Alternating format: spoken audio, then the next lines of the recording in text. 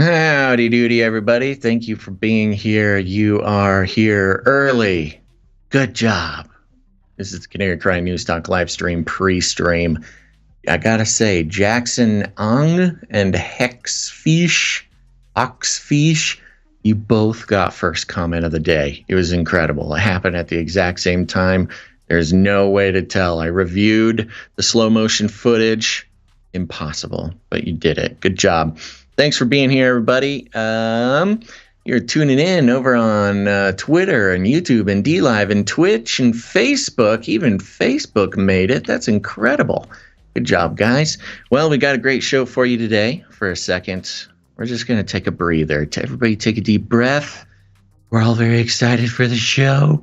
We're starting later than expected, but that's okay because it's going to be amazing. And make sure that you follow us on more than one outlet. YouTubers, you will be, as usual, receiving just half of the show today.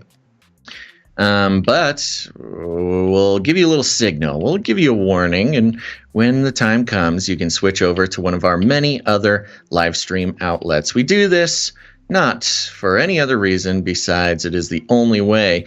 Well, we have no choice. YouTube has made the choice for us. We cover things that are just too hot for YouTube. So go to CanaryCry.Party. That's CanaryCry.Party. It's a real URL. If you have trouble, try typing in http://CanaryCry.Party. And over there, you can find all of our streaming locations.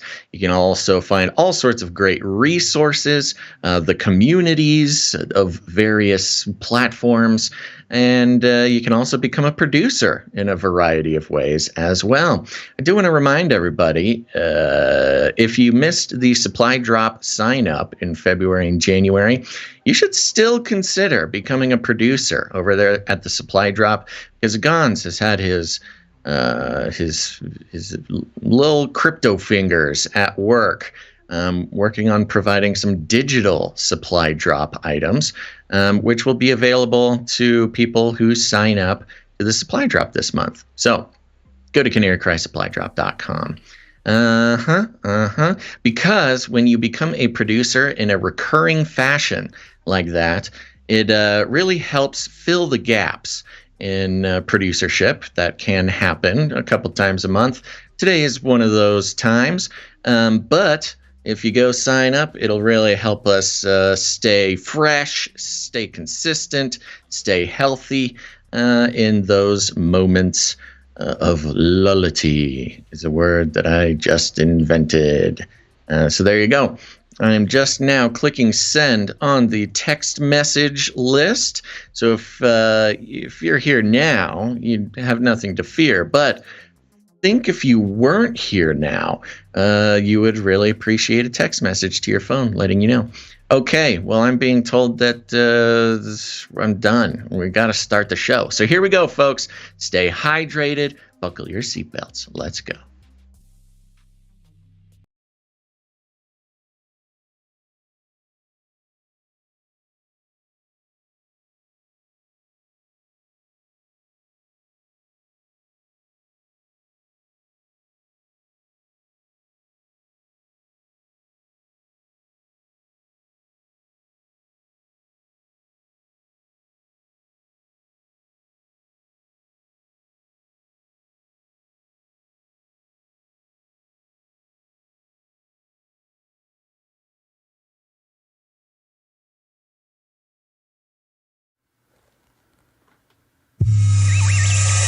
The world is getting crazier.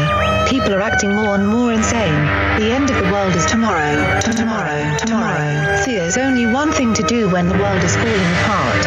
Listen to Basil and Gonz as they discuss this week's news and events through the lens of Bible prophecy. You are listening to Canary Cry News Talk. You're listening to Canary Cry News Talk. Today, we are live to tape on March 11th, 2022. This is episode 457. And today, Sensanctional Joe. And razzle dazzle, I'm your best buddy Basil. And this is a very flustered Gonz, your favorite Asian provocateur for Christ. Welcome to the podcast where we bring you the best news, which is the gospel message of Jesus Christ, while reporting the egregious with a well-rounded, biblically grounded take on world events. Basil, my Pomodoro window has disappeared. I have no way of keeping track of time today. Oh, no. So you are our clock. Thank you very much. Oh, great. That's not good, Gonz. People already send me angry emails that I'm trying to keep us on task and on time. So, well, at least now everybody knows. Gonz wants me to keep us on time, folks. All right? Not some whip cracker. But that's a little bit off topic, Gonz. I want to welcome all the new listeners to the show. Perhaps you've never heard the show, or maybe you've seen some clips, or maybe you've, I don't know, maybe you've tried listening before and it was just too weird. Well, I'm glad you're giving us a try today. And just want to give you some encouragement. It might be a little bit, we're not quite sort of like an NPR style podcast, not quite one of your tidy, polished, mainstream attempts at independent media. No, this is true independent media, and we're glad you're here. So stick around, and you'll feel like a part of the family any moment now. Just any moment now. Keep watching the clock. Well, this jingle might draw you in. Fight for Ukraine. New world order. That's right. We're going to start out with our lead stories. And of course, it's about Ukraine. Today, I'm going to bring a story here from the Wall Street Journal. And, it's been really fun reading the Wall Street Journal because a lot of the mainstream media who over the course of 2021 and a little bit of 2022, it's become fashionable to admit that we can criticize Joe Biden. And in fact, we should criticize Joe Biden. But because of the Ukraine-Russia thing, in part, thanks to our good friend over at CNN, Chris Shilzilla, and others, this sort of Biden bounce back has been lurking in the background. I'm not worried about it. Nobody's worried about it. It's weak. It's old. It's crotchety. It can barely remember its name most of the time. But Zombie Joe, he's coming back. This idea of about Biden bounce back is sort of looming. However, the Wall Street Journal is not buying it. The Wall Street Journal is very fun if you're looking for a news outlet who is not falling to the sort of trap of about Biden bounce back. And here's an example. This is from Kimberly A. Strassel, which we've read before. So let's see what she has to say. The headline is Biden is failing the sanctions test. Did you know there was a sanctions test, Gonz? Nope. Here we go. Friday afternoon news dumps are always revealing. And that includes last week's Treasury Department clarification of U.S. sanctions on Russian banks. Don't buy the Biden administration's line that it's pulling out the stops against Russia. Oh, I thought that was going to be a question. No, just a statement. Don't buy it. The president continues to insist he's, quote, enforcing the most significant package of economic sanctions in history against Vladimir Putin's regime. Some Biden loyalists are even veering toward hagiography. Connecticut's Chris Murphy bragged last week at the Senate floor that Mr. Biden's stunning diplomacy had produced, quote, a sanctions package that is sweeping, that is unprecedented, that is breaking the back of the Russian economy. The press nods along. The press nods along. Yeah, I know. It's great, isn't it? And this is really what we've heard, even on some quote unquote independent sort of analysis shows and other media properties that I like to pay attention to, whether to just understand the broader, I guess, attitudes, or sometimes there's good information there, but it's more for analysis purposes. They've really caught on to this idea that these sanctions are just, apocalyptic. And Wall Street Journal's here to talk a little bit about that. The reality is far different. which accounts for rising frustration in Congress and growing divisions between even Democrats and the White House. The administration refused to impose sanctions in the lead up to Mr. Putin's invasion, naively trusting diplomacy. Yet even after Russian tanks rolled and despite having months to prepare, the response has been slow, timid, hostage to feel-good, quote, multilateralism, and unwilling to attack the real engine of the Russian economy, energy. Even the president's own party is losing patience with his inadequate actions. Consider that Treasury announcement. In late February, Mr. Biden grandly announced sanctions targeting Russian banks. Yet on Friday, Treasury quietly clarified that the sanctions won't apply to the banks' energy transactions until June 24th. Meaning Wall Street can continue to trade in Russian oil and gas. Quote, the energy sector of the Russian Federation economy itself is not subject to comprehensive sanctions, explained Treasury's website, a scandalous caveat the media largely ignored. Scandalous, Gonz. So they're just real quick. Some of these sanctions, for instance, the Wall Street and Russian energy sanctions, don't take effect for like 3 months, maybe more. Yeah, there's a wind down period and all that. Yeah, a 3-month wind down period, which is hilarious because, I've gone back and forth on this sanctions thing because the first time around, we're like, sanctions? Really? That sounds lame. What a weak response or whatever. Not that we are pro U.S. military engagement. It's just like, okay, big sanctions guy over here. And then I kind of turned on it, with some of the sanctions affecting Russian people, citizens, more than anything, and kind of driving a stake into the heart of the Western lifestyle that Russians have enjoyed for quite a long time. And now I'm kind of going back to the other side, which is like, yeah, I guess your sanctions are cool, but if they don't take effect for months, you're literally just continuing to fuel the Russian war machine while saying that you're not, while there's Russian boots on the ground and like bombs blowing up and stuff. Like, yeah, we're helping the Ukrainian people, but nothing will actually change for another 3 months. Good luck. Keep your head down, Dmitry, or whatever. It goes on. Senator Rob Portman on Tuesday asked Undersecretary of State Victoria Nuland to justify the decision to give the Russian energy sector a pass for 4 months. She explained that working multilaterally remained the top priority. So we did agree to a phase-in at the behest of energy-dependent European allies. Mr. Biden this week belatedly announced a ban on Russian oil and gas, but only because, and this was news to me, Gonz, but only because congressional Democrats and Republicans were uniting to pass legislation forcing his hand. Even Speaker Nancy Pelosi supported the ban and reportedly refused to agree to a White House demand to drop it. The Biden team scrambled to get ahead of Congress by announcing the embargo itself. So there's a couple of layers to this. First of all, Biden came out and made a big deal about how he's doing the sanctions. He's single-handedly crippling the Russian economy. But I'm learning now that it's only because Congress was already going to circumvent him and do it without his permission, which he did not enjoy very much.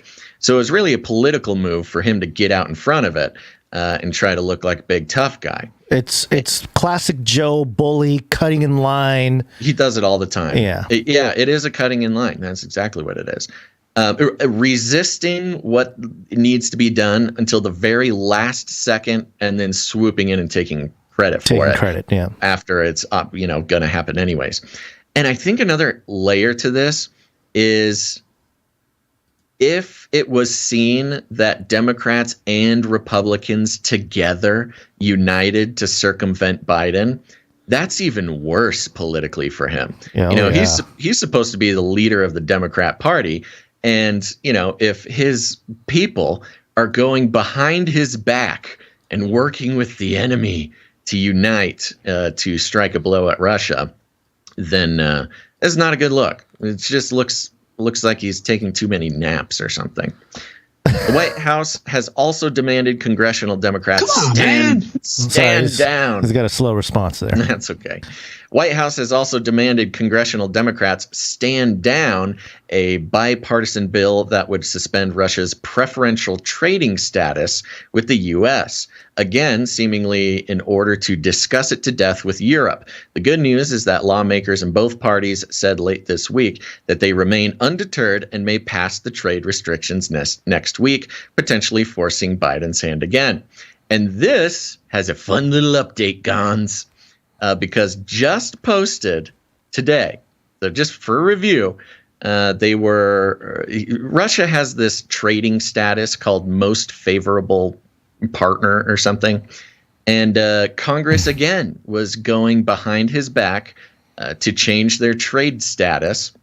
Biden told them to stand down. And yet today, the AP News is reporting, I did not throw this link in there, Gonz, because I'm just going to read one paragraph. Here we go. AP News today. In Washington, President Joe Biden announced the U.S. will dramatically downgrade its trade status with Russia as punishment for its invasion and also ban imports of Russian seafood, alcohol, and diamonds. Ooh, diamonds. The move to revoke most favored nation status for Russia was taken in coordination with the European Union and Group of 7 countries. So Wall Street Journal reported yesterday that, Congress is going to go behind his back again and do stuff that he refuses to do. And then literally the next day, he jumps in line again and just does it. So, he's kind of just responding to what Congress is threatening him with. He is not some economic genius and tough guy. He's only taking action at the last second when his hand is forced, basically. He has not done one sanctions action that Congress did not already have in action that would have happened without him. So, it's kind of gross, especially because all the reporting for the past 2 weeks is like, the Biden bounce back. 70% of people think he's a good, tough president and is doing what needs to be done. And now it's just like, he seems like the wimpiest guy ever. I mean, I'm not trying to just be mean to Biden. I'm just saying the facts show that he is not doing anything on his own. He's like being bullied by Congress. Give me a break. Wrote the bill. Yeah. So that's the long and short of it. I mean, there's a couple other fun examples of the White House continuing to resist taking actual sanctions. It's kind of sad, really, to watch. Sad in one sense, but also maybe deserving in terms of having a Biden presidency. I feel like this was going to happen. It's exactly what was going to happen. By bringing both sides together.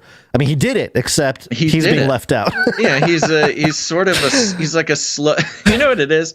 It's like when you're on the highway and there's a slow car in the fast lane and 10 cars pile up behind the slow car. And suddenly the 10 cars behind the slow car are best friends and they start working together and they are when finally they find a moment to pass the slow car, they're all just like, we did it. Yeah, we're free. We're past the slow guy. At least maybe that's just sort of my inner emotional monologue when I'm in one of those situations. But that's what it feels like. It's like Biden's going so slow that no matter who you are in Congress, you're happy to be passing him up. But Biden, using the same metaphor, is that slow car that only notices he's going slow when everybody passes him or starts passing him. So then he speeds up again. Yeah. That's what he's doing. That's just who he is as a person. He's done a lot, Basil, for the country. I've ordered more pills than anyone in the world. He's busy, man. He's a busy man. He can't be bothered with this Ukraine nonsense and sanctions. So that's sensational Joe for you. He's having a good time, but he doesn't like doing it, apparently. I mean, and considering how many sort of family and friends of him have business interests in Russia and Ukraine, it makes more sense than anything that he would be dragging his feet, you know? He's got his family and his friends kind of they rely. They probably have a financial reliance on some of these established relationships. Dad, you're really costing me some money, man. Wait on those sanctions. Okay, son, I'll wait as long as I can. And then he does. So there you go. That's kind of the setting the stage for our next couple. Maybe that's why he whispers a lot. He's whispering to, like, if we just isolate the whisper, he's whispering to the Russians that have dealings with his family. You know, on one hand, he's like, sanctions, we're choking out Russia. And then on the other hand, pay them more. Yeah. Well, yeah. He's the ultimate lizard person politician. Yeah. Well, speaking of lizard person politicians, well, kind of not really, but sort of. Lizard person, I guess. There's a couple headlines here and stories that I wanted to highlight here because it's pretty funny. It relates to the Russia-Ukraine crisis and the cancel Russia thing. This is Reuters. Came out yesterday, March 10th. And the headline is Facebook allows war posts urging violence against Russian invaders.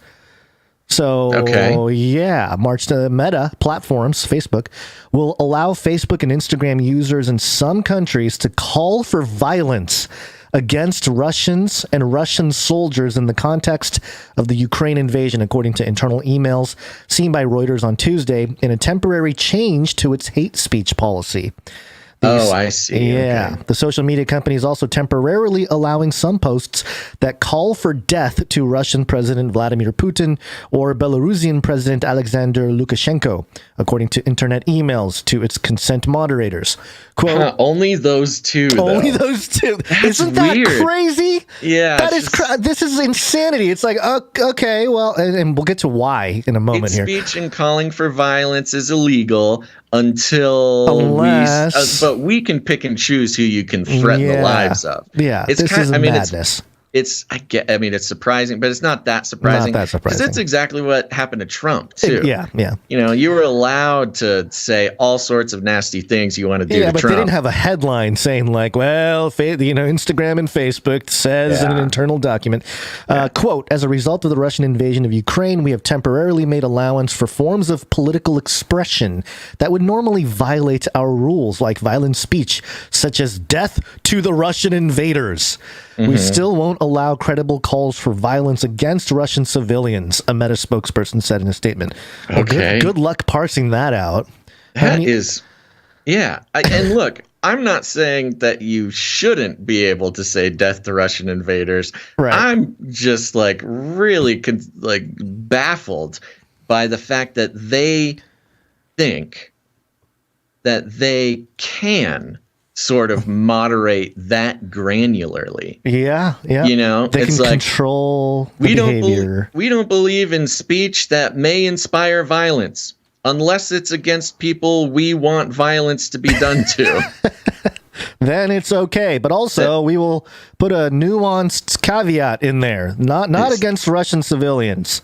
It is so weird. It's very bizarre. Yeah. So, which is, again, how do you distinguish that? If a post says death to Russians, you know, perhaps the poster means death to the Russian soldiers. Yeah. But how does a moderator decide that? And how does a different reader be like, oh, they mean soldiers, not nobody's posting death to Russian civilians. That is so weird. Well, you never know. The calls for the leader's death will be allowed unless they contain other targets or have two indicators of credibility, such as the location or method, one email said in a recent change to the company's rules on violence and incitement. Citing the Reuters story, Russia's embassy in the United States demanded that Washington stop the extremist activities of Meta. Users of Facebook and Instagram did not give the owners of these platforms the right to determine the criteria of truth and pit nations against each other, the embassy said on Twitter in a message that was also shared by their India office.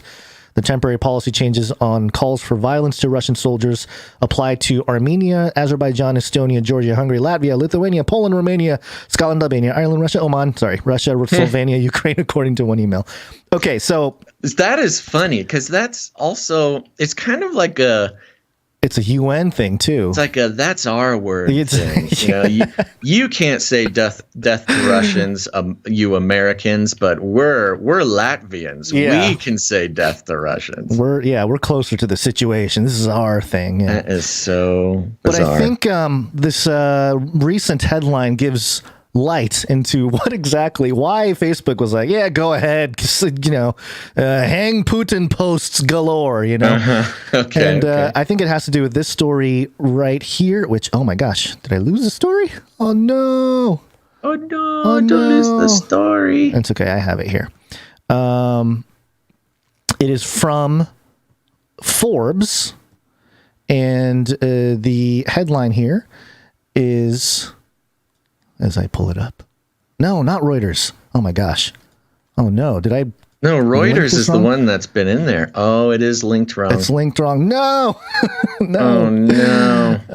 Hold on. Let me see if I can find it here. Well, why don't you find it? I mean, the long and short of it. I don't want to give away the long and short of it, but I will say, on the topic of sanctions, Putin has been doing his own sanctions and his own sort of, what is it? Info control, of course, as he's famous for, and, as famous as any other head of state in some major country. And we'll get into that at the end of the segment here. All right, so here it is. This is MSN. This is mirroring Forbes. The headline: Instagram Facebook bans will cost Meta nearly $2 billion in revenue. Russia's crackdown on Instagram and Facebook will produce $1 billion hit on their parent company's revenue, an unexpected loss that will compound some concerns about Meta's sales. Russia accounts for 1.5% of Meta's advertising dollars. Chief Financial Officer David Wenner said Thursday at the Morgan Stanley conference. Last year, Meta pulled in $114.9 billion in sales, with Russia accounting for $1.7 billion, based on Wenner's comments. That works out to about $4.7 million lost per day. Oof. The Kremlin on Friday announced it would begin restricting Instagram 3 days from now, the latest escalation in a conflict between Putin regime and Meta following Russia's invasion of Ukraine. Russia also said it would officially categorize Meta as an extremist organization. Wow. Wait, Putin said Facebook is an extremist organization? Russia is labeling Facebook an extremist organization. This closely follows Meta's decision to apply warning labels to Russian state media agencies on Instagram, as it had previously done on Facebook, and an additional move by the social network to allow some calls for violence against Russia to be published on its site. An unusual move by the company after several years of criticism over its handling of outrage speech. Yeah, I'm sure the author of this article kind of tongue-in-cheek, we kind of know why they did that. This $2 billion hit to their revenue stream is kind of that's exactly right. And down with Putin. That is Facebook. I mean, you consider Facebook and Mark Zuckerberg sort of their own tentacle of the elite control mechanism, of course.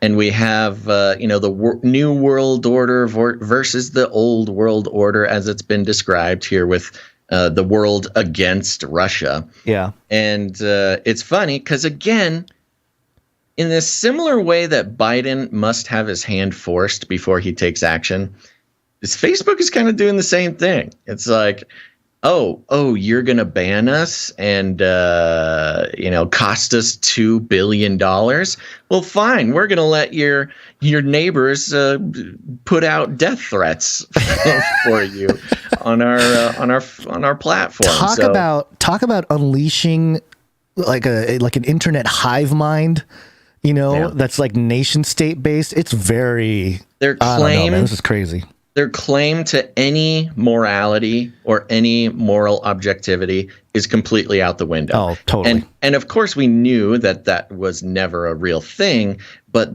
at least they kept claiming it, right? And now they just can't even claim it anymore. It's all warfare. Yeah. Something strange is happening, Gonz. The YouTube chat is not making it into the stream. Really? Yeah, and I don't know why or how that would happen or even what to do about it. So maybe you can poke around at that. I see one, and it looks like a spam. Well, why don't you take a look and see what happens?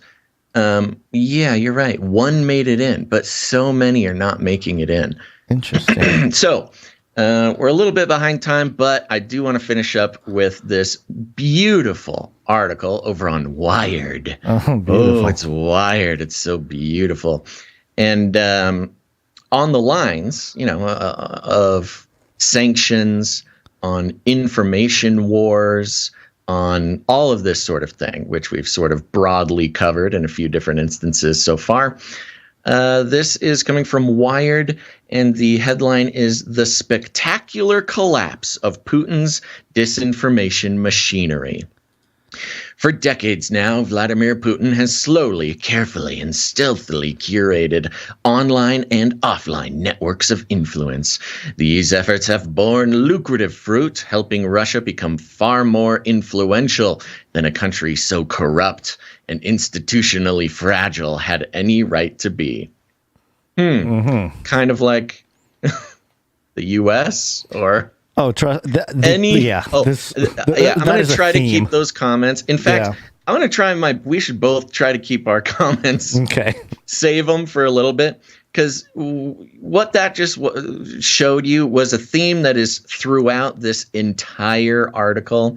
And I'll try to skip as much as I can, but it is just so good. The way that Wired is, talking about the disinformation, the influence, the corruption, the institutionally fragile Russia and Putin, and how they're so mean and, use different tactics to control information.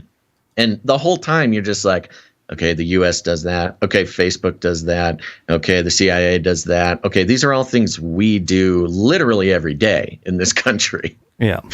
Okay, here we go. The Kremlin and its proxies had economic holdings across Europe and Africa that would shame some of the smaller 18th century empires. Okay. It had a vast network of useful idiots that it helped get elected and could count on for support. And it controlled much of the day-to-day narrative. I'm getting triggered. Go ahead. Day-to-day narrative in multiple countries through online disinformation. And many people had no idea. The day-to-day narrative in multiple countries. While a few big events like the U.S. 2016 election and the UK's Brexit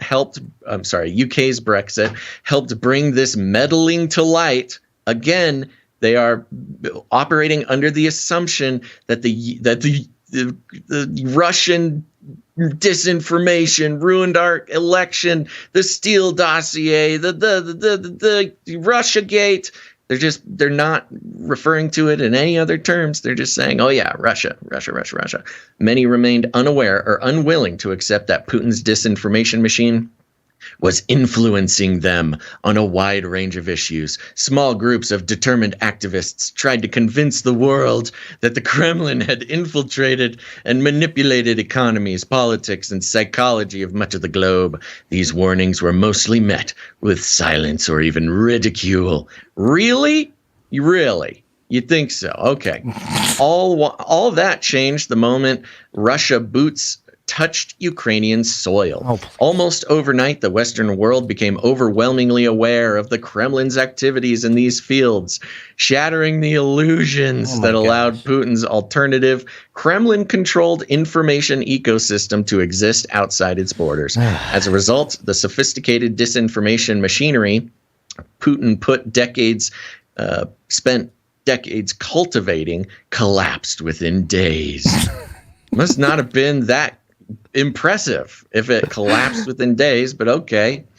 Russia's network of influence was as complex as it was sprawling. The Kremlin has spent millions in terms of dollars and hours in Europe alone, nurturing and fostering the populist right, Italy, Hungary, and Slovenia, the far right in Austria, France, and Slovakia, and even the far left, Cyprus, Greece, and Germany. For years, elected politicians in these and other countries have been standing up for Russia's interests and defending Russia's transgressions, often peddling Putin's narratives in the process. Meanwhile, on televisions, computers, and mobile screens across the globe, Kremlin-run media such as RT, Sputnik, and a host of aligned blogs and, quote, news websites help spread an alternative view of the real world. An alternative is put in italics there. I'm assuming to make reference to alternative facts from the 2016 election. Though often marginal in terms of reach and of themselves, which with some notable exceptions, such as Sputnik Mundo. Oh my gosh. My brain is frying. They performed a key role in spreading disinformation to audiences in and outside of Russia. Yeah, sounds familiar. But the digital realm is where Russia found its most success. And it talks about how Russia caused the anti-vax movement. Russia caused QAnon. Russia, is responsible for conspiracy theorists, quacks, and pranksters.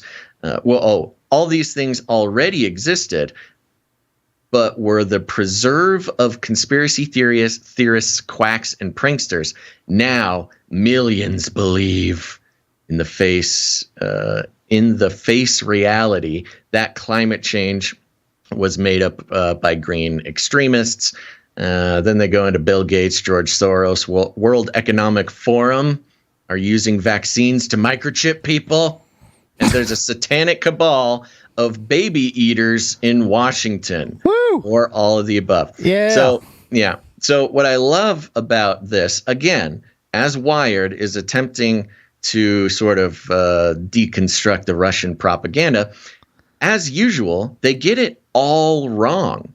I mean, Really? You talk about either they get it all wrong on accident because they haven't actually done their research and they're just parroting talking points that have been in the media for, years, or they're on purpose getting it wrong because they don't want to refer to the true theories that they can't disprove. So, climate change was made up by green extremists. Nobody thinks that. I mean, when you talk about even conspiracy theorists, they don't say, "Oh, climate change was made up by green extremists." No, it's being used as a financial tool to usher in a new version of economics and geopolitics. That has a constant and unbeatable enemy. And when I say that, I'm talking about the Great Reset, and things like it by the World Economic Forum. And then they're talking about Bill Gates, George Soros, and the World Economic Forum using vaccines to microchip people. Come on. The microchip thing is a caricaturization that, the microchip theory is it's not even debunked. That's not the issue.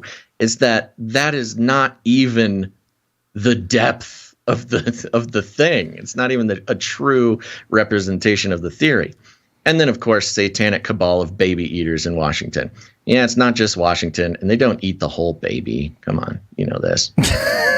They just drink the blood. Yeah, it's just the blood. It's not the whole baby.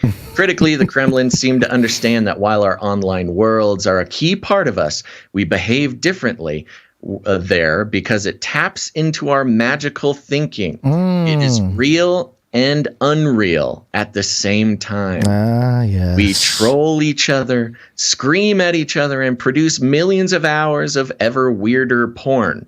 Okay, Wired, a weird thing to add in there. Yeah, but I that's guess weird. you're Wired. You have to be like edgy. All because that world is slightly unreal.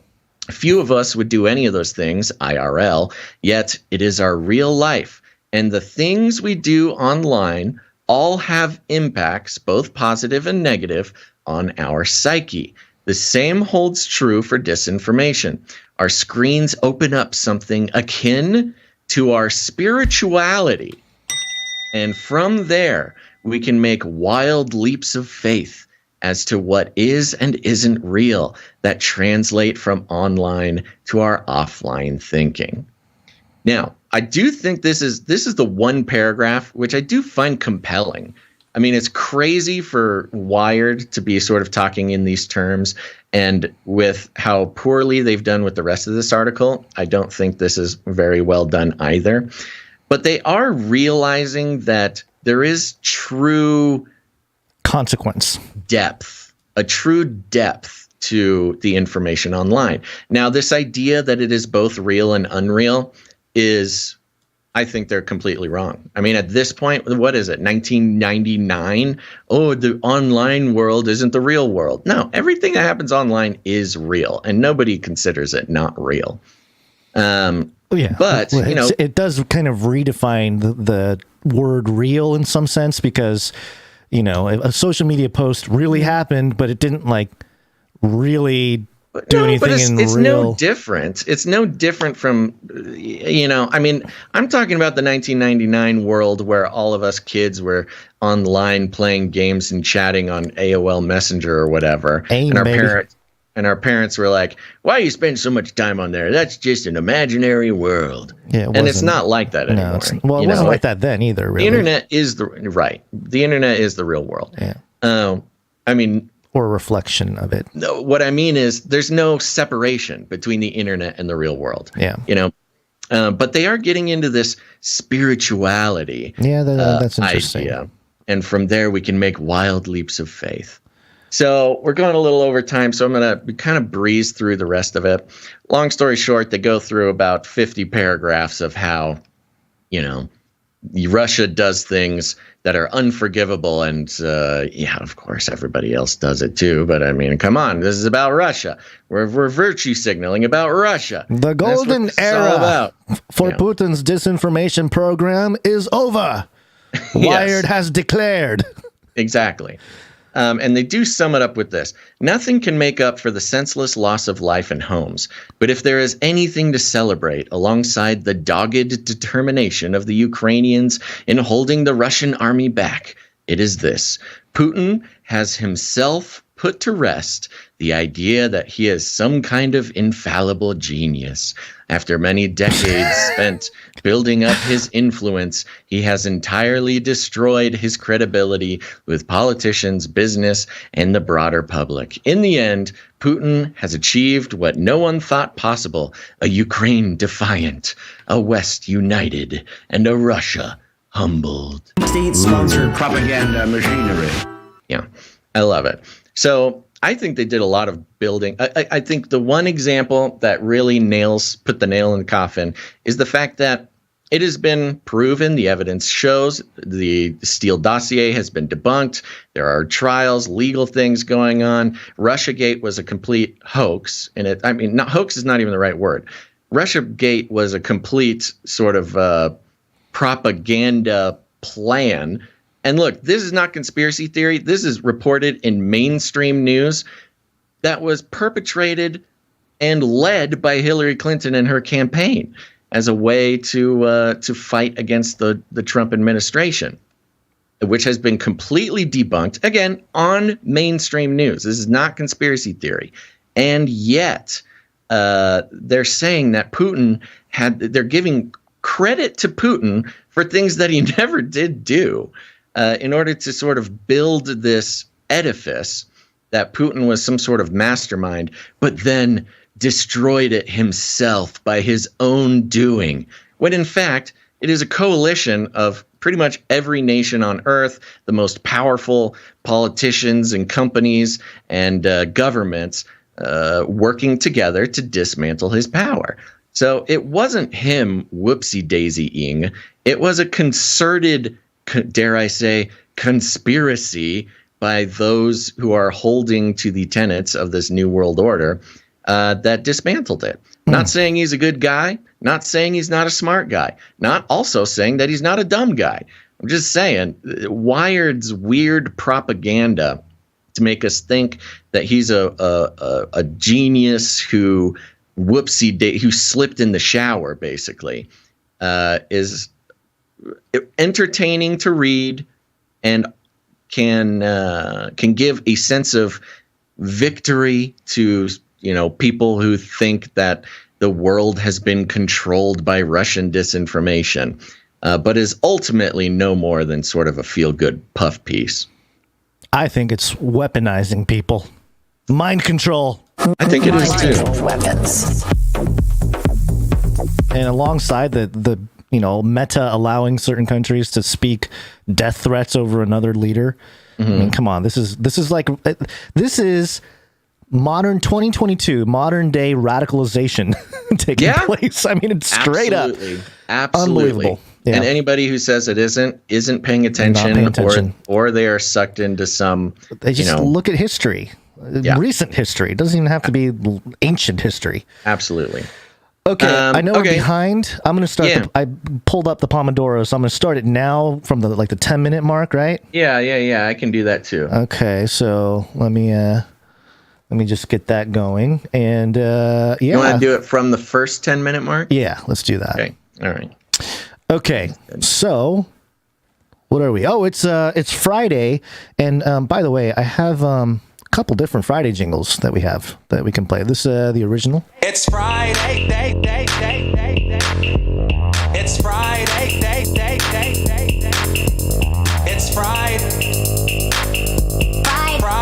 It's Friday, Yeah, no, I understand. Well, there you go. We can keep playing with the Friday thing. Then we have this other one. Gonna learn today. You ain't got no job, and you ain't got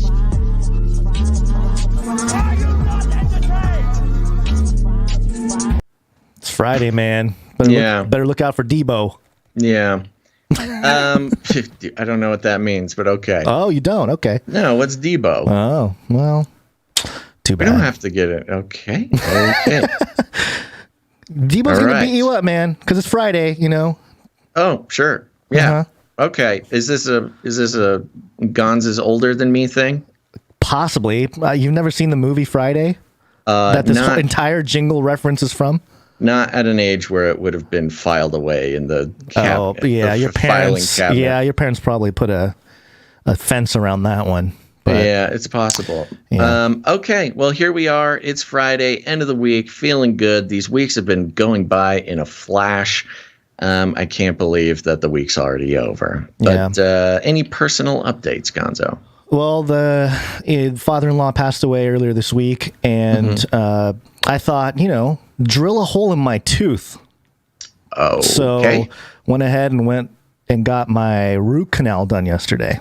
Oh, yikers. So, yeah, lots of needles in the mouth there, Novocaine, numb jaw. Actually, the doctor was really, really good, and I didn't Was it an anything. Emergency, or did you have, has this been planned for a while? I had a filling fall out on one of my molars in the back.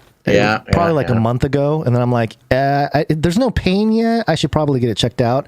And so my dentist pumped me full of Novocaine, and he's like, you're going to need a root canal. And I'm like, oh, great. And he's like, the guy's available right now if you want to go across the street. And I'm like, okay. So I go over there. Worst. I go over there with a numb jaw, and he's like, oh, so you already got some Novocaine? Great. I'm going to pump you full of more. So he started going at it. It was, so. Oh, my gosh. That is a rough week, my man. Yeah. But I will say this doctor was really good, and I'm not in as much pain as I thought I would be. I can't really chew on that side of the mouth yet, but he gave me a bunch of ibuprofen, prescribed levels of ibuprofen. The old 800 mils. Yeah. So I've had a root canal. It is not fun. You know, when I think about the root canal, it's actually worse than when I got it. Like imagining what's going on in there and how deep they are and all the scooping and scraping. It's hurting me. My doctor was really gentle, and he was very soft spoken, and he would tell me what's happening before he does it, but he would make it sound really bad, you know? He'd be like, okay, this is real deep, real hard push. It's hurting me just thinking about it. And he would do it, and it wouldn't hurt that bad because I'm completely numb. I don't feel anything. So I'm like, it's not too bad. And then he'll be like, okay, you're going to smell burning and see some Am I torturing you? Yes, this is very painful for me. Okay, all right. But well, there you go. That was my day yesterday. So that's a rough day. Yeah. I don't have anything exciting except for the finger that I had sliced with a razor blade. Yes, it's healing nicely. It's looking good. It's completely closed up. Not worried about it. Yesterday, which was the first day. Or I guess the second day I had the bandage off. I was doing some manual labor, just completely smashed the same finger. So this finger has had a lot of beatings this week. Yeah, you should just keep it wrapped. Yeah, I know. I should you just turn into a glove man. You know? I thought about that. I'm just become a glove guy. I should just wear cool armored motorcycle gloves all the time. Right. Yeah. It could just be my look, get started on sort of the apocalypse outfit early. And we always need someone to smash the windows, to get some resources. Yeah, I get those commercials all the time of look at these cool gloves. Oh, this guy seems like he can use some awesome gloves. This guy's going to be the algorithms are like, oh, Basil, that googly-eyed guy, he really wants to be able to punch through a car window. So there you go. That's about it. There's one other thing. Oh, you know what? I don't know why. Sorry, YouTube, but your chat is not making it onto the screen, and there's nothing I can do about it. I didn't want to stop the stream, but I did try to update a couple things to see if the little update thing would help it, but I don't know. No luck. Yeah. Well, the video's still there, so that's good. And with that, Gonz, we have an executive producer to thank today. Executive producers. That's right. We're on the value for value model, which disconnects our well-being and the continuation of this show away from the marketing magicians that rule the world, conjuring consent through advertising and things like that, all for the purposes of corporate profit, deciding the value of independent media, and controlling minds while they're at it. Well, not here, folks. We're on the value for value model, which means we take no corporate money whatsoever, no advertisements, affiliate codes, partnerships, nothing. We are entirely kept going. We're entirely kept alive, literally, by producers of this show who find value in what is expressed here 3 times a week. And when they find value, they put value back in. They recognize that it is a revolutionary act to not rely on corporate sponsorships and things like that to keep their media going. And they become producers. And the very generous and devoted ones become executive and associate executive producers. So they are a big part of the reason that we are able to bring you this show today, which is why I want to thank them now. So today, our executive producer, for whom our gratitude and love is sent right back to them, not just ours, Gonz, but those of other listeners. This is the one. This is the man, the myth, the legend, Sir Sigurd the Beast is executive. Sir Sigurd the Beast. Where'd you find this? So thank you very much, Sir Sigurd the Beast, and to everybody else out there. There's still time to produce the show today. You can head on over to CanaryCry.Radio.com/support. CanaryCry.Radio.com/support. That's right. Still time for someone to share the throne with Sir Sigurd there. Okay. But you know who will not sit on the throne, Gonz? Flippy update. Do you want fries with that? That's right. It's time for the Flippy update. Flippy is our colloquial name for the disembodied robot arms that are taking our jobs, enslaving our children, and flirting with our spouses. And someday, perhaps we can even be friends. But we use talking about Flippy as a way to explore all the new, fun, and exciting ways that robots are taking over the world and just how there's nothing we can do about it. Today, Gonz, I'm taking this Flippy update from Chicago Tribune. And the headline is, would-be chefs can open, quote, restaurants using Mall of India robots to make food for delivery. Whoa. There's a lot in there. Yeah. I know. There's a lot going on. So let me help you. Nala Robotics, robotic kitchen at Naperville's Mall of India, is letting Michael Chintamaneni fulfill his dream of having a restaurant without having to quit his day job. Chintamaneni's Desi Owl launched in February, but requires no cooks, staff, or physical location. The entrepreneur only needs Indra and Sina, the mall's two robots chefs. Whoops. To prepare his recipes for Indo-Chinese cuisine when ordered by a customer. Quote, for people like me, this would be a great option for those who've always wanted to get into the restaurant business, said Chintamaneni, a manager at the Mall of India. Nala Robotics, the group behind the mall's robotic kitchen, has introduced the Nala Marketplace, quote, cloud kitchen concept. Cloud kitchen, which allows restaurateurs, cooks, chefs to upload recipes to the kitchen's menu database. The food is made to order and delivered to customers, a new twist on the ghost kitchen restaurant concept. Ghost kitchen. Quote, wherever they open Nala Marketplace, I'll be able to do my recipes there. That's the whole concept here, Chintamaneni said. For someone who wants to give it a try, there's a $250 enrollment cost for each location, a monthly licensing fee based on order volume, and payment of a percentage of sales to Nala Robotics. Chintamaneni said his startup costs were less than $1,000. Nala president Ajay Sunkara said Desi Owl may be the first restaurant introduced through Nala Marketplace, but it won't be the last. His hope is to have a new one launched about every month. Quote, it's a platform for anyone from a home chef to a celebrity to someone with a passion for cooking and food to open their own restaurant, Sunkara said. Engineers and culinary experts observe the chef or business owner prepare the meals they want the robots to replicate so they get an idea of what the food looks and tastes like, and to obtain information, better program the robots, which are basically a set of arms with access to ingredients, stoves, and ovens. Menu items are then coded and uploaded to the robotic kitchen database. Sunkara said it can take as long as a day to get the information put into the system, depending on the menu. Desi Owl's menu include fried rice, chicken noodles, chili chicken, and chili paneer. It's up to the restaurant owners to figure out how to market and promote their food offerings to potential customers. Chintamaneni set up a website, social media, third-party delivery app pages with orders delivered by Grubhub, Uber Eats, and DoorDash. Quote, it's their restaurant. What we do is fulfill their orders, Sunkara said. For now, Nala Marketplace is limited to the Mall of India, but Sunkara said locations in Elgin and Chicago will be open in the future.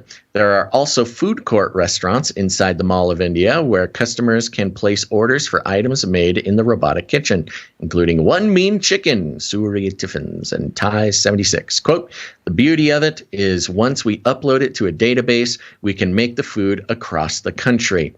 Within a matter of seconds, it can go live anywhere, Sunkara said. So there's a lot there, and it wasn't a great written article, and there's some typos in there. And it took me a while to figure out that this is in Chicago and not in India. But it is a very interesting concept. Yeah. We've all come in contact with either a company like this or some sort of internet scam trying to help us make a company like this. It's sort of like opening an Amazon store. or something. Where I was going to say this is like an extension from just all of us having websites, or like a cook or chef having a website with all those recipes to, hey, these machines will make the recipes for you kind of thing. And it can be, and anybody can do it. Anybody can do it, yeah. Yeah, you make the recipe, you upload the recipe, much like, a lot of internet stores don't actually make anything or really handle anything or have a warehouse or anything. Yeah. It's just you pay for, some time, and then you market it yourself, but you don't have to cook anything. You don't have to own a location. All you do is just have these robots make the food, and it gets delivered by Grubhub or whatever. Right. And because of this, you can have 10 different restaurants all using the same infrastructure. The same infrastructure, and having different, each one can have its own. You have Chinese food, Desi Owl robots. You can have the same hamburger. robots. Yeah, the same location can make any kind of food depending on the people who are using it as a platform. And this is I think when you think of the future and what the future of food looks like and what the future of restauranting looks like and the future of eating, much how these, the internet has sort of deleted a lot of the obstacles to start your own store. A lot of it is like we could start a store and sell some widgets or whatever. Yeah. And just have Amazon fulfill it. And we don't touch anything. We just sort of manage a website and pay for Instagram ads or something. Exactly the same this way. You don't have to touch food, don't have to make food. It's all up to the flippy arms. And all you do is, get some Instagram ads and upload some recipes, and boom. And not only will it, be accessible, will your restaurant be accessible at this one place in the Mall of India, but they could have one of these little robot kitchens on every street corner, and suddenly your recipes and your business, will have 100,000 locations of people purchasing your food. Consider this. It's all coming together. Gordon Ramsay, right? Yeah. You walk into a booth, you put on your VR headset, you're met by the metaverse Gordon Ramsay, an AI avatar. Oh, you interact with the metaverse. You tell him what you want. If there's a menu, he tells you the menu. You tell him what you want, maybe some specific, custom made, whatever, less salt, whatever. Sure. And then the robot arms take those specifications, they make it, and the virtual Gordon Ramsay has served you an actual Gordon Ramsay recipe meal to your delivered to your door. To your door, or even just right in the metaverse. You're right. Well, if it's the metaverse, then you can do it from home. Yeah. You don't even have to walk in. Food gets delivered to your house. Yeah. And you are in a metaverse restaurant ordering it. That's what McDonald's did, the metaverse patents and stuff. I think this is tied to all that, man. It makes sense because it gives the people the perception that you're actually getting official food from somewhere. And what is right? Yes, mix this with the metaverse, and you're all good. Yeah.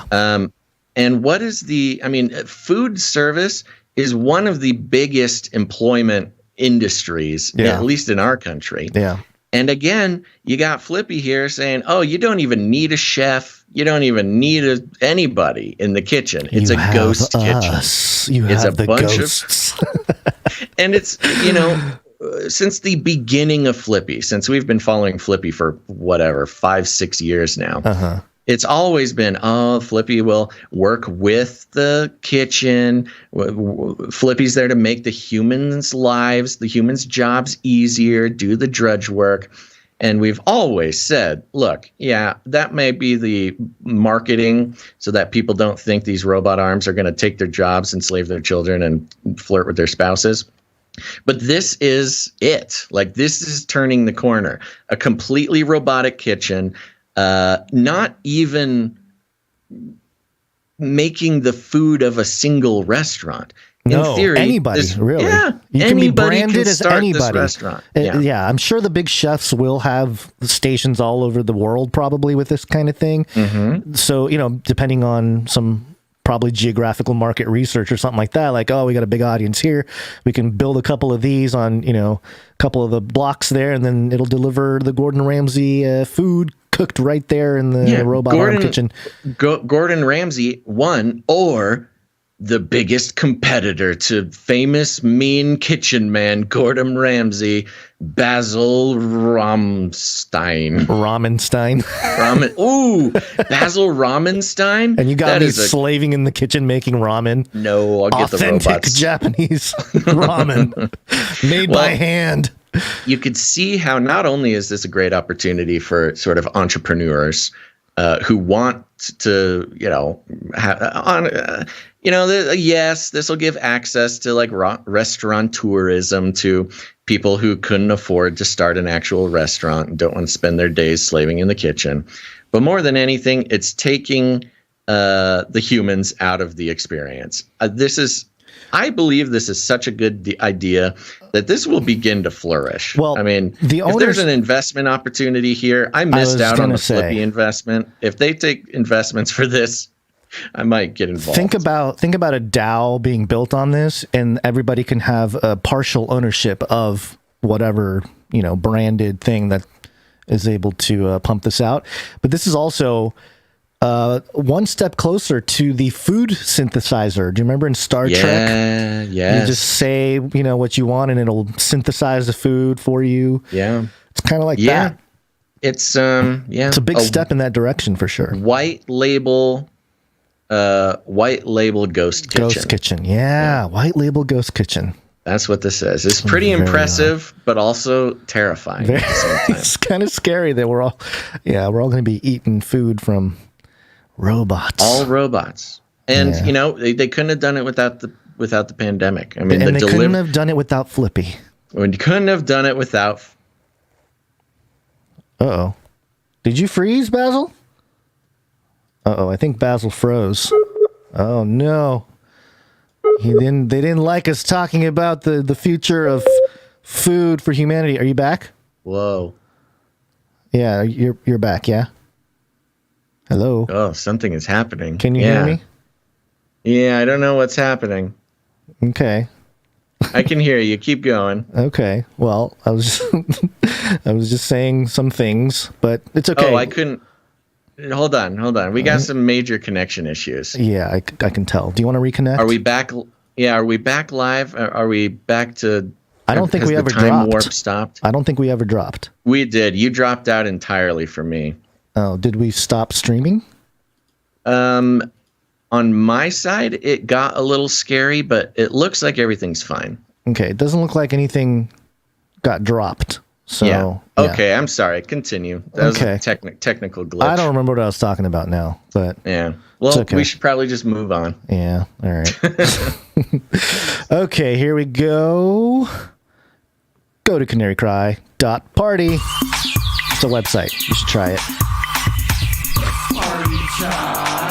Find the live stream, email list, text notifications, street team posters, show notes, ways to connect with other Canarians, and how to become a producer. Welcome to CanaryCry.Party. It's the place you wanna be. So stay. Welcome to CanaryCry. Gameplay, CanaryCry.Party. That's right. Go check it out. Everything that you could possibly want is there. Where to watch the show, especially you YouTubers. You're only going to get half the show today, but you can catch the whole show by switching over to another platform. You'll find all those platforms there. CanaryCry.Party is a cool place to go. Just a quick plug for Ravel. Go check out Ravel Podcast. It's on all of your podcast players. There's 2 Ravel podcasts. The other one stole our name. Explicitly stole our name, by the way. That's not a conspiracy theory. And it's the cool one with the cool logo and my name on it. We're doing episodes with artists talking about God and technology and all sorts of funky stuff. Go check it out. I also want to plug the Canary Cry Clips channel. Over on YouTube, you can find the Canary Cry Clips channel, youtube.com/CanaryCry Clips. Careable, shareable clips of the show, segment by segment. A great way, the best way to share the show with your friends and family, because they can get the info without being sort of bombarded by all the weird parts of the show, which we love. Yeah, Canary Cry clips. Now, if you go over to, here's the thing, don't just rely on YouTube, because there is also the Canary Cry Clips channel on Odyssey. So if you go over to odyssey.com, search for Canary Cry Clips. I've heard a lot of great stuff about specifically the clips over on Odyssey. Odyssey is starting to gain some big fans within the Canarium. So, you know, in the long run, in the long arc of history of, you know, YouTube content, video content on the internet, YouTube has shown itself to be some sort of malevolent dark force in human life. So you just want to find another place. Go to odyssey.com/CanaryCry.Clips. I think it's :6 or something. Just search for it over there. You'll find it. Okay, that's it. All right. Here we go. Hold on. Oh, by the way, we've got 15 new clips in the hopper. So our last upload batch was 2 days ago, but over the next couple days, we're going to have a ton of new videos coming out on those clips channels. So go follow them. Russia, Russia, Russia. Poly. It's Latin for many. Tick. Now suck your blood. Now suck Politics. your blood. Money printer go burr. Of course, money printer go burr. I want to start off with a clip from May 2021. So a little less than a year ago. This is Jen Psaki. Oh, we forgot our Psaki jingle. Oh, yeah. And let me see if I can pull it up in a quick stint. Nope, not going to happen. You got it. You think so? Isn't it under circle back? Yeah, it might be. Hold on, let me try circle back. Let's see how well our little search machine is. Let's see. Not While you not do doing that, great I'm so going far. to provide everybody with the Canary Cry Clips link in the chat there. Go there, folks. Why don't I play this clip first, and then we can play the thing. I will say, as we've said in here before, but we'll reiterate that, of course, we take the possibility of inflation quite seriously. As you know, actions that have been taken to date or proposals that have been made, most economic analysts have believed that it will have a temporary or transitory impact. I will say, as we've said in here before, but we'll reiterate that, of course, we take the possibility of inflation. Sorry, I think it looped there. But yeah, she says it's going to be transitory. Yes, remember the good old days. If there's inflation, you know, they didn't really say that there is inflation, or if, you know, there's going to be inflation. They were like, if there is, it'll be transitory, temporary. Yeah. Well, and we had, she was saying that while we were at like 4% inflation or something. Yeah. Well, things have gone full circle, I guess, because Jen Psaki is talking about inflation now and blaming a very specific person. You may have noticed this week that your gas prices have gone up. I want to talk to you a little bit about why. A lot of it has to do with Vladimir Putin. The reality is that Russia is one of the 3 largest oil producers in the world. And the fact that they have started this conflict, invaded a foreign country, and they are such a big producer of oil in the world is the reason why the global oil markets are disturbed right now and why your gas prices are going up.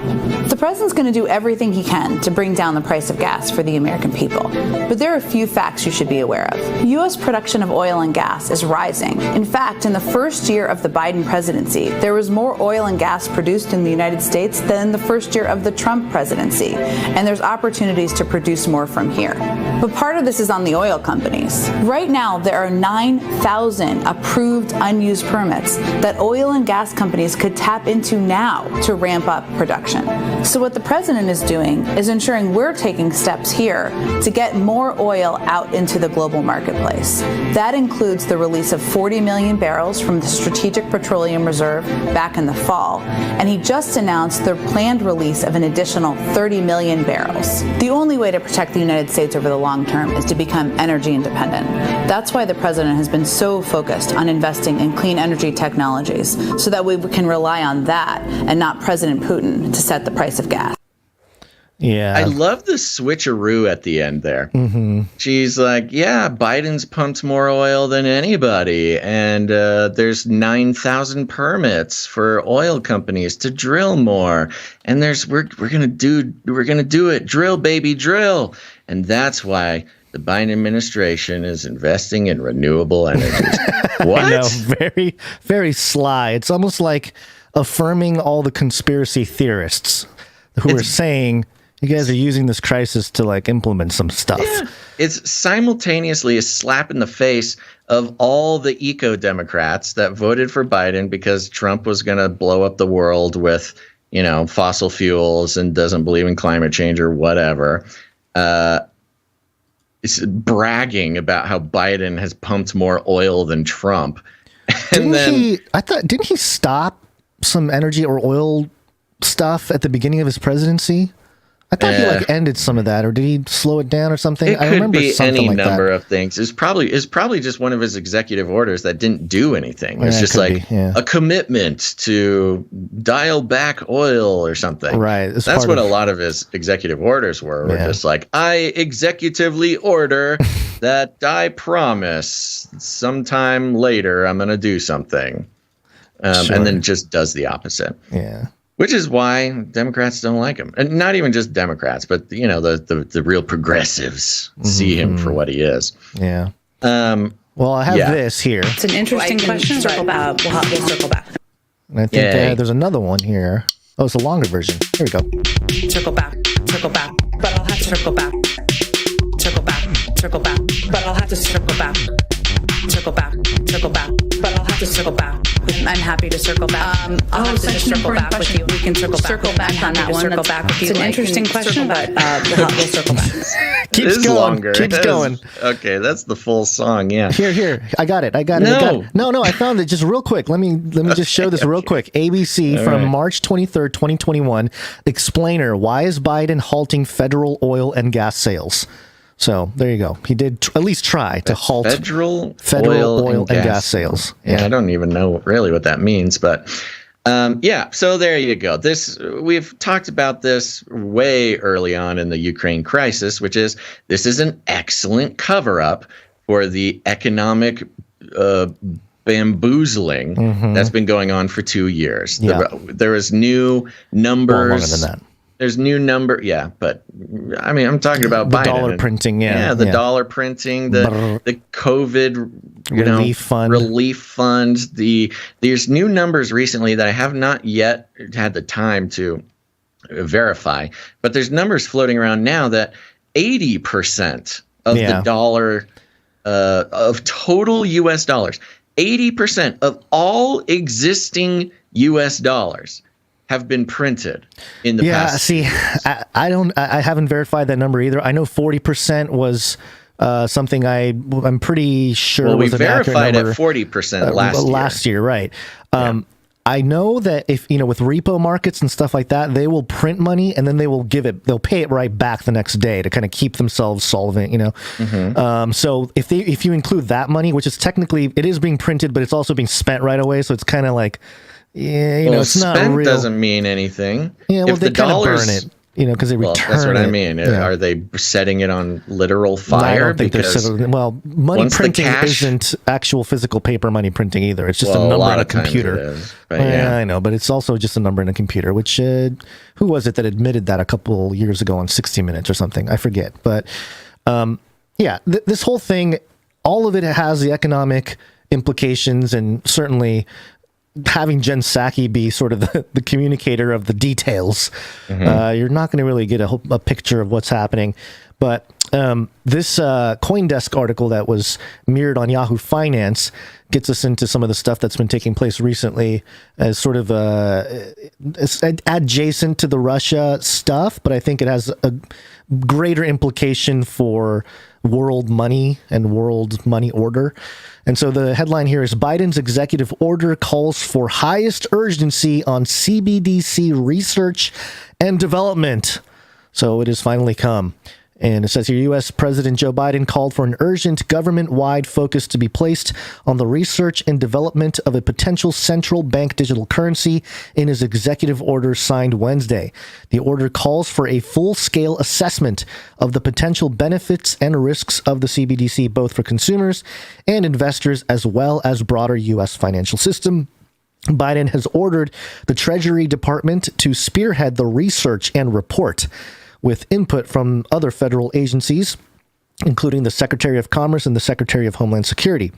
The assessment is also supposed to determine whether the implementation of a CBDC would be in, quote, the national interest.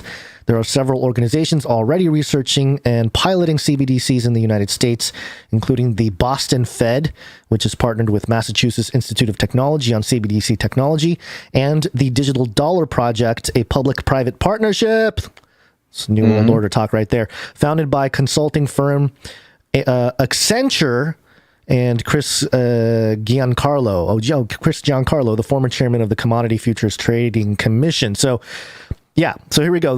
He signed an executive order, and it mentions CBDCs, and we're moving in that direction, which is funny because this was something that I noticed in the language of world institutions back in 2016. So kind of the timeline here, 2015, the Pope comes to the United States, speaks at the UN, says, UN 2030 agenda, the Sustainable Development Agenda, we have commenced it, blah, blah, blah. And we were kind of saying, wait a minute, we didn't vote for this. Like, why is this even happening? And then right after that, because the Pope talked about the economy and economic changes and whatever. A year after that, the IMF started sending out memos to different central banks all over the world about CBDCs. And so I have I found a bunch of sources, and I wanted to revisit them because it's something that I had compiled a few years ago, but the Facelikethesun channel is gone, and a lot of the sourcing was in the description there of the videos that I've published in the past. But just to go over a couple of them here. This one is right from IMF.org, International Monetary Fund website. And this is a PDF from that website, IMF Staff Discussion Note, Virtual Currencies and Beyond, Initial Considerations, from back in 2016, I believe was when this document was published. And there's a couple things that I wanted to point out from this, which is of interest. Let's see. Okay, so the first thing here, virtual currencies in principle question the paradigm of state-sponsored fiat currencies and the dominant role that central banks and conventional financial institutions have played in the operation of the financial systems. Virtual currencies are issued without the involvement or backing of a state. And so, they go into this idea of, hey, this stuff is not backed by anything, and we've heard that narrative. Right. Ad nauseum, as if really. we want that to be the case. Right. Well, the IMF does, Yeah. sort of moving that direction. I have another document here, Ben Broadbent, Central Banks and Digital Currencies. It was a speech he did in London, March 2nd, 2016. At the time, he was the Deputy Governor for Monetary Policy of the Bank of England. And so, at the London School of Economics. So, not some random dude here. And they talk about, and he in the speech talks about central banks, central bank digital currencies, what it means. And just a little part here. This is really the main point I want to get across. Some suggest that this is part of his speech. Some suggest that central banks will have to issue their own digital currency, i.e. to supply central bank money more widely via some generalized distributed ledger to meet a quote-unquote competitive threat from private sector rivals, which is like Bitcoin and some of those other cryptocurrencies. I suspect a more important issue for central banks considering such a move will be what it might mean for the funding of banks and the supply of credit.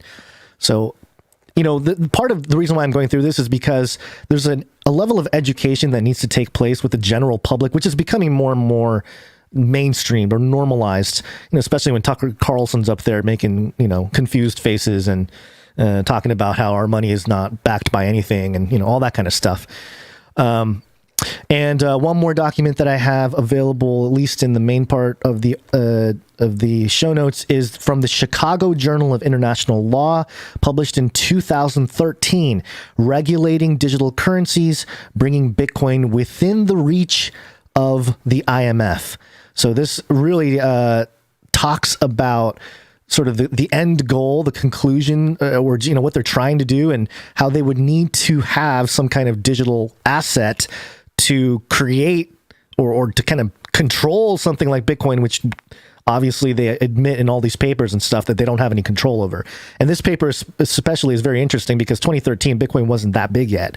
And they talk about in the paper, like, well, if this continues to become popular, it's going to be a problem because, we're reliant on the ability to issue debt, through credit and all this kind of stuff.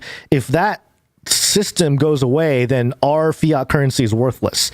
So we better come up with a way to battle this problem that Bitcoin presents, which is that International Monetary Fund central banks become completely obsolete in the form that it is now. So that's what I find very interesting, on top of everything else that's happening with this money New World Order reset thing.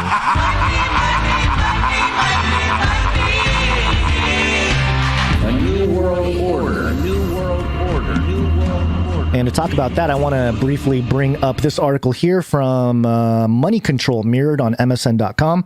And the headline here is U.S. commodity crisis to give rise to new world order, says Credit Suisse's Zoltan Pozsar. Key takeaways.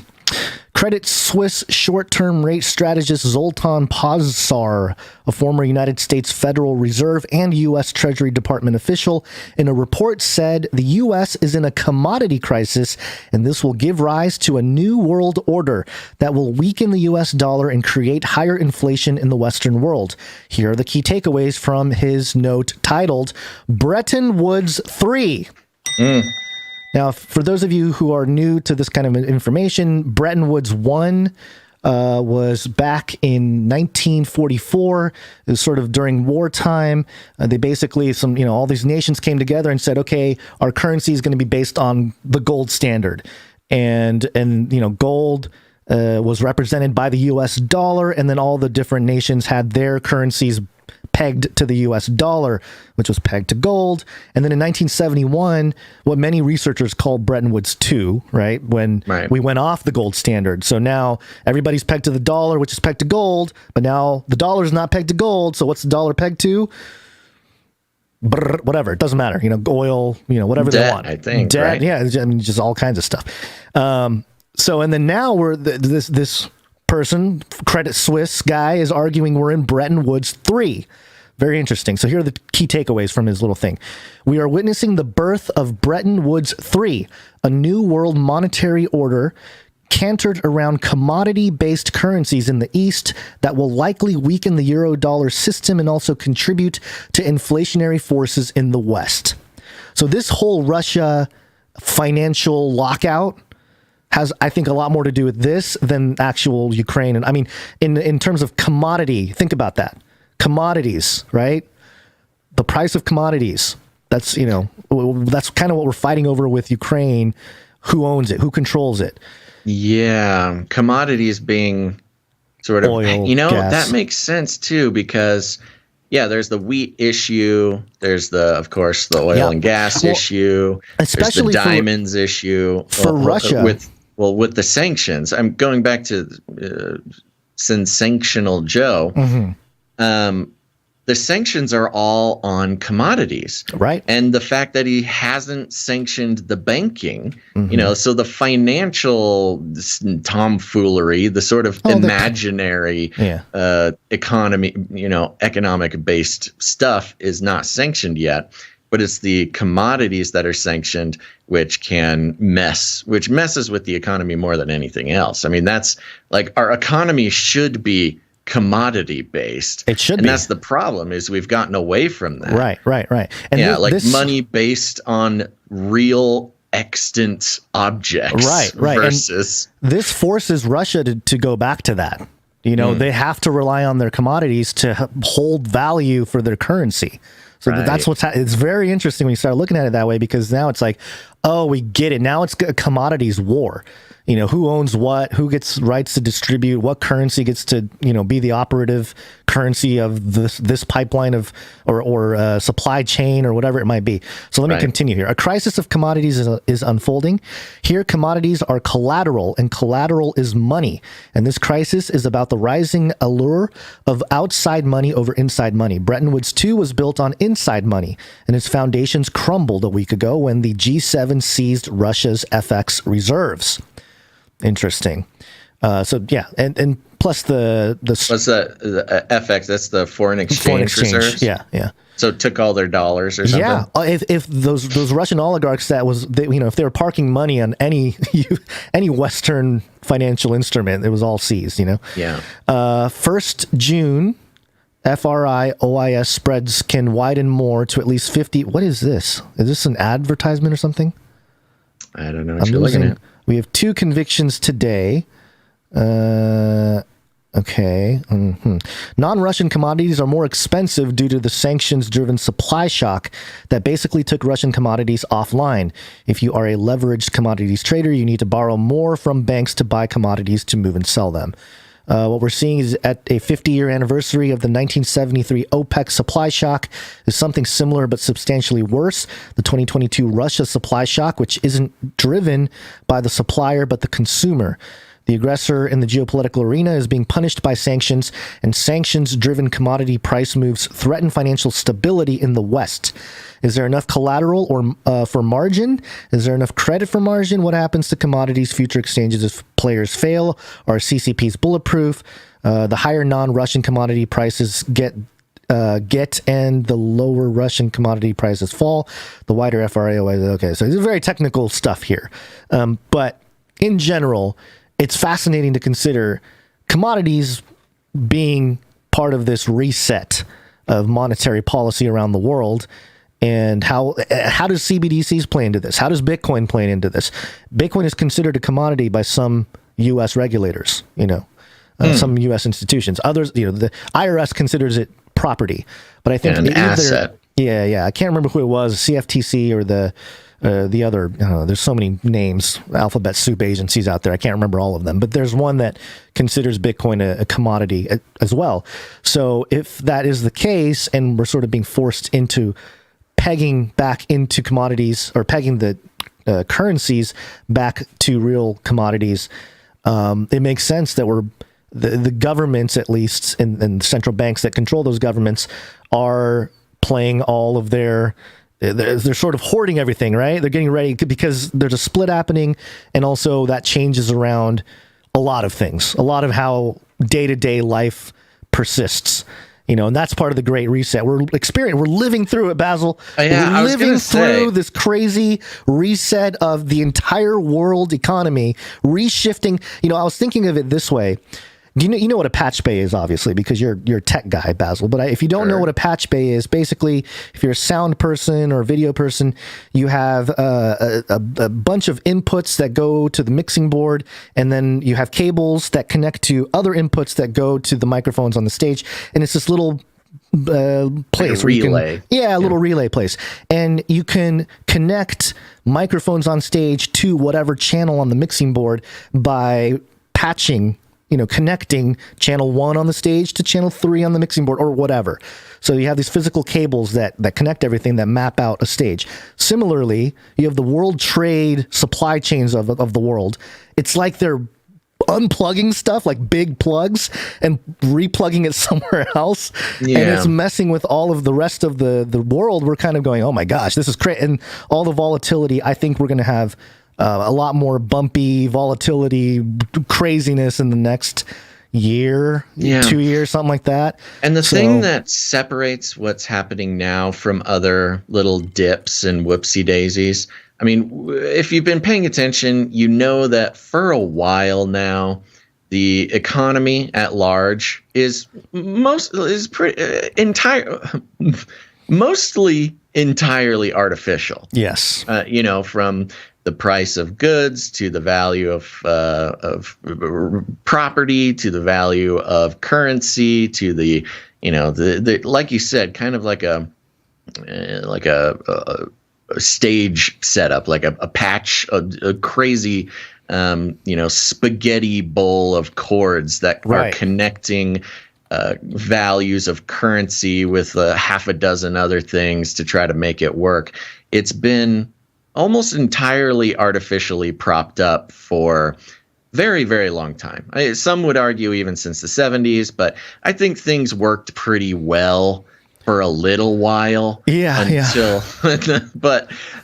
especially in recent decades, after 2000, things got really squirrely. And I think that they've taken actions, drastic actions over the past couple decades to try to fix it. I mean, I think Bill Clinton's globalization initiatives that sort of connected the world together economically in a way that it hadn't been before. I think that was a step. You think of each of these big steps as like, oh, the whole thing's about to die. What do we need to do? Okay, we'll just globalize everything. Whew. That'll buy us a decade. Right, and then they run out of room to globalize. Right, and then it goes. Some even say that 9/11 was connected with this for a half a dozen different reasons. Yeah, and so again, another decade goes by. Oh my gosh! Okay, quick, do something. Oh, okay, we're okay. And then the housing bubble crisis in 2008, and now we have this where they're finally just like, okay, we'll print all the money we possibly can. We'll print 80% of all money that exists, and we'll cover it up by going to war. And then right when we're about to crash, we'll blame it on Putin, and then we'll switch everything around, and we'll build a new system. And then we can go for a while. So there's a way.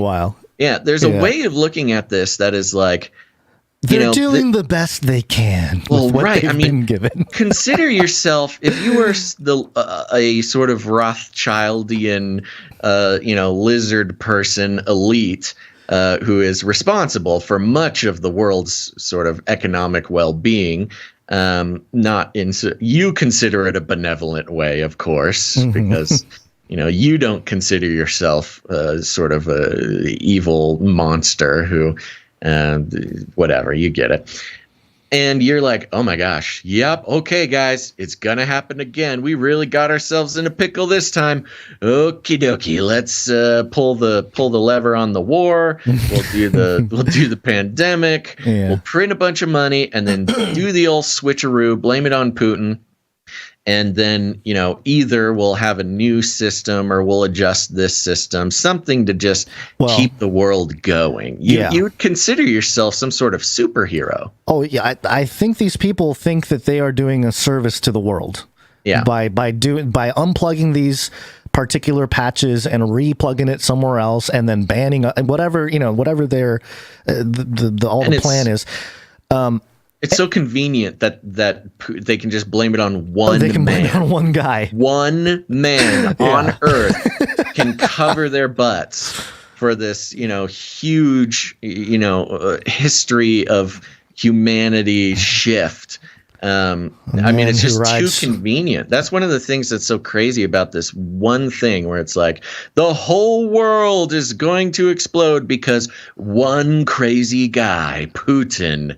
And it takes away all the attention from all the other causes of this, all the other people, all the other systems. Yeah.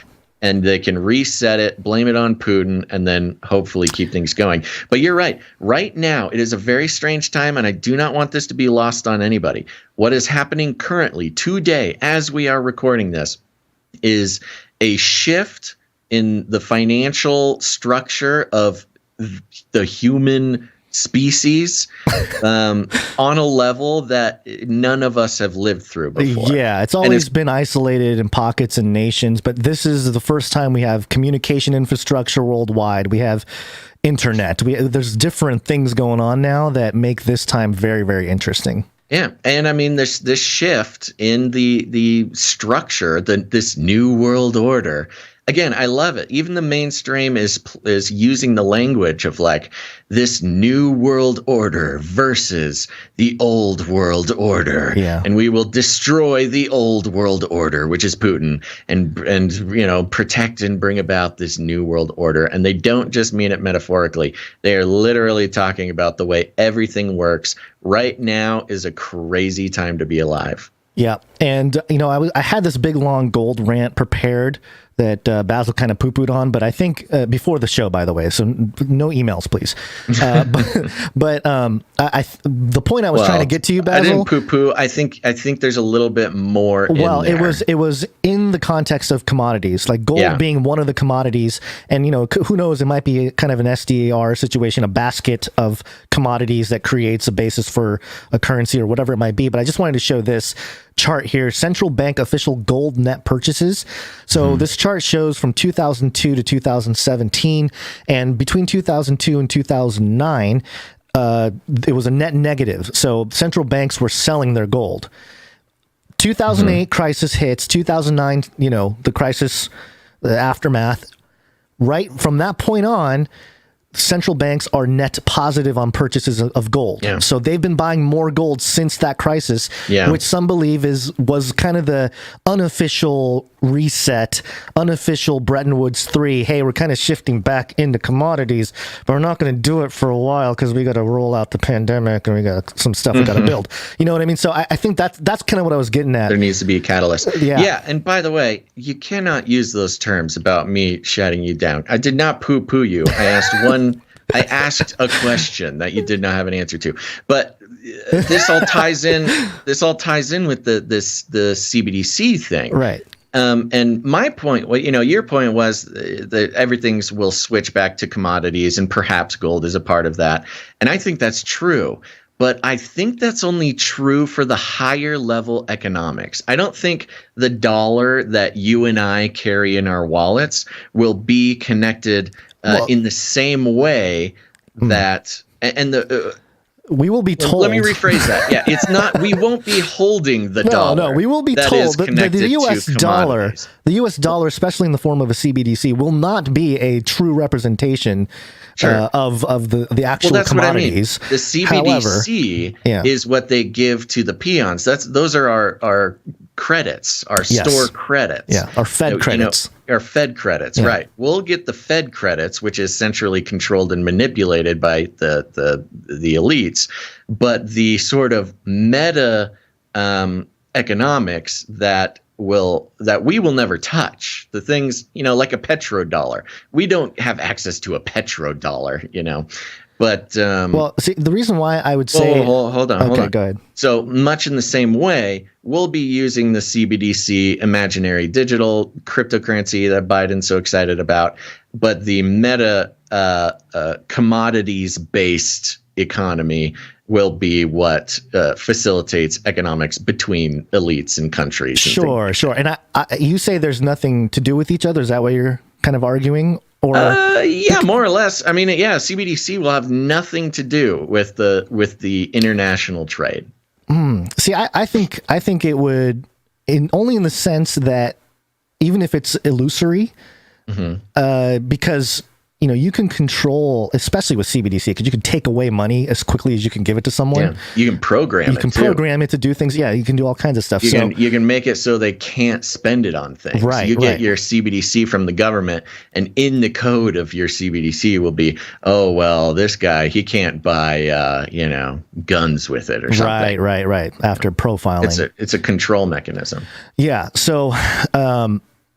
And those are not the things they're going to use to purchase commodities from wherever. We're not going to be buying wheat with CBDCs. We're going to be buying wheat with the commodity-backed dollar. Right. Okay, yeah, I agree with you there, but I will also still say that psychologically, the supply of the dollar, the purchasing power of the CBDC will always be tied to the greater economic system. So. It doesn't matter if it's not Why literal. Would they, though? Why would they tie it? Because it's a great way to psychologically control everybody.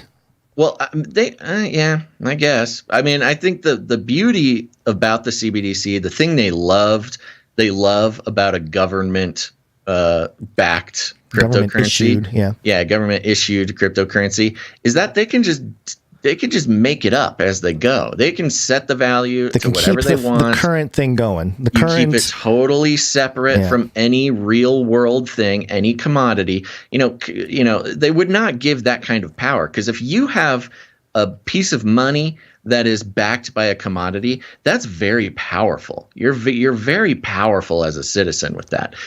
And that's why, switching to the fiat money and now sort of fiat 2.0, a CBDC, it just takes more power away. There's less control.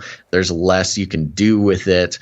And I don't think they want you or I to have access to a true commodity valued currency. So you think they're going to ban people from having the ability to even purchase real commodities? I think you'll have to be really smart, and you'll have to be really intentional. Like, I think so. You're basically describing the rise of a technocracy. Oh, is that what I'm doing? I think that's what you're doing, because you have to be at a certain level of education to access. You got to earn your access to the real money. Yeah, it's the Elon Musk model. It's like, here's your Christ.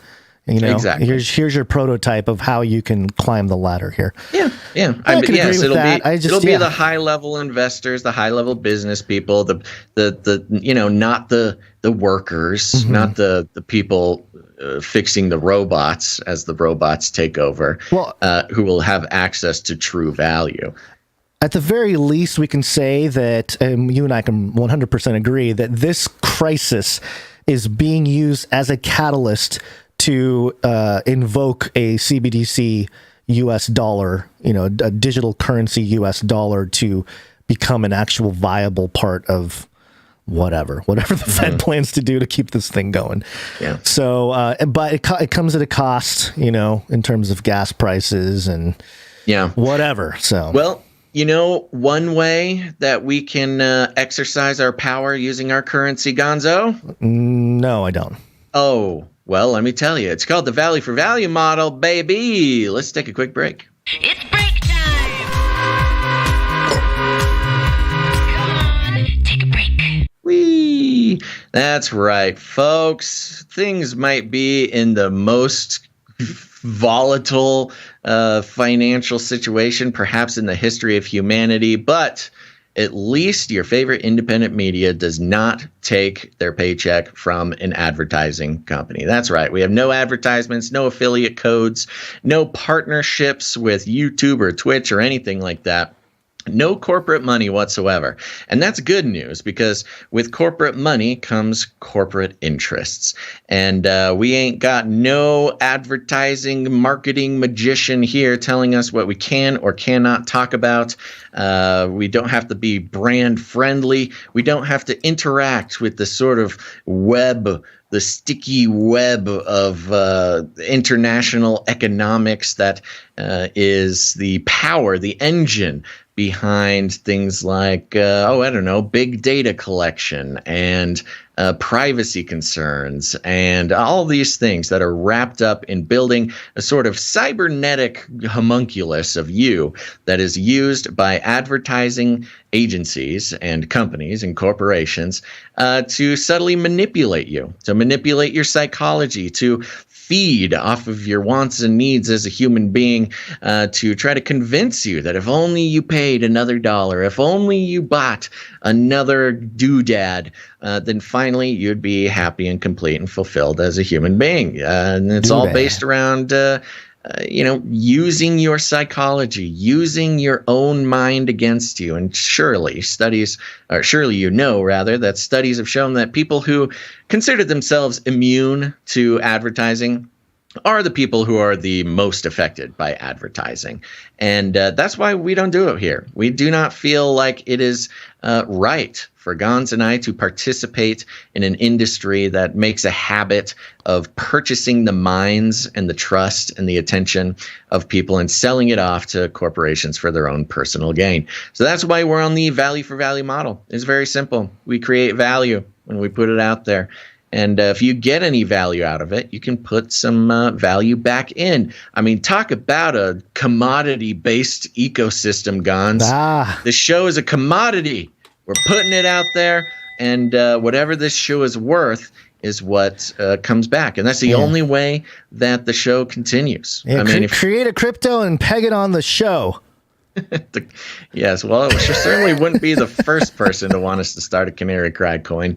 But yeah, so that's how we do it. The value for value model, baby. And for those who recognize that this system is revolutionary, those who recognize that it's a way to disconnect not just your pocketbook, but also your mind from the system of advertising, which considers your brain and your attention to be sort of it's like a mine. It's like a farm, and they farm your attention and then sell it off. Like but DeFi. not here. Yeah, I mean, think of all the media that you partake in that advertises to you.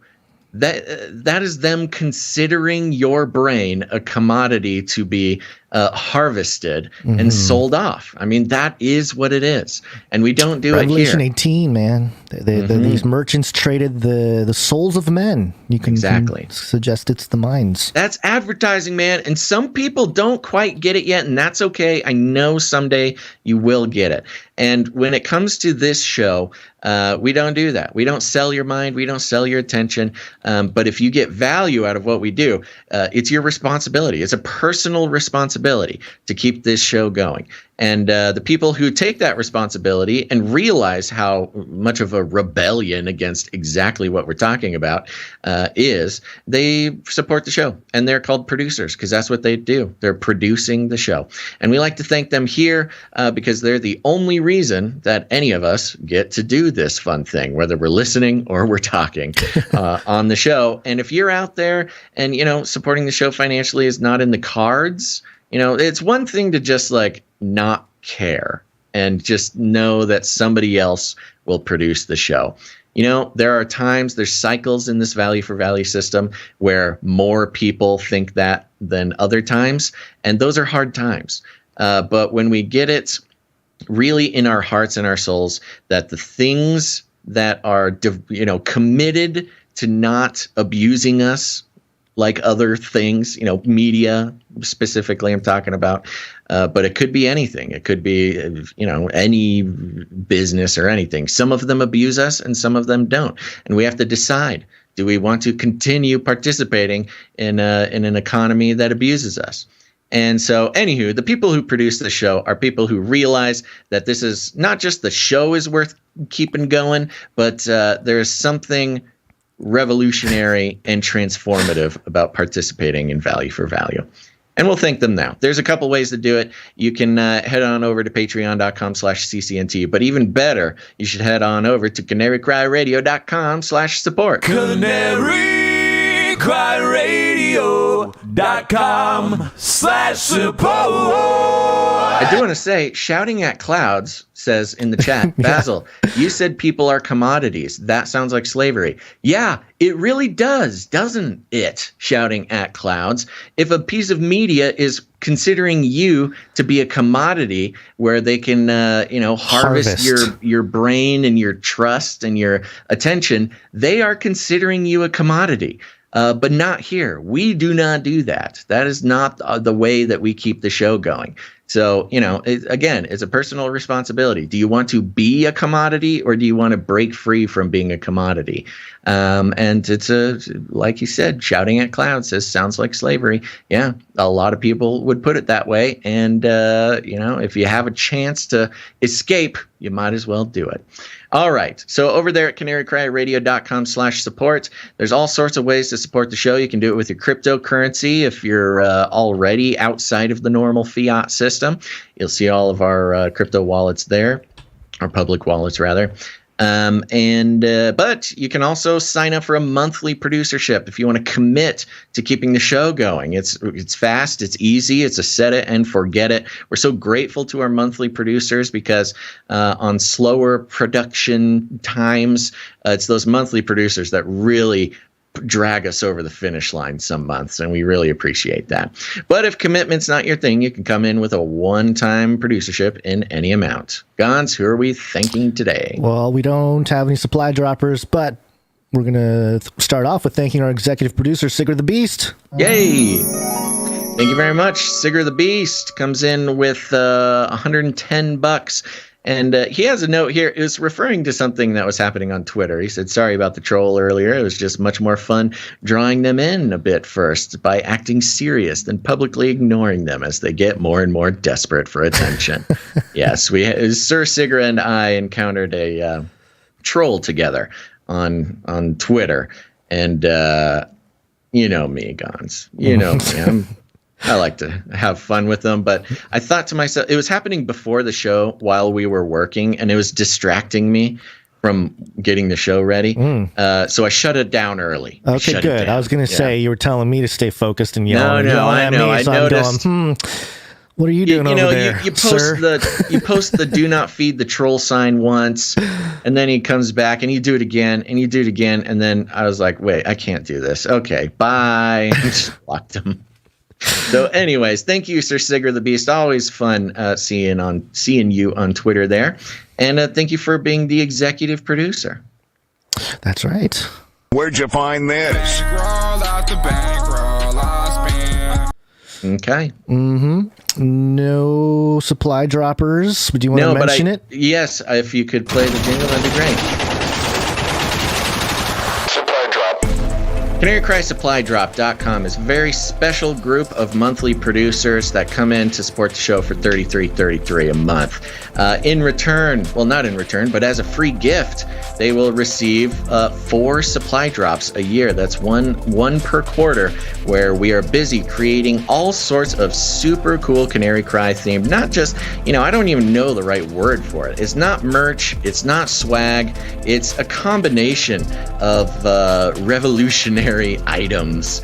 It's got survival gear. It's got apparel and accessories. It's got signaling materials. It's got we even created a custom podcast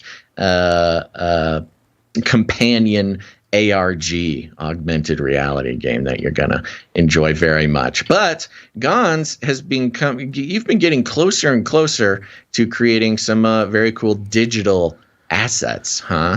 Yeah. We're so close. We're close. We're so close. The methodology is all there.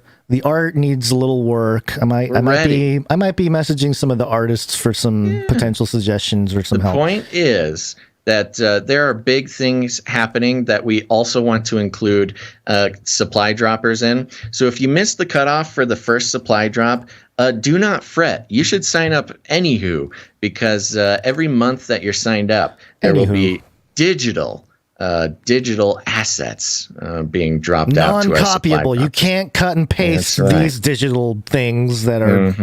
It's going to be cool there. if that's something you're into. But another reason to be a supply dropper. So there you go. Go to CanaryCry.Supply.com, please, and thank you.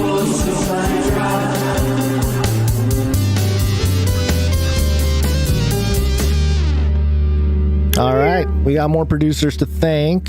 Yes. And these are, well, let's just do this. First up, Senjess. Thank you very much, Senjess.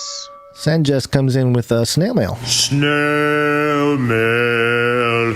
Yeah, it's funny. The snail mailers really saved us this episode. It's unreal. Okay, so I got without the snail mailers, we would have been in big trouble. Yeah, so I have a note here. And it says, Baz and Gonz, every time Baz talks about the mass exodus from Patreon, I have guilt right where it hurts, in my heart. Cries. Oh, no. My credit card expired, and I did the lazy thing, which was nothing. The verb. I get it. I hope this cold, hard cash gets me back in the good books. Why do I feel like I'm bribing Santa? And yes, there's I think it's 6 $10 bills. Yay. In here. So thank you, Senjess. Anyway, I wanted to thank you both for existing, because without you, there would be no Canary Cry community. And without CCC, I would not have met Cool Runningsmon. Here are some wedding photos for the shoebox of sentimental items, or you could do whatever with. Yeah. Which, yes, I have some of the pictures here. I do want one of those. Parenthetical, what I don't know won't hurt me. Yes. Please play Bitcoin Go to Moon, Chaz Stanks, and the crypto jingles. Whoa, I totally forgot about this. This part of the request. Yeah. No, it's going to be a while. I might have to have Basil take over while I compile those towards the end. I can do that. Okay. Yeah. Well, you have the other snail mails. I know. So let me. Do you want me to do those first, or do you want to? No. Why don't you do that? And I'll thank some people who have come on over here. Okay. I want to thank our next producer, One Lousy Petunia. Ooh. One Lousy Petunia, which I will put into the document here. Thank you very much. One Lousy Petunia came in as a nice sort of solid round number. And for those who don't know, we lean towards anonymity at all times, and that includes the amount of producership, unless you signal us with some sort of funky number.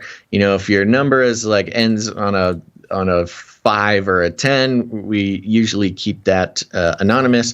But if you don't mind us reading, put a funky number in there. The common version is to put 33 cents on something, or some people do Bible verses, stuff like that. But thank you very much, One Lousy Petunia, for producing the show. Next up. Thank you. Ooh, this one's great. Okay.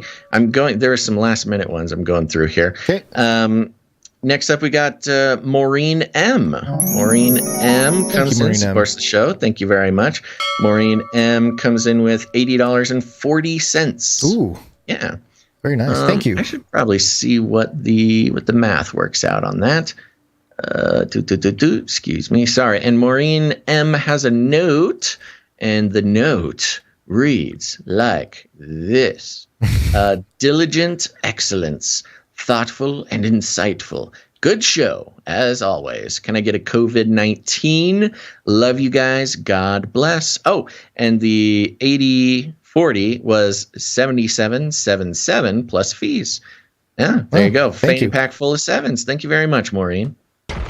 It's Corona time. COVID-19. COVID-19. COVID-19. COVID-19. Yes.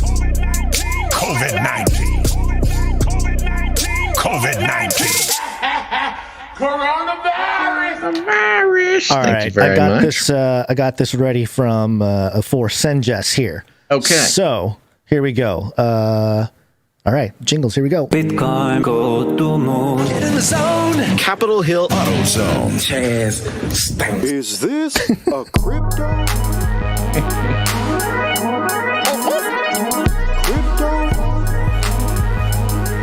Do I look like I know what a crypto is? Blockchain. There you go. What a great collection. You can tell that that Senjess and Cool Runningsman are old timers, because some of those jingles we have not played for a while. Yeah, that Chaz one too. Chaz. Thanks. Yeah, that was some old school 2020 news. 20 throwback. Okay, so you got a couple new ones in here? No, I already read I'm just updating our document. So do more snail mail. Okay, so we had another snail mailer here from Lisa, Rebel, and Missy. Ooh. And thank you very much. And we have a note, March 5th. I just received my calendar. So excited. Yay. Hope you are having a blessed weekend. Lost my sweet cat, Alexa, December 1st after a huge surgery. My place was so empty, only waited a few days and adopted Rebel. Ooh. She is a bit of a wild child. And just the other day, my vet called, quote, "Would you like another kitty?" Sure. Ooh. So now your vet offered you a kitty? So now my very small place has 2 cats. Pray, LOL.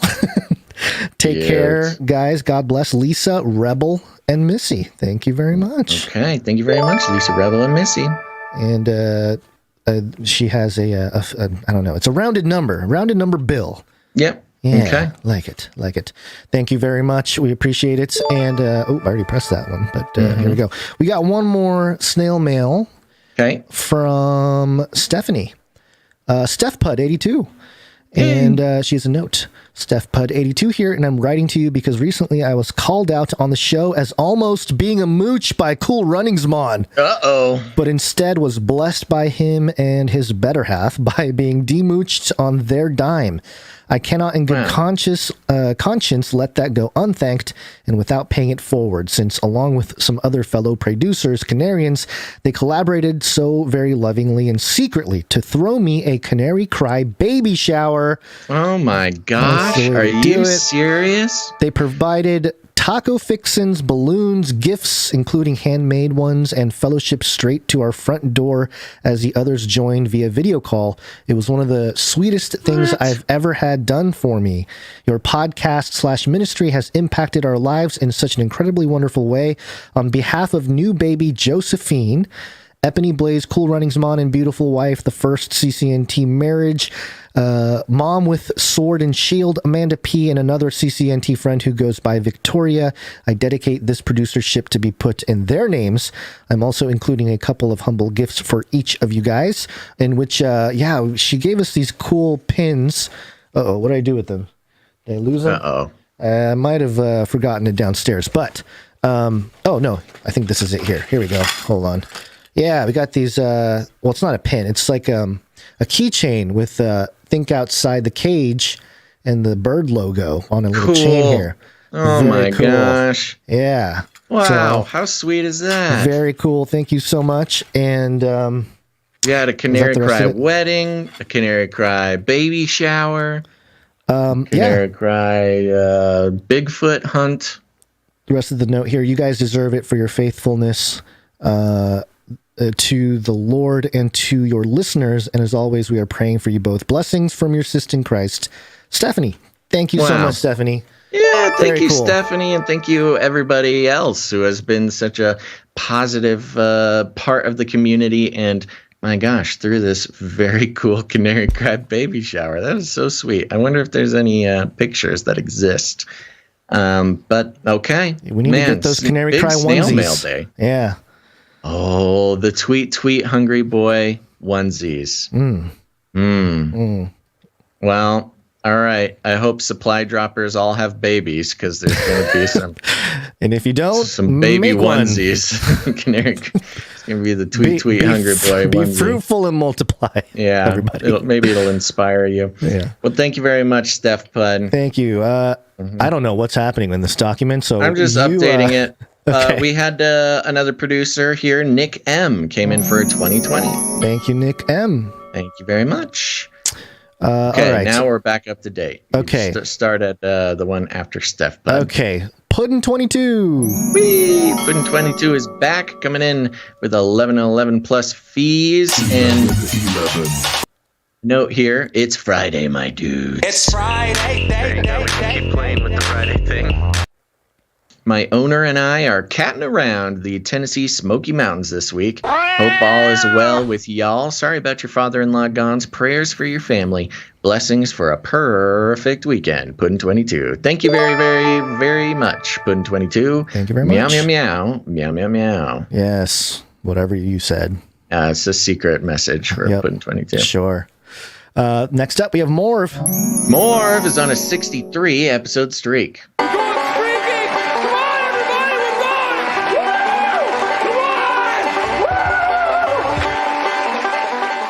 Coming in for 11 and 11. Said it how they would have said it in the Bible.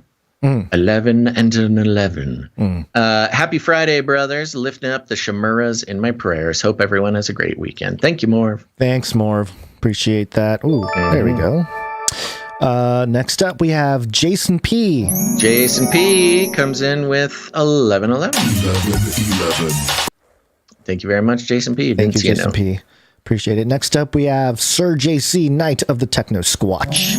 Oh my gosh, he's back. Sir JC, Knight of the Techno Squatch, is on a 78-episode streak. 1001. Amen. That's right, the 1001. It's Friday, day.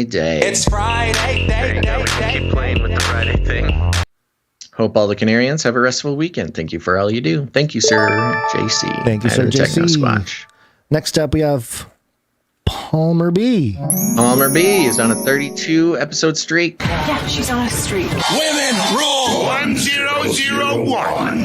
Amen. That's right. Coming in with the 1001. One more episode until Palmer B reaches Illuminati Lizard Master Chill or whatever it's called. I forget. Yeah. Howdy, boys. Every time you say that, somebody's about to have like a streak thing. I picture Nancy Pelosi rubbing her claws together. Yes. Did you hear the analysis of her little claw rubbing at the SO2? No. There's I don't know. It's like some really deep old school, like good old school conspiracy theory stuff where that thing where she was rubbing her fists together. I guess was like a sign language for wet or water. Oh, wet work stuff. Yeah, like murdering people. Yeah. So there was a theory that she was signaling an assassination or something. Howdy, boys. Do you each have a favorite board or card game? Much love, Palmer B. Yeah. Do you have one? Yeah. I got one. So let me hear yours. This is one that as a child or adolescent, this is before the time of cell phones. I went to a lot of swim meets. We're sitting around a lot with other kids our age, and there's not much to do until we swim. Played a lot of card games and board games and stuff. The one that I remember being most competitive over is Yahtzee. Yeah, I don't know why, but there you go. Yeah, that's mine. Well, there you go. He's very competitive over. I never got into Yahtzee. I didn't really like it. It's like, okay, I roll the dice. Okay, I just do it again. Okay, did I win? No. Okay. But you just don't understand the implications of each roll. No, there's not a whole lot. You must find the number. You got to land on the number to fit in the thing. Yes, right. Okay, so what's yours? I've actually not talked about this much, but I've gotten really into the sort of renaissance of board gaming that's happened over the past 5-10 years. There's really has been a whole industry of independent board games, not just independent, but also, just a complete renaissance of the board game industry that I've been pretty into. In fact, I'm not going to give too much details, but I have fibbed my way in to some industry level board game events that I was not supposed to be at, which was actually kind of fun. I walked out the door with like $500 worth of board games. So it's really hard to pick a favorite. Shoot, what is it? Yeah, okay, here's a simple one that I really do like, and this isn't the most indie one, but one that I do bust out often is a game called Coup. It's just a very simple card game. It comes with a very small deck of cards. There's only like 18 cards in it or something. And it's kind of like a game of, it's just like a social deception game where basically the story is you are like a courtesan in some super futuristic empire or kingdom or something. And you use your influence over the court to get rid of your enemies and stuff. It's fun. Check it out. I just remembered another game that we played called BS. Do you remember BS? Yeah, yes. So BS is sort of one of the proto. They're called social deception games. Okay. Yeah. So it's a similar theme to BS. Right. Only, okay. Yeah, just cooler. And more beautiful. So there you go. There's a tip. And of course, yes, I was going to say Catan. Everybody loves Catan, but that's so passé now. Just kidding. It's a great game. So there you go. Thank you very much, Palmer B. Thank you, Palmer B. Next up, we have Malik W. Malik W is back on a streak, 2 episodes in a row. Thank you, Malik W. And then we have Sir Scott, Knight of Truth. Sir Scott, Knight of Truth on a 118 episode streak. How come it didn't play? Cool. There it goes. Stream Deck having a little laggy thing going on here. Strange. Yeah. Sir Scott comes in with a pocket full of 7s. Thank you, Sir Scott. Thank you very much. And I believe that completes our list of producers who have come in. Oh, hold on. Sir Scott does say Happy Friday, everyone. Sorry. note almost didn't make it in there. It's Friday. Keep playing with the Friday thing. Okay, that concludes our list of producers who have produced the show in the amount of 777 or more, which entitles them to have a note read on the show. We got a few more who came under that amount, which I will thank now, starting with Sir James, Knight and Servant of the Line of Judah, coming in on a 63-episode streak. Thank you, Sir James. Yes. Next up, we've got Sir Casey, the Shield Knight, on a 128-episode streak. My goodness. Epic. Yeah. Oh, yeah. Thank you so much. Yeah, we were just talking before the show. Sir Casey obviously has the highest streak, but has also never broken a streak since we started counting streaks. And I was surprised that he is our streak counter. He is the streak counter. Yeah. Wow. So that means we've been counting streaks for 28 episodes now, which is only 42 weeks worth of shows. So we've been counting streaks for less than a year. It seems like something that we've been doing forever, but there's like a year and a half of the pandemic where we weren't counting streaks. Can you believe it? Wow. Crazy. I know. Seems like so weird to me. Yeah, it is All weird. right. Next up, we got Jackie U on a 35-episode streak. Thank you, Jackie U.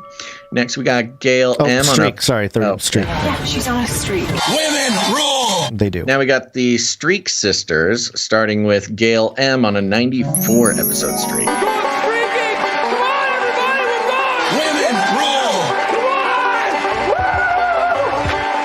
And the second Streak Sister, Veronica D, on a 94-episode streak. Women rule.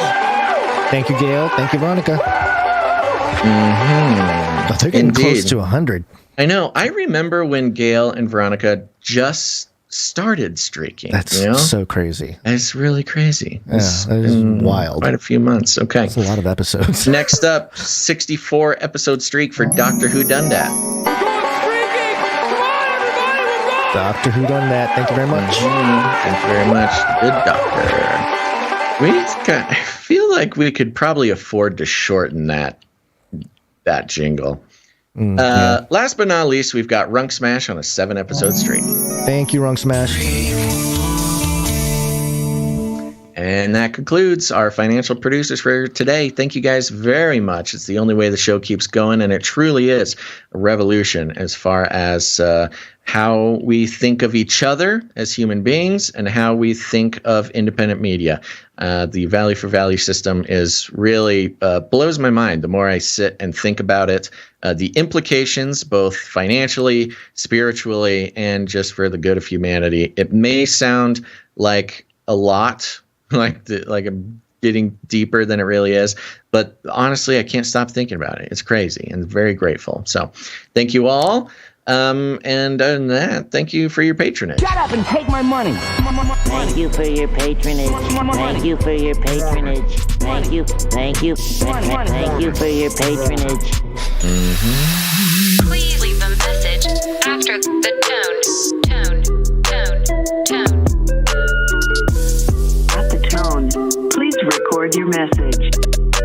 Leave a message. Beep. Message. See, I waited.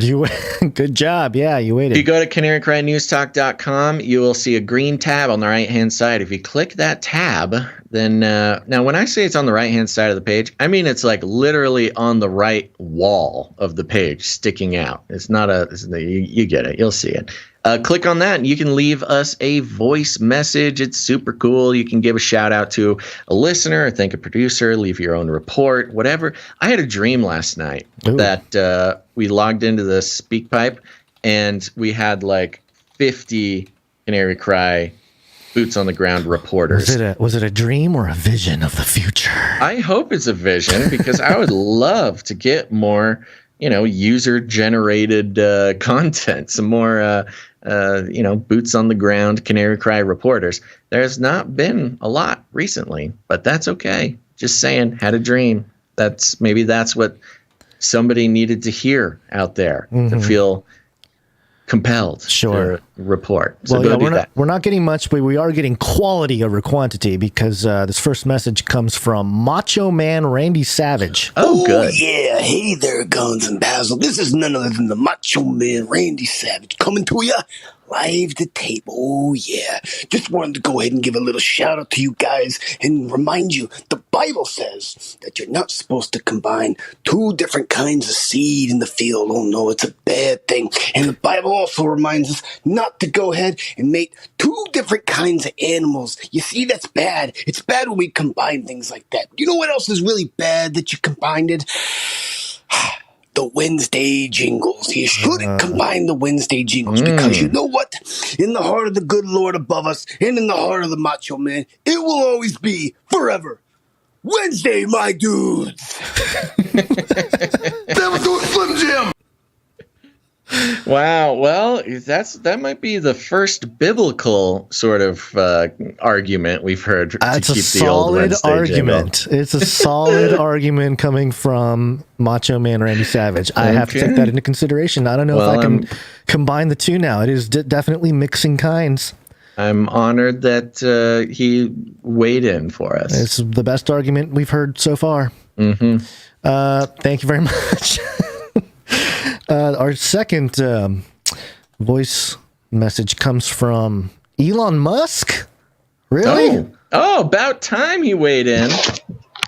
Yes. Hello. This is Elon. Haha. I'm calling to leave a message for the dudes at Canary Cry News Talk. It's quite a nice show. It's quite nice. Quite fascinating. One thing I would like to know, though, Gonz and Basil, is where are the aliens? Where are they? If you could tell me, that would be great. Send Bitcoin and I'll send you 10 times. Thank you. And think outside the cage. That was a very good Elon. You know what's funny? I'm listening to it. Obviously, it's hilarious. Thank you, Elon. I'm trying to pull a picture up of Elon on, in our visual thing here. And I pull up this picture and it's this gigantic picture of Elon. Mm-hmm. And I was like, what is this? And I realized, it's zoomed in to Elon's head or something. So for those of you watching, you're welcome. A very close look at Elon's face. Yeah, that's good. Thank you very much, Elon. He liked to haha. Very good. Yeah, that was good. Oh man, where are the aliens indeed? Thank you, Elon, for leaving us a message. We got one more from Mr. Magoo. So here we go. Basil and Gonz. This is a song dedicated to Magoo's favorite animal. I am a hippopotamus, from my top to my very bottomness, from my big fat hippo nose to my 3 little hippo toes. I weigh so much, so very, very much, that I float is quite a miracle. I am so round, so very, very round, you could almost call me spherical. There's no sense in remaining anonymous. I'm a very, very happy hippopotamus. Right, halfway. Bum, bum, bum, bum. Okay. Wait. Okay. Is that the end? No, there's more. You want to hear? Okay, yeah, let's play. I weigh so much, so very, very much, that I float is. I think we're repeating choruses now. I am so round, so very, very round, you could almost call me spherical. Oh, it is. There's no sense in remaining anonymous. Okay. Thank you, Mr. Magoo. Fun song. Let's, well, maybe he meant for it to be like a sing-along. If you want it to be a sing-along, you got to send the lyrics. That'd be very helpful. But also, thank you very much. Very talented singer there, Mr. Magoo. Yeah, very good. Thank you. Appreciate that. What else? I think that's Is that all? I think that's it. Okay. Thank you, everybody, for leaving the voice messages. Again, go to CanaryCry.Newstalk.com. Right-hand side of the page, it'll be a big old green unsightly tab that says leave us an audio message. Do it. Are we saying bye to YouTubers? Yes, well, let's give them a warning here, YouTubers. We are going to be cutting off the show because everything that follows will be too hot for YouTube. And Susan, we don't want to make Susan blush.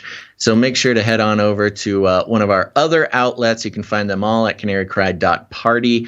But you know them. It's Twitch, DLive, Rumble, Twitter, I don't know, all the other ones. You get it. You know, the other ones. Okay, let's go. Yes, it's wake up time. Hey, yo, wake up. Get out of here. YouTube. Now you Go see on. me. Now you don't. Go on. Get out of here, YouTube. Okay. You done? Think we're I'm done. done. Okay.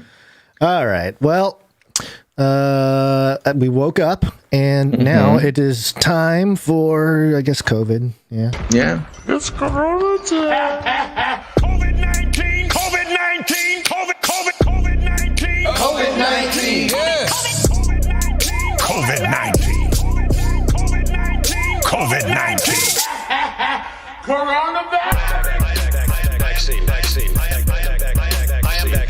Vaccine. Number one way. You know, by the grace of God, we have a very short COVID segment. Oh, thank you. We've considered cutting it all together, but I think there are things happening that we still need to keep up on, as well as, you know, not let them win as far as the distraction goes. And the narrative, yeah, sure. Lots of other news, lots of other things. They would like us to stop talking about COVID. They would now. love nothing more than for us to stop talking about COVID. But for today's show, I really didn't have a lot. But I do have this, again, from the Wall Street Journal. I was on a Wall Street Journal WSJ. kick. Yes. And this is funny because usually they have a paywall. But for some reason, they didn't paywall this article. Oh, they want people to read it. Yeah.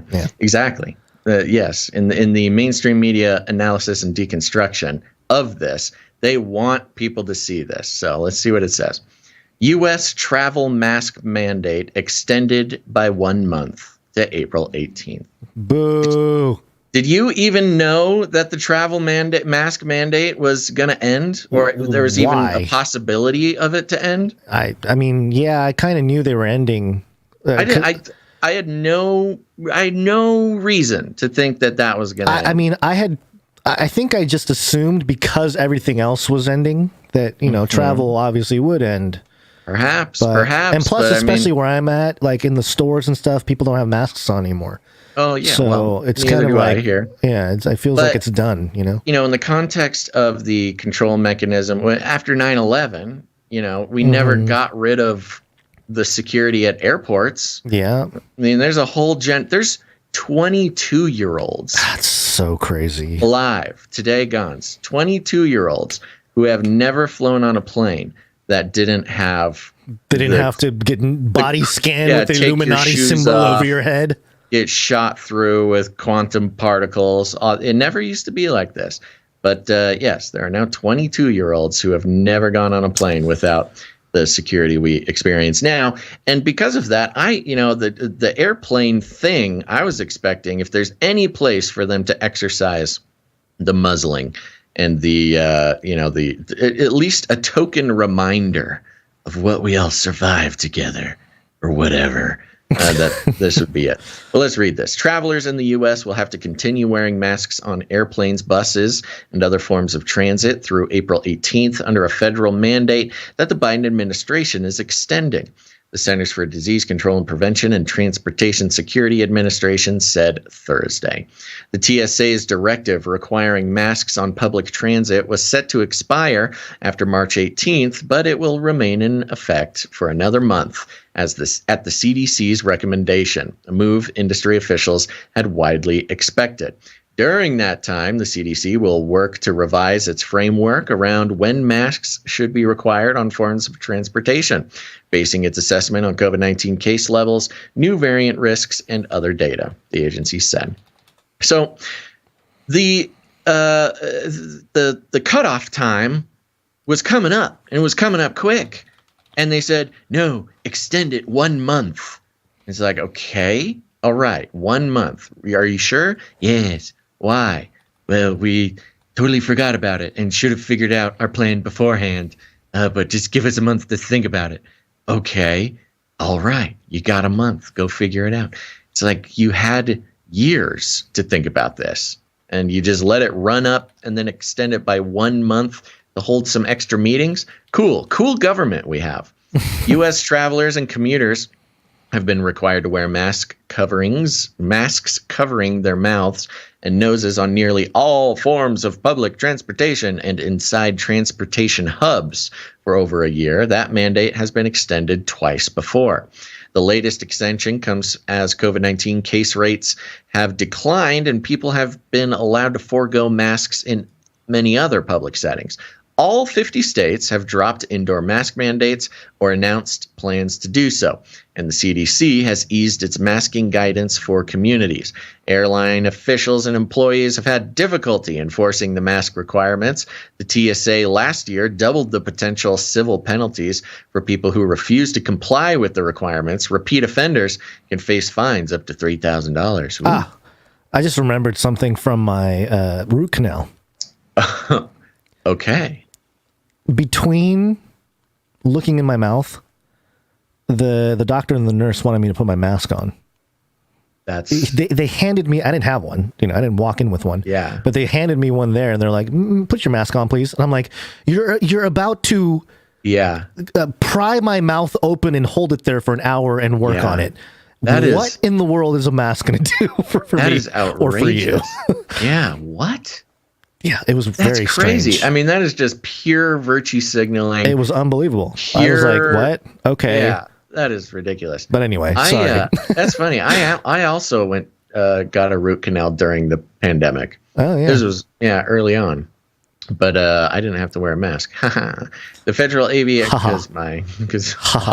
The Federal Aviation Administration has... That is so strange. Okay, we're talking about masks. Yeah. That's why you thought of it. That's why I brought it up. The Federal Aviation Administration has logged a surge in reports of bad passenger behavior. I'm a bad passenger. This is all part of the social credit system. Guaranteed. It's going to be part of it. Yeah.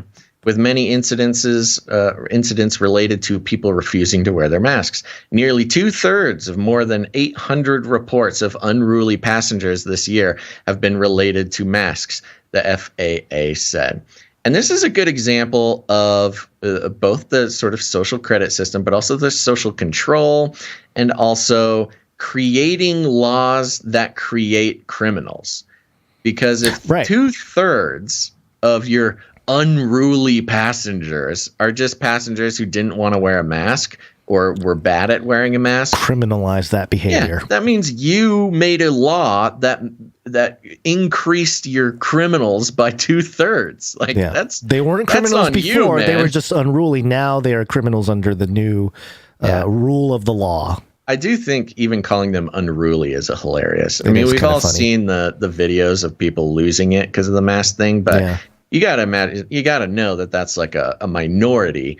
And so the majority of these people are now unruly passengers because they didn't wear a mask good. Or their nose is like hanging over the mask. Yeah. So now he's a criminal. Mm-hmm. In a letter sent, and because it's on an airline, they're probably on some list or something, some no-fly list. Yeah. In a letter sent late last month to Jeffrey Zients, the White House coronavirus response coordinator, travel industry groups asked the administration to lift the mask mandate by March 18th or provide a clear roadmap for doing so within 90 days. Which is hilarious because they did not lift it and they obviously did not have a clear roadmap.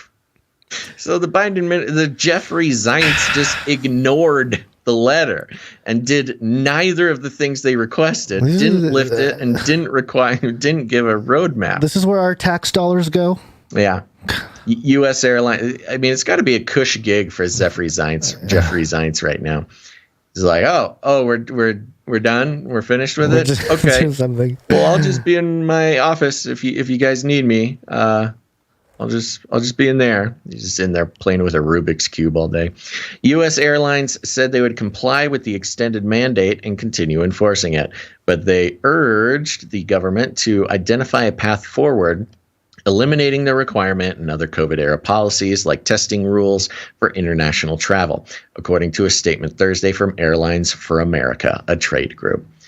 And I thought this was just interesting that a trade group is like urging to get rid of the mask mandate on planes, because I don't believe that it necessarily increased costs or like is a hindrance to business at all. I mean, I could be wrong, but I'm having a hard time finding a reason why it would be good for business to get rid of the mask mandates. So I really think that this is just an ideological ask from Airlines for America. I think they're just like, we're like the everybody last, else. Yeah, everybody else is open. Group. Yeah, everybody else is open. We're the last group who's like being asked to be the mask police. Can you please stop making us do this? Hold on. Let me consult Batman. If you're working alone, wear a mask. The mask's not for you. It's to protect the people you care about. And I think it says something, again, kind of back to the 9/11 comparison. I think it says something that even the masks may not hold up in the long term. I'm still skeptical. I think that they can pull the trigger at any moment and put people through a lot of stuff again. But the TSA thing, a whole government agency, law enforcement agency was created after 9/11. And I'm surprised we don't have the mask police yet. I mean, the official government agency. But it does feel good even reading this, like, oh my gosh, there might be a moment when I can go on a plane without having a mask. Now, there are still vaccine mandates on certain international flights, I believe. But if you're an American citizen, you can still fly home without a vaccine. But anywho, so there you go. There's just a little bit of updates on where we're at with vaccines and not vaccines, but COVID and masks. Very good. It's Latin for many. Tick. They'll suck your blood. They'll suck Politics. your blood. Where in the world is Kamala? Kamala is Where is Kamala? Kamala is in Poland. Why? Because she's the vice president of the United States, Basil. Oh. She's at Warsaw, Poland, with the Polish president doing a press conference. And let's start off with this awkward moment. He recently spoke with the mayor of the largest border town, who told him that the refugee system is essentially not set up for this, that it will collapse. It's an improvised system that can work for maybe 2 weeks, but not indefinitely. And I'm wondering what the United States is going to do more specifically to set up a permanent infrastructure. And relatedly, is the United States willing to make a specific allocation for Ukrainian refugees? And for President Duda, I wanted to know if you think, and if you asked the United States to specifically accept more refugees. They kind of look at each other. Okay. A friend in need is a friend indeed. I can first. What? Okay, Stop it. Why is she laughing? Why is she laughing? Hey, can you stop it? I'm sorry. I missed something. Why is that funny? Okay, so what happened was the interviewer, whoever was asking the question, asked a question to Kamala, like a U.S. question, and then as part of her question, asked the president of Poland another question, sort of related to each other. Yeah, but they're doing a joint press conference. Yes, that's not crazy. That's not crazy. No, it's not. Okay. But then they kind of look at each other, the president and Vice President Harris, to see who wants to go first. And as the gentleman, I think he allows her, Kamala to go first. So he kind of gestures like, "Go ahead, please go first." And I don't think Kamala was ready for an answer, so she started going, "A friend in need is a friend indeed." And is laughing. She had nothing to say about it. She had nothing, and so. He kind of comes back and saves her, like let me go first. Then war refugees and children and women and grandmas and grandpas and people who have lost their homes and their family members and their country is torn apart and blah blah blah. And she doesn't have an answer for if they have any plans for refugees and breaks into her like really Kamala, you cannot laugh anymore, dude. It is crazy sounding. It sounds insane. Well, it didn't get much better when she took the center stage to make some points about the situation in Russia, Ukraine. So here she is, this minute and a half worth of cringe. The UN has set up a process by which there will be a review and investigations, and we will, of course, participate as appropriate and necessary. But we all watched the television coverage of just yesterday. That's on top of everything else that we know and don't know yet, based on what we've just been able to see. And because we've seen it or not doesn't mean it hasn't happened. What? Hold on before we move on here. I've listened to that multiple times to try to map out exactly what she's saying. Do you know exactly what the question was? I don't know the exact question in this one. Yeah, but this is more. Yeah, this is her pontificating about the situation. She just doesn't have an answer. And she's bizarre. Just trying to fill space. What in the world is all she watch talking about? the TV, and just because it's on the TV doesn't mean it doesn't happen. Based on what we've just been able to see, and because we've seen it or not doesn't mean it hasn't happened.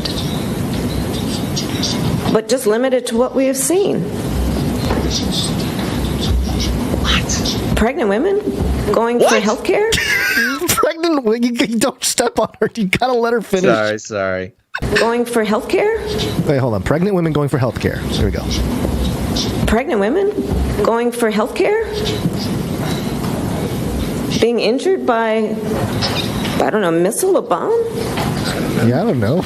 In an unprovoked, unjustified war? Oh my gosh. Where a powerful country is trying to take over? United States. Oh my god. Another country violate its sovereignty, its territorial integrity for the sake of what? Nothing that is justified or provoked? The up-talking. Absolutely there should be an investigation. And we should all be watching. What? And I have no question the eyes of the world are on. What? This war. The world is on. And what Russia has done in terms of this aggression and these atrocities. I've no doubt. Awkward. Move on. Oh my gosh. Is that unbelievable? I really want to know what the question was, though. Does it matter? I mean, no, it's a bad answer to matter. any question because there was no answer to anything in there. It was just, the stalling. First of all, the up talking and the stammering and it's the same sort of petulance that I continue to point out from the Biden administration. It's almost like, I can't even believe that you're asking this question, and when there's pregnant women getting injured by like a bomb or a missile or whatever. I don't know. Not just a pregnant woman seeking health care. Seeking health care, yes, what? Right. What does that even mean? Yeah. Well, I'm sure it was referring to the maternity hospital. I know, but it's just, it always has to be in those like triggering political phrases, you know? Yeah, health care, very general sort of thing. And then it just lands with what? Can you play like the last 10 seconds? Yes, my favorite part is her saying the world's eyes are on. Yeah. The eyes of the world are on. This war. And she realized that she did not finish the sentence. Yeah. And she had to compute what the world's eyes were on. And explain it clearly. Yeah, very sad situation. Was that the end? Can you play it all the way? Oh, that sure, was the sure. end. No, there's a little bit more here. Let me pull it The up. world are on. This war. And what Russia has done in terms of this aggression and these atrocities. I've no doubt. So the question was probably like... No doubt. No, it's asking for an investigation. Okay. There you go. That was the end. Okay, yeah, she said something in there. So like, we're yes, of course we're going to investigate. Yeah, absolutely, we need to investigate. Whatever, but I mean, you see the TV and the TV, and that doesn't mean that it doesn't happen on the TV if it hasn't. So of course, the world of the eyes are on, and also this war because Russia is horrible. is bad. Putin bad. Yeah. Yeah, that's incredible. She just does not have a good answer for anything, and she's not bad at covering. You could see her mind racing. Well, that's the thing is like, shouldn't you be like nose deep in documents and be able to articulate stuff that's going on a little bit better? Yeah. Like, I'm surprised she didn't pull a Psaki and just say, "Oh, like, I'll circle back on that." What is she doing day to day? You know, this is. You know, here's what this shows is that she's pretty much done. Like they're already having problems figuring out 2024. I think right now they're still planning on doing Biden Kamala 2024 because there's no other good options. But they just keep getting worse and worse. And we've seen Kamala do this exact thing a few times over, going to overseas, going to other countries. And there's the horrible South American debacle where she said, "Don't come. Just don't do it." Yeah, don't do it. Yeah. And every time they send her overseas somewhere, she just messes it up so bad. Yeah. And that's why they kept her hidden for a while. They didn't send her anywhere. And that's where the well, I didn't go to Europe clip. Remember that? Yeah. And she was all mad that she didn't get to go to Europe for the what was it? Whatever the climate thing is something called. Yeah. G12. Anywho, wow, that is painful. Well, from one painful thing to another. Shill for sure. Oh yeah, Shillzilla's back. Brought him back. He's here. We know Chris Shillzilla. He's the primary sort of YouTube star of CNN. He's not allowed on TV, but they'll let him have a YouTube channel. And remember when we were watching the State of the Union, Gonz, and there was that sort of strange, handsome young man who looked like he was up to something? Yes. And we didn't know who he was. Yeah. The chat clearly did. We did not know. I didn't. Yeah, I didn't know. But I think here's the thing. If we are not the most vocal critics of Chris Shillzilla with sort of the widest audience, we are at least on the top 5 list. Nobody covers Chris Shillzilla quite like we do. In the world gives as much attention. Not even CNN. No, not CNN. Nobody gives. That's just a byproduct. Chris Shillzilla the attention that we do here on this show. It's not even CNN. And if he is not aware of us, he's got to be aware of us. I would be impressed at his ability to sort of not care about what's going on the internet. But more and more, I'm sort of convinced that maybe he has somebody sending him these clips.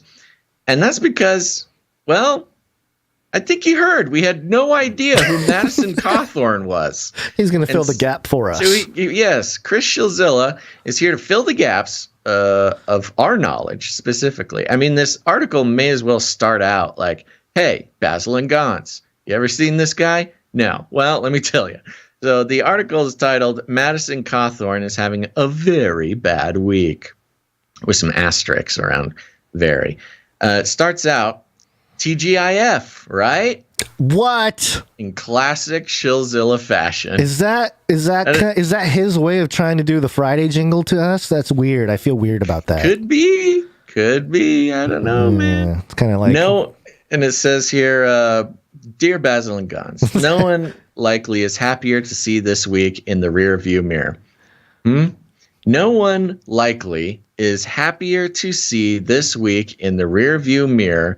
More on that in a second.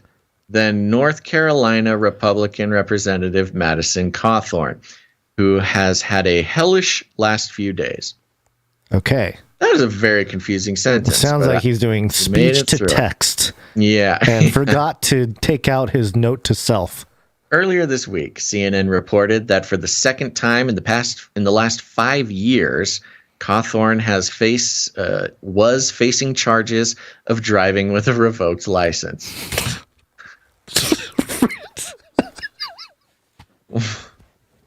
Hold on. Charged with Driving with a revoked license. Why is his license revoked? So this man, this Cawthorn, Madison Cawthorn, good-looking guy, young guy.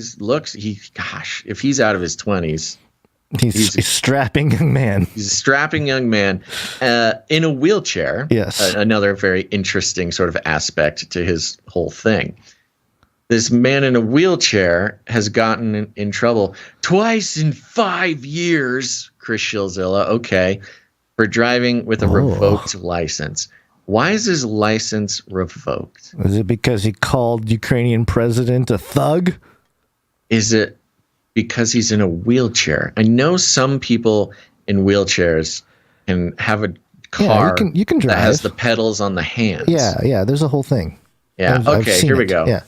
26-year-old congressman. Wow. He's 26 years old.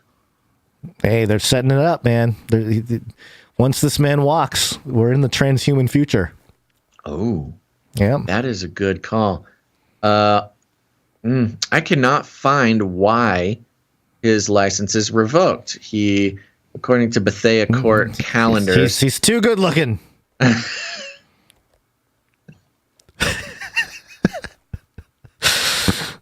He had the 2017 driving with a revoked license dismissed. Mm-hmm. Okay, so he didn't actually get in trouble for that.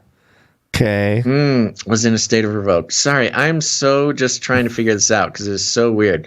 Trooper pulled over a 2019 Toyota for a left of center violation. Okay, he drove 89 in a 65 zone. Let's see. He's pulled that was over. That was in 2017. He was in a state of revoke. There's no info on why his license is revoked in the first place. Yeah, that's weird. Yeah, and by the way, in case anybody's wondering what I'm looking at, there's a separate article. There's a hyperlink to an article. Yeah, Gallagher, North Carolina Representative Madison Cawthorn charged with driving with revoked license, posted yesterday about a story in 2017. A license can be revoked for several reasons, including moving violations while license is suspended, speeding, and accumulation of points. Among other violations, it is not known why Cawthorn's license was revoked. Driver license histories are confidential under federal privacy law. Okay, well, we don't know why. But he must be a bad person. Yeah, right. Yeah, this is basically Chris Shilzilla is writing a gossip column about Madison Cawthorn. Yeah. So here we go. And that charge was one of 3 pending traffic citations against the congressman. Ooh, a congressman with traffic citations. Can you believe it? In a world where Nancy Pelosi has been insider trading for years, yeah, half of our Congress has business interests in Ukraine. And, all the crimes, not to mention the improprieties of a more adult nature. No, we got to write an article about this 26-year-old congressman who has some traffic citations. The other 2 were for speeding. Oh, you want to hear about the speeding tickets, Gonz? One was for doing 89 in a 65 zone. Oh, that's especially criminal for a guy in a wheelchair. Let me tell you. I mean, can't let a guy in a wheelchair go that fast. I mean, maybe he has a motorized wheelchair and it's like jamming down the highway. He's already a cyborg. His legs are the other speed car. The other for going 87 miles per hour in a 70 mile per hour zone. He was trying to time travel. What he a didn't quite get criminal. Shilzilla, stop it. Then on Thursday, now we'll get into the real stuff. Then on Thursday, a video surfaced of a recent speech Cawthorn gave to supporters in which he described Ukrainian President Vladimir Zelensky as a thug and called the Ukrainian government incredibly evil. He also insisted without explanation that the Ukrainian government was, quote, pushing woke ideologies. Ooh. He didn't specifically explain what misinformation Zelensky was allegedly pushing on America. Oh, what about the entire thing that's happening in Ukraine? I mean, I know. We don't want to talk about the Donetsk and Luhansk war that's been going on the for years. biolab Yeah, we're not allowed to talk about any of that. Yeah. Okay, no. If you're, Zelensky is the golden child right now who the hero requires. Yes, he's a hero who requires mythology built around him, and you cannot question it. I'm not even saying he's a bad guy. I'm sure he's a great guy, but just to say stuff to supporters shouldn't. Whatever. Those comments amid Russia's ongoing invasion of Ukraine were decidedly counter to the general sentiment of support for Ukraine expressed by members of Congress and the American public.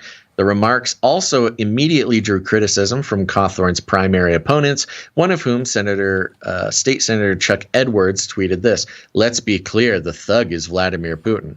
So it says right here, I do love Chris for this, because you wonder, okay, why is that so bad? Well, it's bad because those comments were decidedly counter to the general sentiment. And if there's anything we learned over the pandemic, which is if your comments are counter to the general sentiment, that means you're a bad guy. Doesn't mean if it's true, doesn't mean if it's not true, but if you make statements that go against the general sentiment, the narrative, then you get articles written about you. Are you saying Chris Shillzilla is a shill for the establishment? Is that what you're saying? That's exactly what I'm saying, and that's why he gets the big bucks. Chris, you know this. Cawthorn quickly moved to attempt to minimize the damage from his comments. Quote, "The actions of Putin and Russia are disgusting," he tweeted. I love that. Chris is putting it in a way that's like, oh, he doesn't actually think that Putin is bad. He's just tweeting this. But leaders, including Zelensky should not push misinformation on America. Okay. Cawthorn has, seems like a totally reasonable tweet. Yeah, not crazy, very reasonable. Yeah. Sounds like a totally cool thing to say. Cawthorn has stirred controversy since 2020. I mean, look, he's 26 years old now, so he hasn't had a lot of time. Cawthorn has stirred controversy since 2020. Oh, you mean the most controversial period in human history? Oh, keep reading. This is fantastic. When he won the House seat of former White House Chief of Staff Mark Meadows, despite the fact that then President Donald Trump had endorsed one of his GOP primary opponents. Oh my gosh, he beat the Trump endorsement? That's impressive. Photos of a 2017 trip Cawthorn made to Adolf Hitler's. Okay, now. Okay, I want to be clear. I'm going to ask some questions in a second.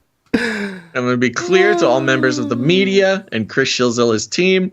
I don't know anything about this guy. I literally did not know his name until Chris Shillzilla told me. But here we go. He's filling us in. Photos of a 2017 trip. 2017 trip. How old is he? Like 20. He's 21 years old.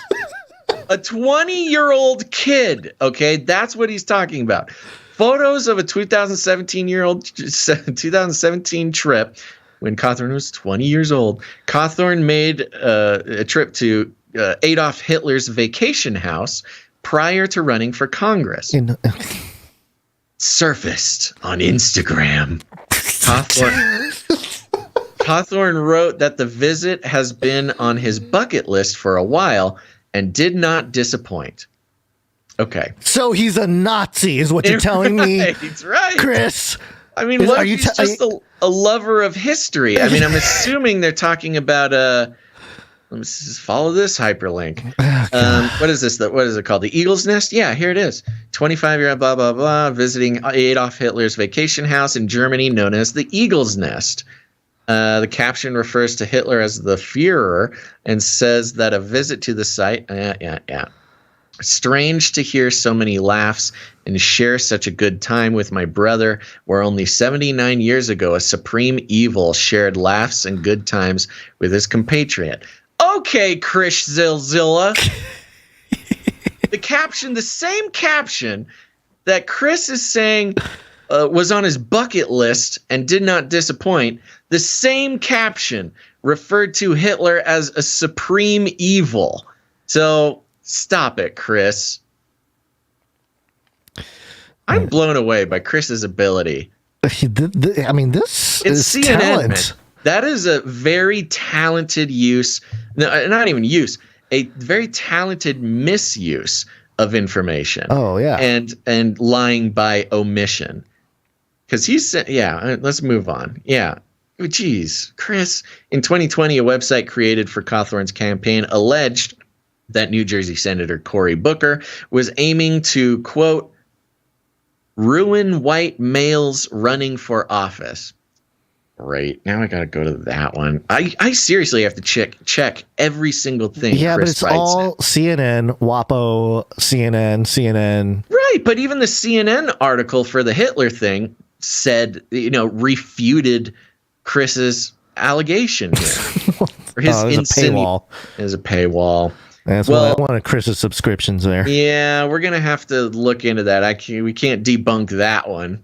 That's a good strategy there, Chris. Link to a paywall article for your source. Yeah, we try to get around that for our producers. Yeah. Booker said at the time, "It just really personally saddens me that someone who is so clearly racist is a nominee of a major party. And I think it's a disrespect of the entire community." In the wake of the controversy, Cawthorn said that, quote, the syntax... Oh, Cawthorn, this is his response. "The syntax of our language was unclear and unfairly implied I was criticizing Cory Booker." Yeah, I'm going to need the details on that one, Chris Shilzilla. In a Washington Post profile of Cawthorn that ran February 2021, Michael Kranish wrote, "The story of Cawthorn's rise is, by any measure, an extraordinary accomplishment at a young age by a man who suffered a horrific injury. But an examination by the Post..."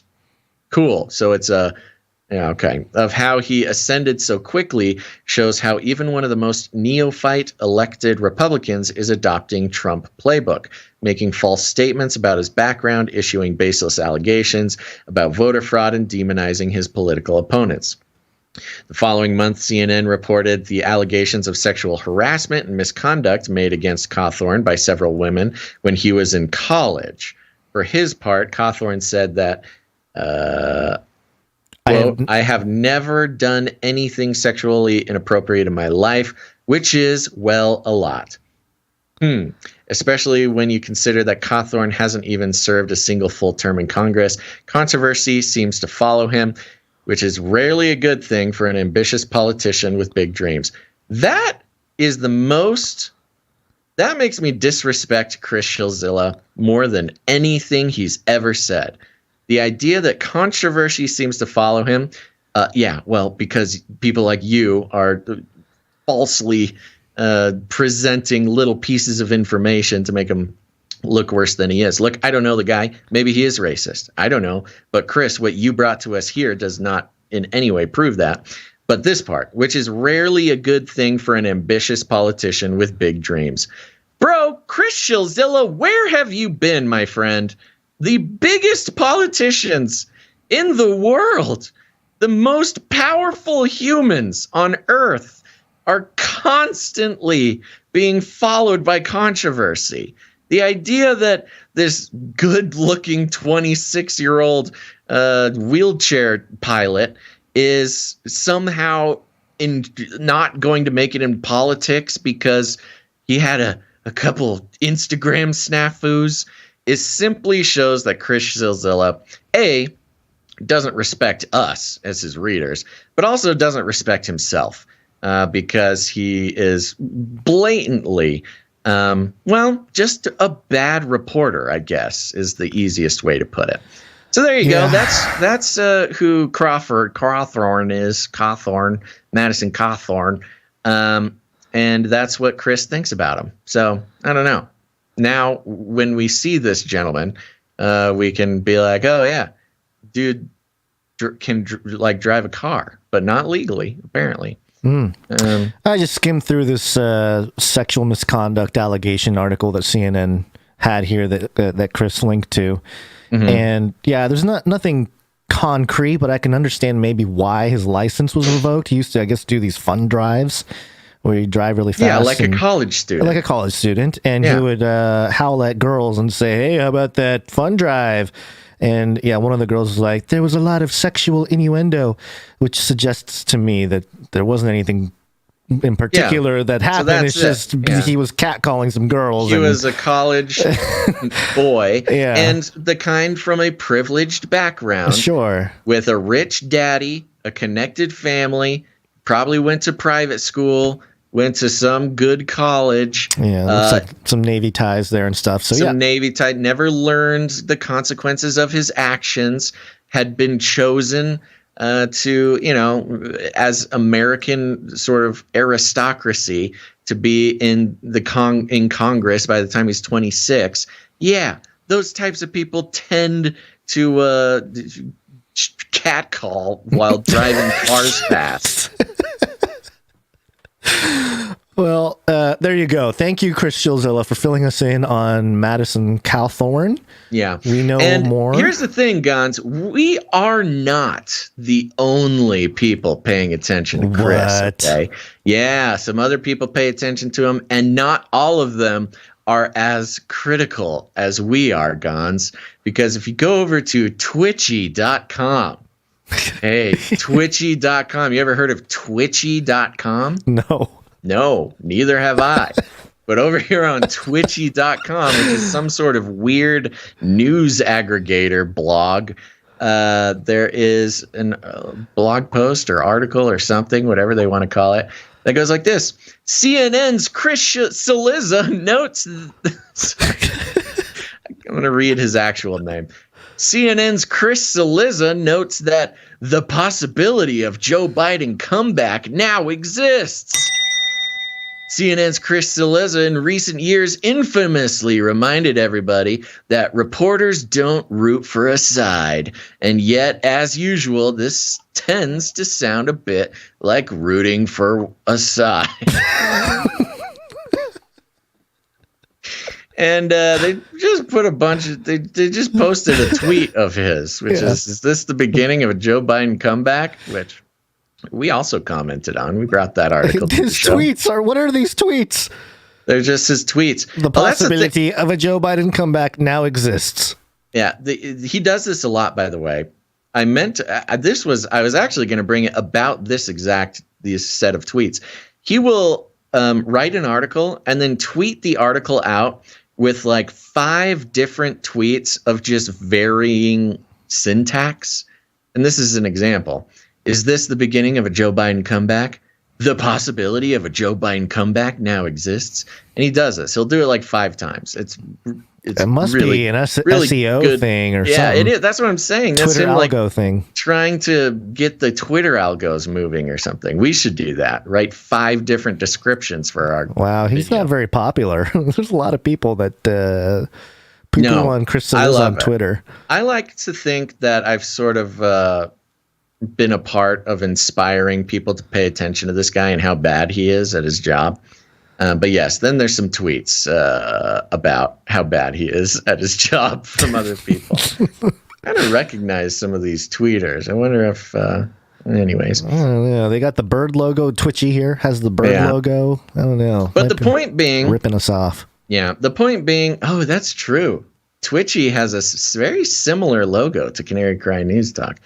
The point is, Chris is bad at his job. He's going to be axed from CNN. So we need to squeeze as much juice out of this lemon as we possibly can before it's too late, Gonz. Mm-hmm. All right, let's move on. Well, we had one more, but I was thinking because we're so far behind on time once again, do you think we should just go straight to break? Yeah, I don't. It looks to me like we're done with this section. Yeah. No, because I moved the story out. Oh, you moved it. Yeah, okay, let's go. Let's take a break. Here we go. It's break time!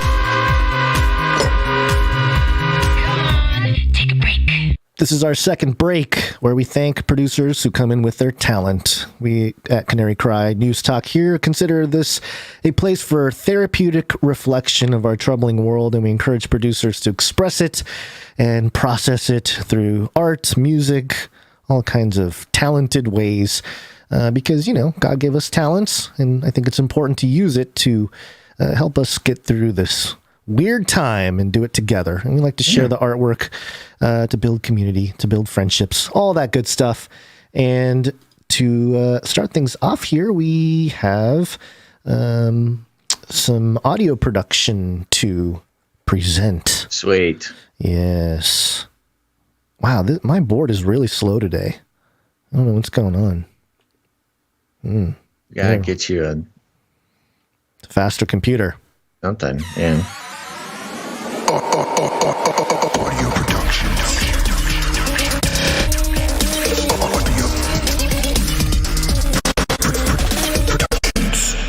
Wow. Yeah. Incredible. We got one from Learbag3K. Okay. Here's a short note here. Hi, I guess I can tone it down a tad. No hard feelings if Baz still doesn't like it. Take a listen. Okay. Take a listen. Wow. Yeah. This is another YouTube. Bye-bye YouTube. I think it's the same one. He just adjusted the levels. Oh, is it? I think. Let me hear it. Let's hear it. Okay, it's happening. Everybody stay calm. Everybody stay calm. What's the procedure? Go Twitch, Rumble, Odyssey, Twitter, Facebook, whatever it is. You can find all those links at CanaryCry.Party as well. Too hot for YouTube. It's pretty good. Yeah, I like it. It's better. Yeah, I think it works. It's just a slight remix of the original one, and my main issue with the original one was that the vocals were too low. Right, you couldn't hear any of the information. Pitching all the spots was low. Yeah. Yeah. So now that we can hear the information, it's great. Thank you very much, Learbag. Very good. Thank you, Learbag. All right, let's move on to some art. One art, please. And we start things off with Dame Allie of the Skillet Nation. Yeah.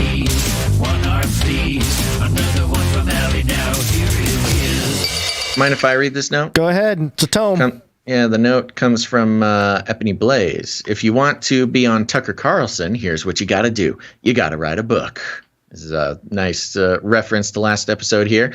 Allie and I have compiled a list of potential book ideas to help you achieve your dream. Okay, Gonz, this seems more Basil focused as far as the books I can. Yeah, sure. So we'll make another list for you, Gonz. But here's mine: Fringe podcasting for dummies, Fringe podcasting for borderline normal people, a Canary and Go-Go Boots. How you, too, can think outside the cage.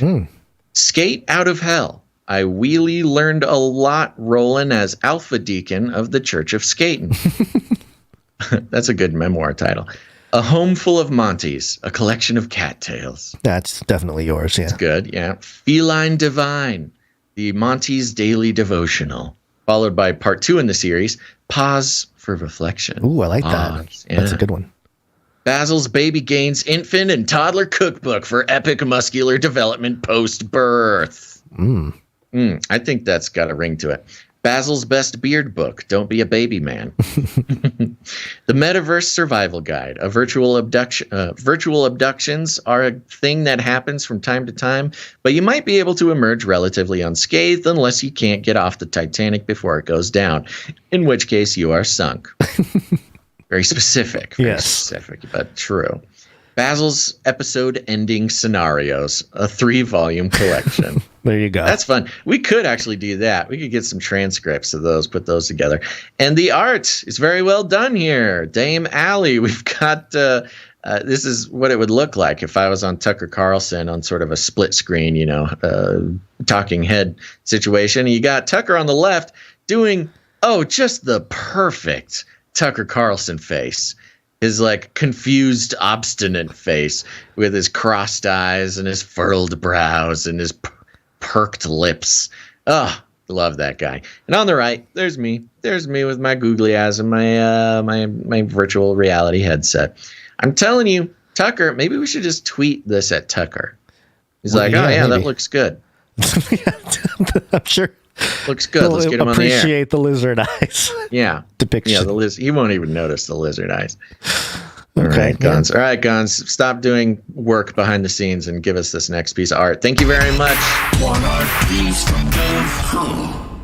Yeah, thank you, Allie. We're moving on to Dove here, and Dove has a note. Piece for this week's Street Team Flyer. I did a design to help the My Pillow Man gain support for his latest cause. he pausing his Klaus action crusade against all machines to rain down pillows upon Putin instead. Hope you guys like it. Keep doing what you do, and I'll keep praying for yins. And here we have Mike Lindell, the Pillow Man, standing in front of a Russian, those crazy Russian Tetris castles there. He's wearing an army helmet, and on the side of the helmet, you've got the American flag with a pillow where the stars should be.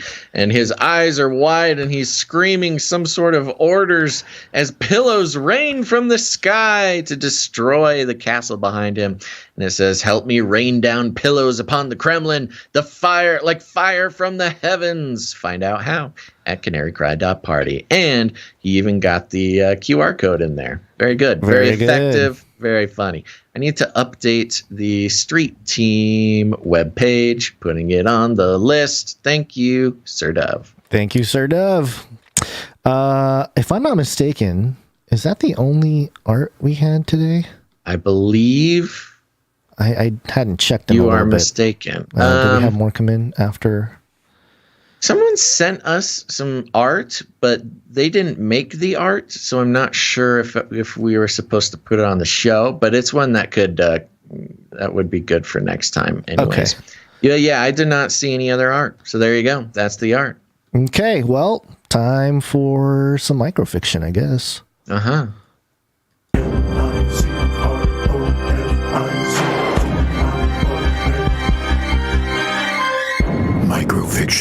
Microfiction from Runk Smash. The screen obscured by dozens of ads, alerts, and alarms, Basil descends after what remains of his friend. Meta now fees the Pfizer. High external pressure, return to the... Then alarmingly, shipboard master, massive collision. Basil and dives on.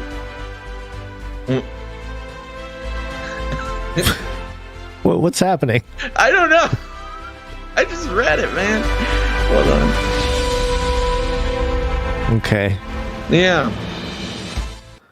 Let me check something else. Thanks, Runk Smash.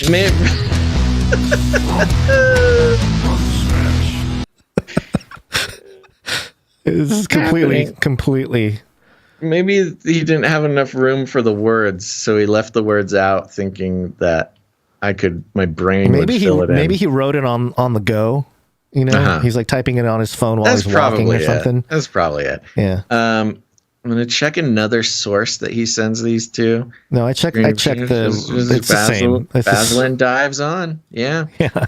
Well, last we left off on the microfiction, there was the Canary Hydra that was sort of integrating the robots into its body, and we are on the high seas, and so there's things here. There's things here that make sense. I think I'm maybe chasing after the Canary Hydra.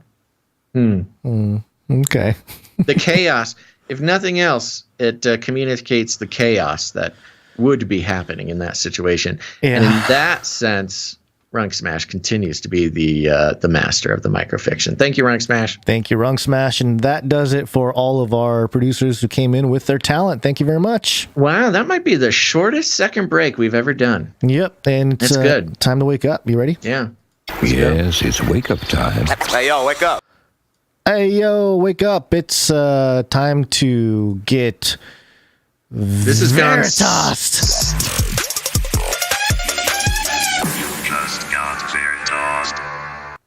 Yeah, we're back to the wow. Okay, here we go. So there was a recent Veritas posting. I will just give a little bit of a heads up for those who are watching the video. One of the articles we're going to look at here does have a no-no word in the headline. Oh. But there's nothing we can do about it. So just keep that in mind and put eye muffs on the kids if they need them. We, of course, will censor the no-no word in the audio here. But this comes from the Daily Caller. Hidden video captures New York Times reporter calling coverage about January 6th overblown. Fake trauma, fake news, full of FBI informants. Oopsies. Oopsies, New York Times. A national security correspondent for the New York Times said the media's coverage of the Capitol riot was overblown and that the events of January 6, 2021 were no big deal, according to undercover video released Tuesday by Project Veritas. New York Times correspondent Matthew Rosenberg and his colleagues have described the reported presence of FBI plants among the rioters outside of the U.S. Capitol a year earlier as a reimagining of the attack. But in the Project Veritas video, which appears to have been recorded without his knowledge, Rosenberg paints a different picture and claims that, quote, there were a ton of FBI informants amongst the people who attacked the Capitol. Quote, I know I'm supposed to be traumatized, Rosenberg said in the video, but like all these colleagues who were in the Capitol building are like, oh my God, it was so scary. I'm like, F off. Rosenberg described the day of the Capitol riot as fun, although he previously reported that the event was, quote, a violent interruption of the transition of power, according to Project Veritas. Quote, it was like me and two other colleagues who were there outside, and we were just having fun, Rosenberg said. The media's overreaction to the January 6 breach of the Capitol, covering it as an organized insurrection, gave room for right-wing figures to downplay the day's events completely, Rosenberg said. Rosenberg described his workplace at the New York Times as, quote, not the kind of place where I can tell someone to man up, but he said, quote, I kind of want to be like, dude, come on, you are not in any danger, according to the video. Quote, these effing little dweebs, who keep going on about their trauma. Shut the F up, they're effing bees. Yeah, I forgot to say there's a bunch of bad. This is why we can't play the video. Yeah. Rosenberg said of his colleagues at the New York Times. Quote, they were making it too big a deal, Rosenberg said of the political left. Quote, they were making this some organized thing that it wasn't. Rosenberg and New York Times did not immediately respond to the Daily Caller News Foundation for requests for comment. But he did comment, Gonz. Oh, he did? Okay. Yes, he did. And we're jumping over to New York Post here, which also has a bunch of bad words in it, but that's okay. I'm going to scroll down. Where am I going? Going pretty much down to the bottom here to his reaction. Okay. Yes, here it is. Glitchy loading here. Yeah, it's down below. When you get there, it'll be down below the photo of the bunch of police officers with batons and helmets and stuff. The Times, Rosenberg, and Cochrane did not respond to requests for comment. Fandos declined to comment. In another video posted on Wednesday, James O'Keefe, who runs Project Veritas, confronts Rosenberg at a restaurant and asks for comment on his statement. So again, Veritas got his original comments, and while this New York Times reporter, is not giving any statements or answering anybody's questions, Veritas again chases him down to get comments. Well, this time it's a public sort of thing, right? Where he's in a restaurant. Yeah. And this is his response here. Quote, this is me talking S at a bar. If you think that's news, it is what it is, Rosenberg tells him. I'm not going to give you a comment, Rosenberg adds, telling O'Keefe he's worse than a hit job. Worse than a hit job. The gray lady journalist. See, I got excited, Gonz, when this came up. Of course, before the show we talked. I call the New York Times the gray lady because I had heard that, and I was starting to go crazy because nobody that I said that to knew what I was talking about. But the gray lady journalist then says, quote, and yeah, will I stand by those comments? Absolutely. Oh. Though he also acknowledges he isn't completely sure which comments O'Keefe is referencing. In the comments captured by the conservative outlet known for its media sting operations, Rosenberg also talked about the rumored P-tape of former President Donald Trump, calling it ridiculous and saying it, quote, of course doesn't exist.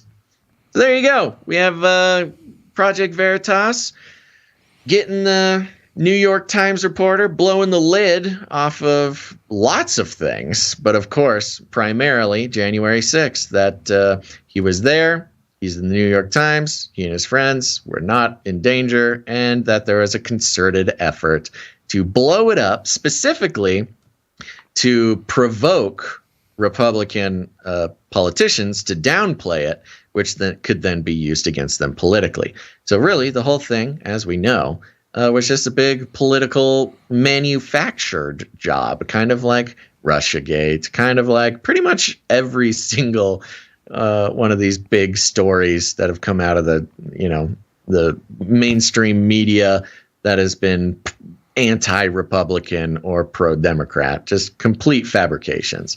And caught on tape saying it in his own voice. And on top of that, some other notable, ridiculous and fake things. So there you go. It was a good time. Yeah, I wonder if his job is safe. He probably, I don't know. It's the difference. So New York Times can't fire him for this. Yeah. Because A, it wouldn't look good.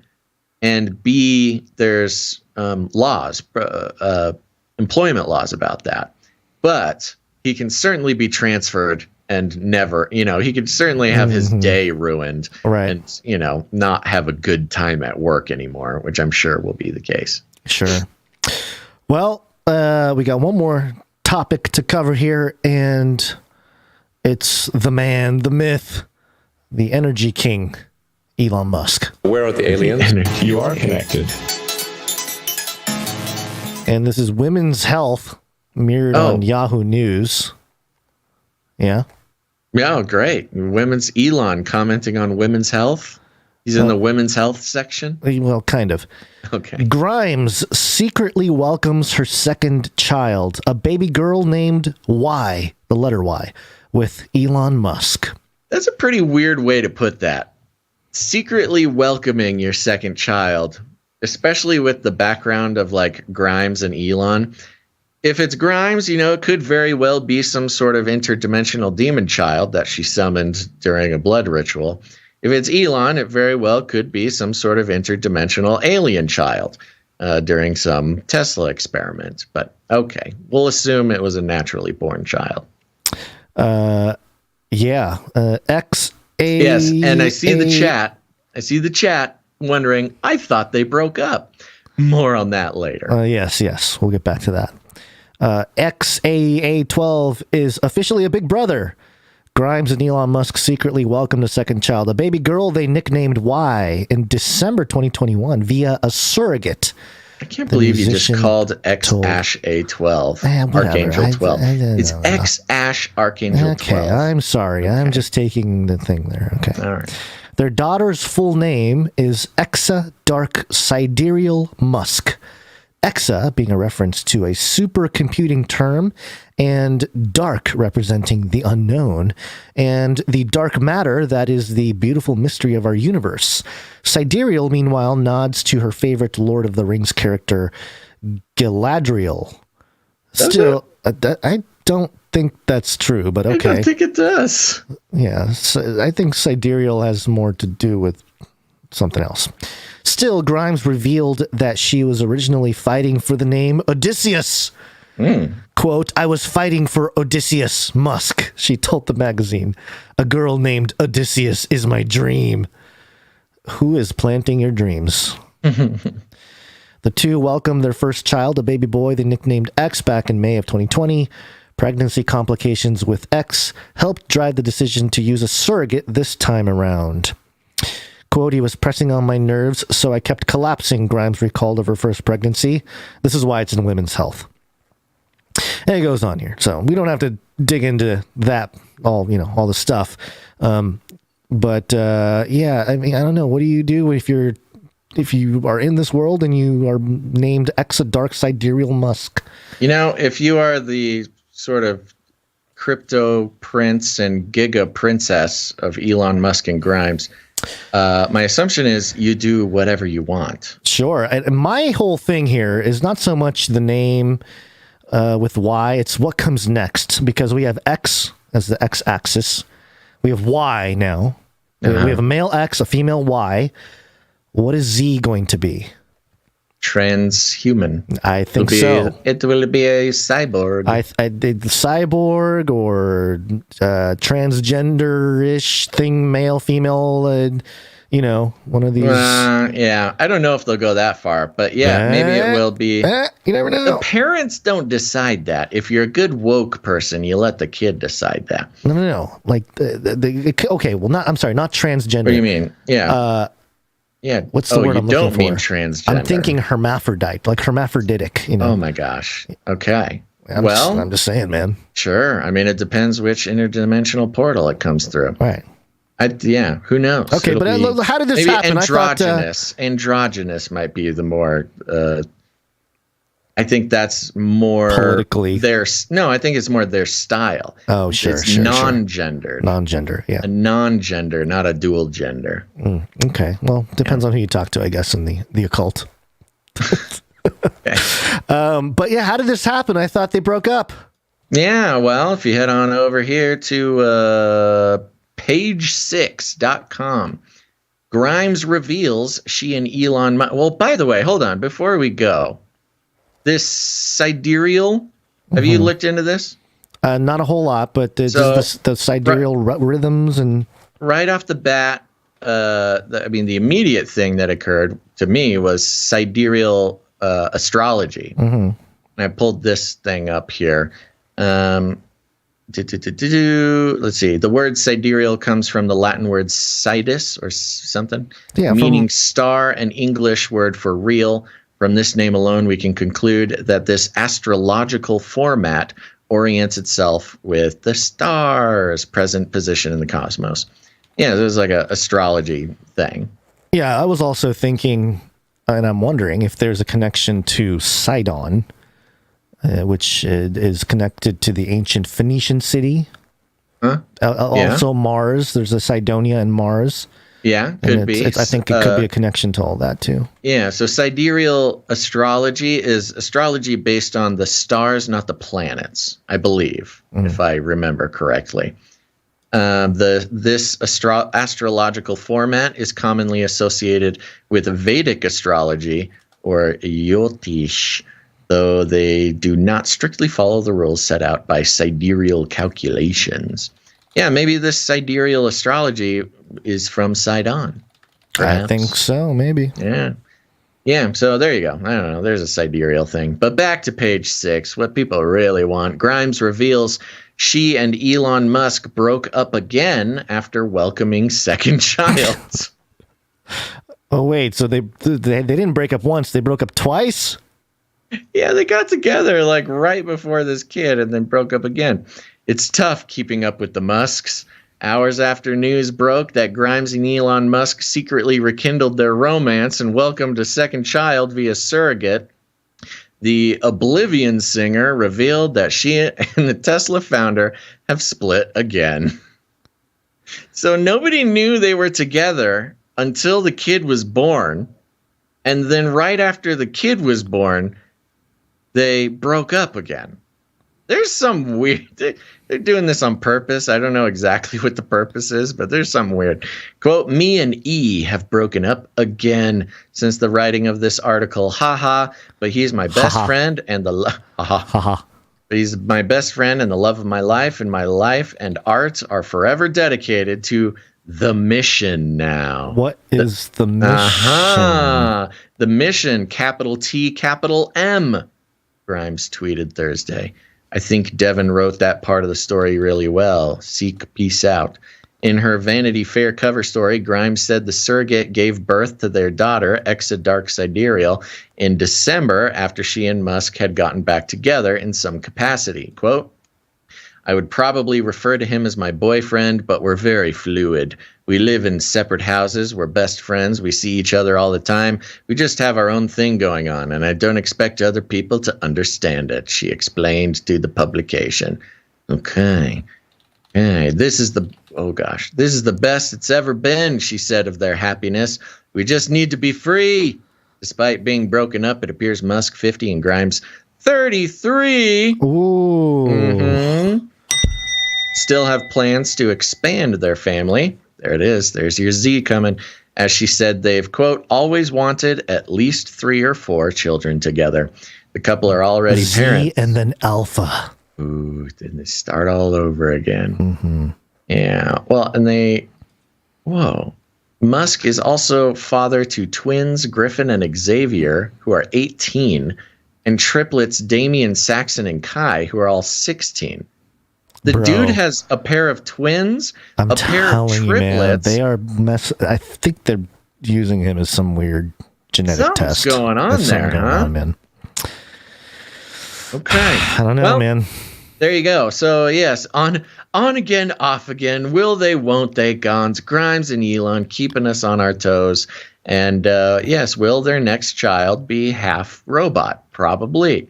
And will they eventually coalesce, all 5, 6, 7, 8 of them soon, become some sort of aristocratic royal crypto class who rule over different dominions using their armies of drones and robot servants? Yes, probably. Will they ever need a driver's license? No. They're above that, Gonz. Oh, well, they will be the first to, be the riding automated car Teslas. Yeah, they'll never have to drive. The robot will drive them their entire life. Yeah, they have drivers, first of all, and if they ever want to drive, the car will take over. Shilliam F in the chat says, be fruitful and multiplying, and Ebony Blaze says, being fruitful and experimenting, which I think be a little bit more. What is this mission, though? What is the mission, What is Gonz? the mission? What? I think maybe Sorry, I'm Googling. Oh. Talk. I was going to say, I think they're probably setting up Elon as, and again, this might trigger flat earthers. I'm not saying that this is real, but it feels like they're setting him up as some kind of king of Mars and like literally royalty of planet Mars. And because why all the references to the stars, to Sidon, there's a Sidonia on Mars, where the big face was, and all that kind of stuff. You're not entirely wrong. I really think he either he in his mind, and so he's crazy and whatever, or he's got handlers that are pushing these ideas into his head. And, they do have dream technology,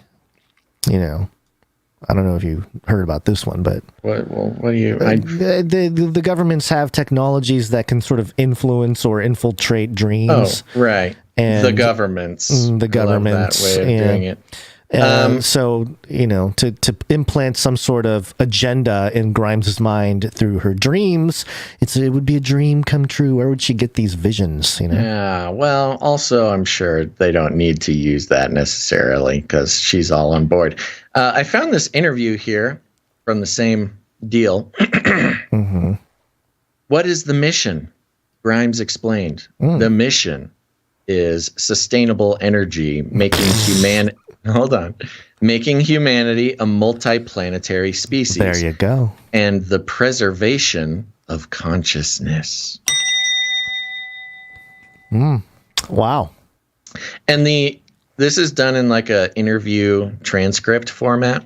So it has the question and then the answer. Mm-hmm. And after she says that, the mission is sustainable energy, making humanity a multi-planetary species and the preservation of consciousness. The next question is, multi-planetary species? As if that is like something that needs to be explained. Interviewer, you don't know what a multiplanetary species is? Of course they're trying to take us to Mars. You didn't want to ask about preservation of consciousness? Yeah, we're going to have a bunch of minds uploaded onto computers on Mars. Yeah, and robots.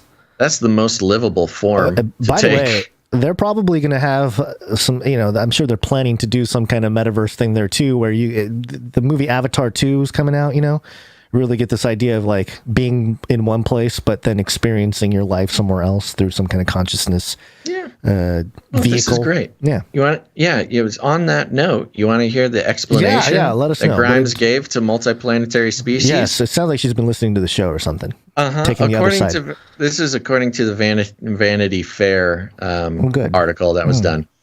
To this end, Musk will train the boy and Grimes the girl. So you got Musk training his son, Grimes will train their daughter. Whether training is distinct from my brain is broken today. Whether training is distinct from child rearing is to be determined, and they will all live on Mars one day. There's a whole complicated plan. Lucky for us, Grimes doesn't plan to leave Earth for the Red Planet until she's 65 or so. So we'll have a nice long time to watch it all play out. Yeah. Training. Interesting. Distinct from child rearing. Training.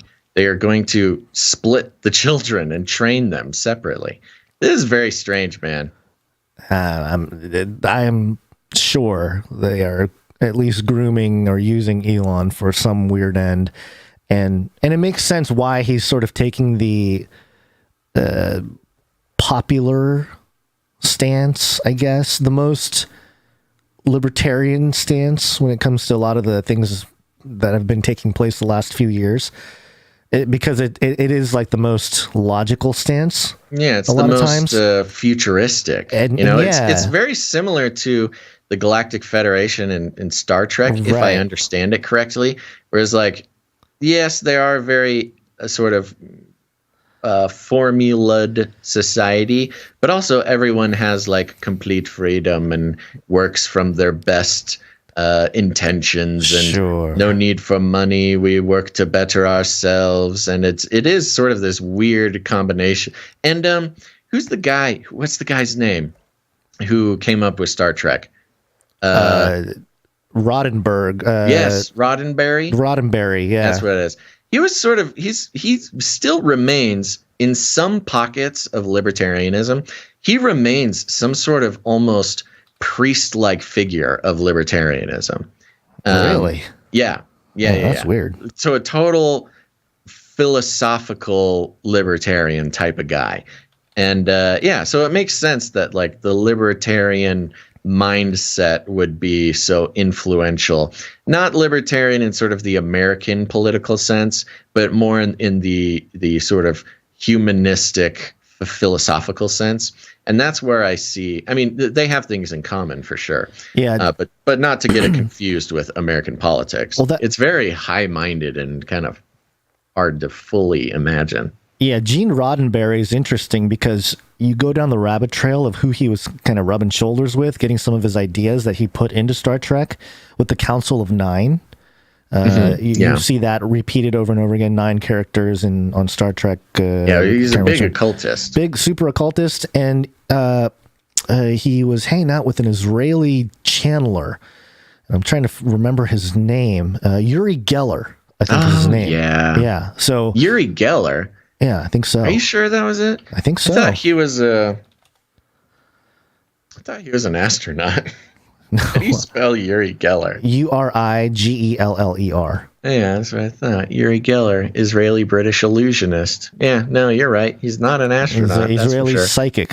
He's a magician. Psychic. Illusionist, magician. This is his wiki. Sure. Illusionist, magician, television personality, and self-proclaimed psychic. Yeah, just look up Roddenberry and Uri Geller, and you'll find a lot of Council of Nine reporting and stuff like that. So, it very, a lot of those. It is fascinating, the libertarian view of like open freedom kind of. There is a kind of Luciferianism to it if you sort of think about they have shall be the whole of the law. Like you kind of do whatever you want. You have the freedom to do whatever you want. Yeah, it's the lack of centralization, control, yeah. And of course the sort of biblical hierarchy puts absolute control in the hands of Yahweh. Right. And that is something that Luciferians do not like, and that is something that it's not God necessarily, but at least here on Earth, libertarians do not want centralized control. Right. And the God of the universe would be a central controller. Yeah, that is interesting. I've never thought about it that way. Yeah, Luciferianism is kind of like a spiritual libertarian. It is. It's kind of wild. Yeah, it really is. Because I have some thinking to do now. Well, the thing is, in a carnal sort of principled way, libertarianism makes sense to a degree. It's like, it makes sense on Earth. Yeah, you want people to have the freedom to kind of do whatever they want as long as they're not hurting anybody or themselves even. But yeah, I mean, these are topics that have been debated for a long time. Different systems of governance and and on social the other hand, constructs. And that's kind of a great delusionary concept because, on the other hand, the rulers of this world, the human rulers, have used the concept of ultimate supremacy of God as a model for ultimate supremacy of one man over another. I mean, that is what... there have been defenses of monarchy. I mean, that basically was what kept the monarchy going for so long, or the concept of monarchy or empire is that, yes, as God is above us, I, the king, am above you. And parallel to that, you have, the unfortunate defenses of things like slavery. Now, let's be clear, there were plenty of scientific and humanistic justifications for slavery. Religion was only a small part of the defense of slavery. But there were also arguments from certain churches that, as God is above man, so white man so be are above... we above you. Right. Yeah. So when I'm confronted with the idea that Luciferianism is like a spiritual cosmic version of libertarianism, you can say the same thing about the other way around. Like, yeah, well, just because monarchy is good as in heaven doesn't mean that it's great here on Earth. Right. Similar, Yep. libertarianism might be good here on Earth, but perhaps not quite in the spiritual or cosmic realms. Sure. I don't know. That's just some spitballing since I was confronted with your comparison there. Well, I mean, I am an advocate of libertarian, or at least decentralization. Decentralization, yeah. I like the idea of distributism as a form of economic. It's a great concept. Yeah, conceptually is great. It's practical is always a different thing, but yeah. All right, and it's okay. We're not planning on getting into that conversation, but that's kind of part of the fun extemporaneous part of the third block of the show. So, are you good? I'm good. I'm done covering everything here. Do you want to thank some clippers and some? Yeah, let's do it.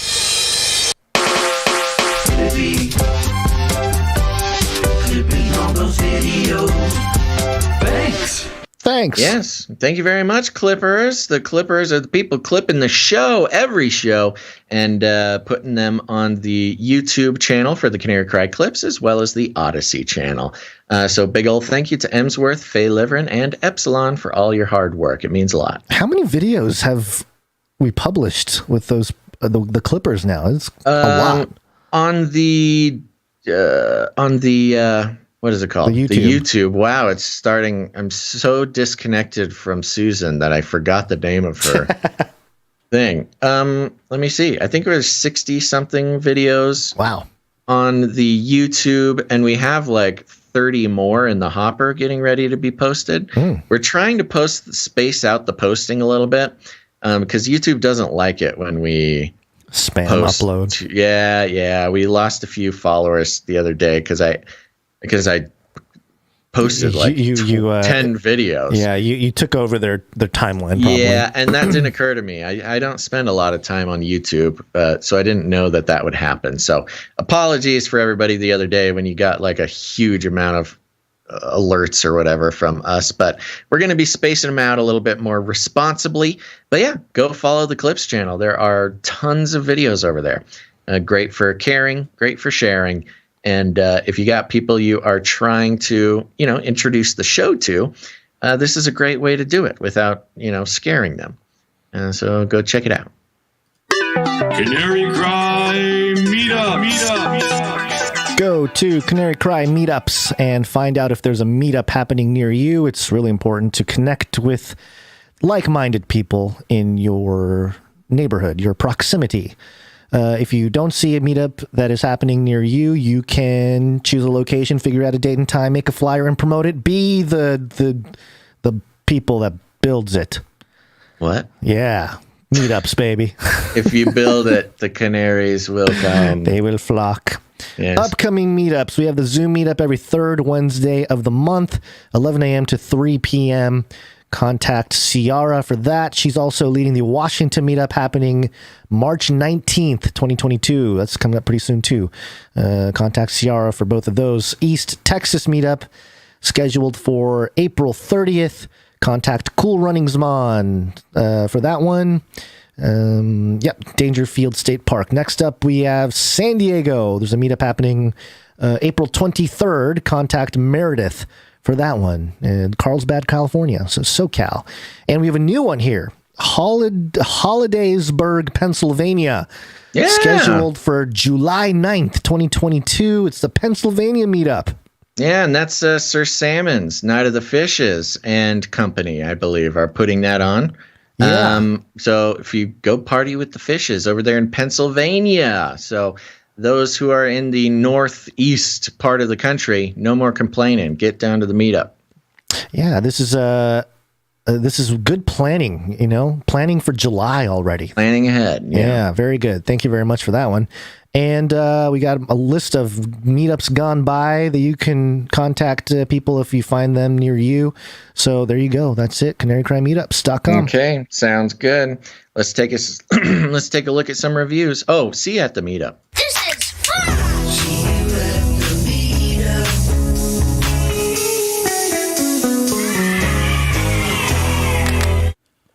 All right. Now it's time for reviews. Yes. Ooh, I should move this. Okay, here we go. Okay. Yippee! That's right, folks. Thank you to those who left ratings and reviews over on Apple Podcast there. It's very helpful.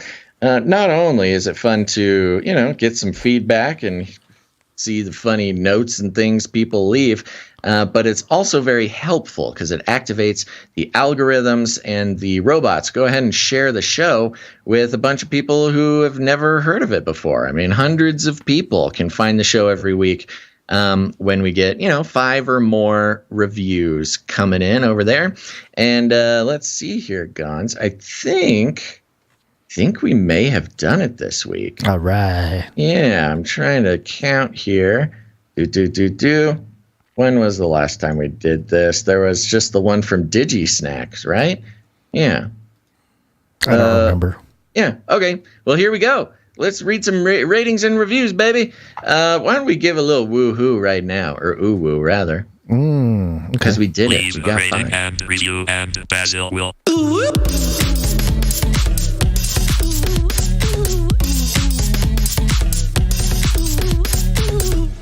Ooh, woo, baby, we did it. First one comes from Tinfoil Crown from Canada. Thank you very much, Canada. A delightful news podcast, 5 stars. This podcast is great for laying down the news in a lighthearted way. If you're looking for delightful, inside, niched jokes about fringy things, this podcast is worth your time. Plus, they don't market to you to make moolah from your brain space. Tinfoil Crown gets it. Get out of the machine. Stop getting your news from the cogs of the corrupt society and get with these bros and their swagger of news from a Christian perspective. It is straight ethanol.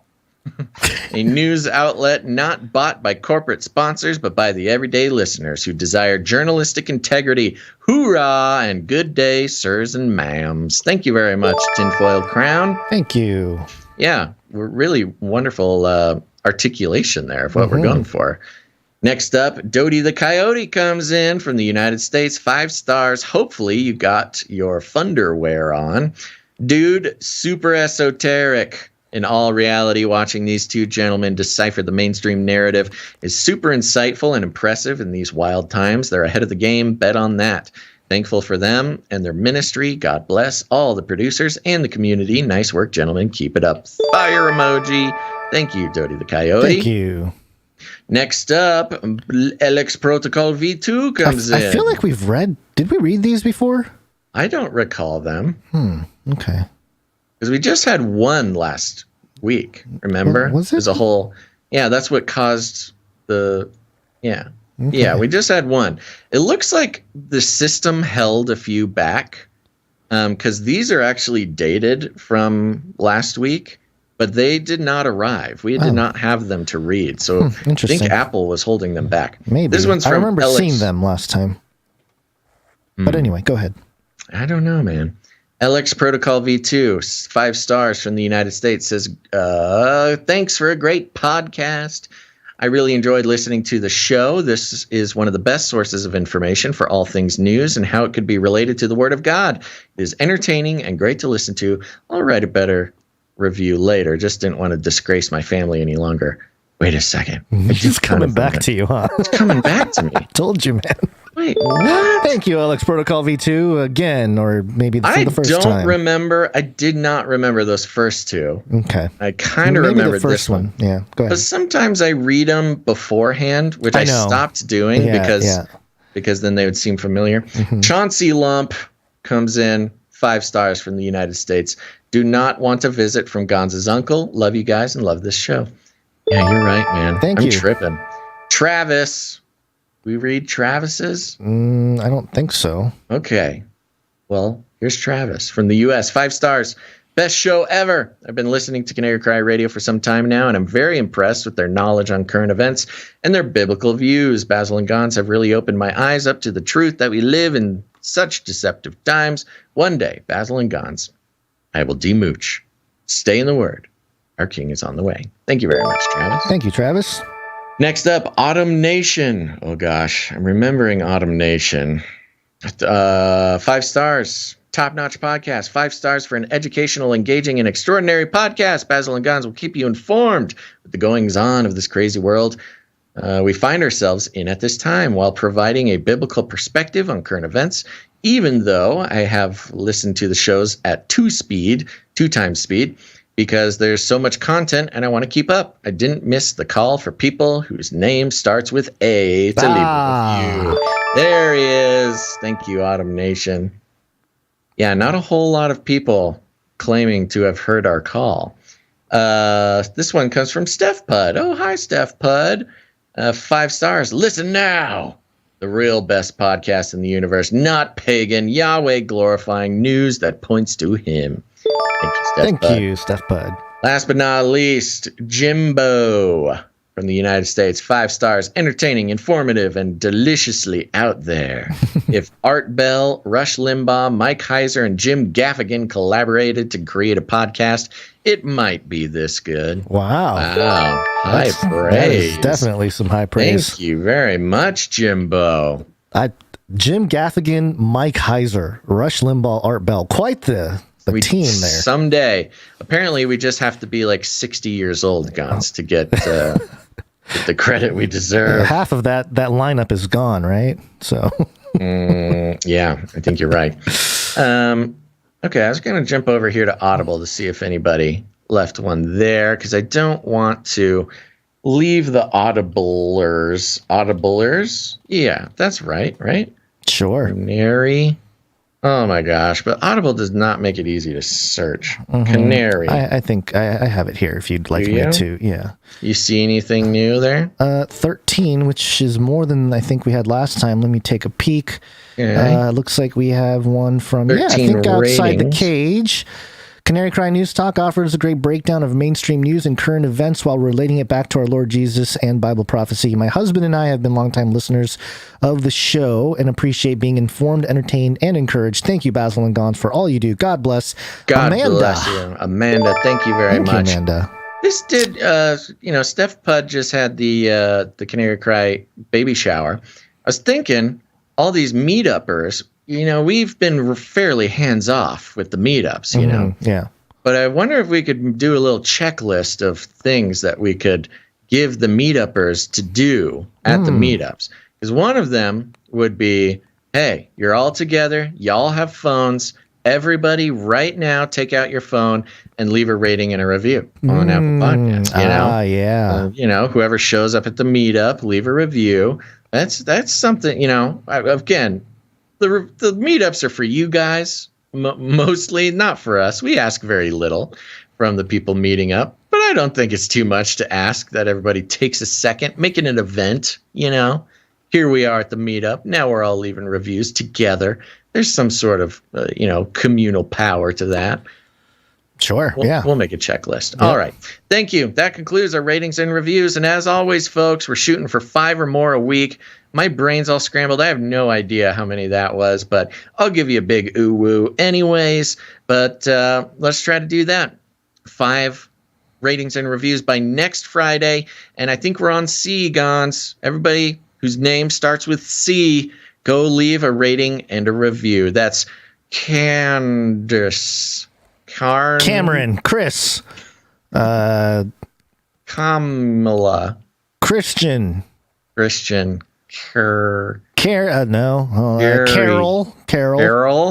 Caroline, Cyrus, Cynthia, yeah, Cyborg. we both went off the trails. Yeah. The rails. No, not trails. The rails. The rails and the trails. Who needs a trail? All right, everybody. Yes, go leave ratings and reviews, especially you people who listen on Apple Podcasts. You're already listening on Apple Podcasts. Go leave a rating and review, and don't you dare for a second think, somebody else will do it. They won't. They won't do it. You're our only hope. Candace. Ugly, horrible person. You must leave review on iTunes. And if you do not, you are ugly, horrible person. You bring shame to family. Ugly, horrible person. Give us one more ooh woo. You want more ooh woo? Leave a rating and review, and Basil will. Ooh.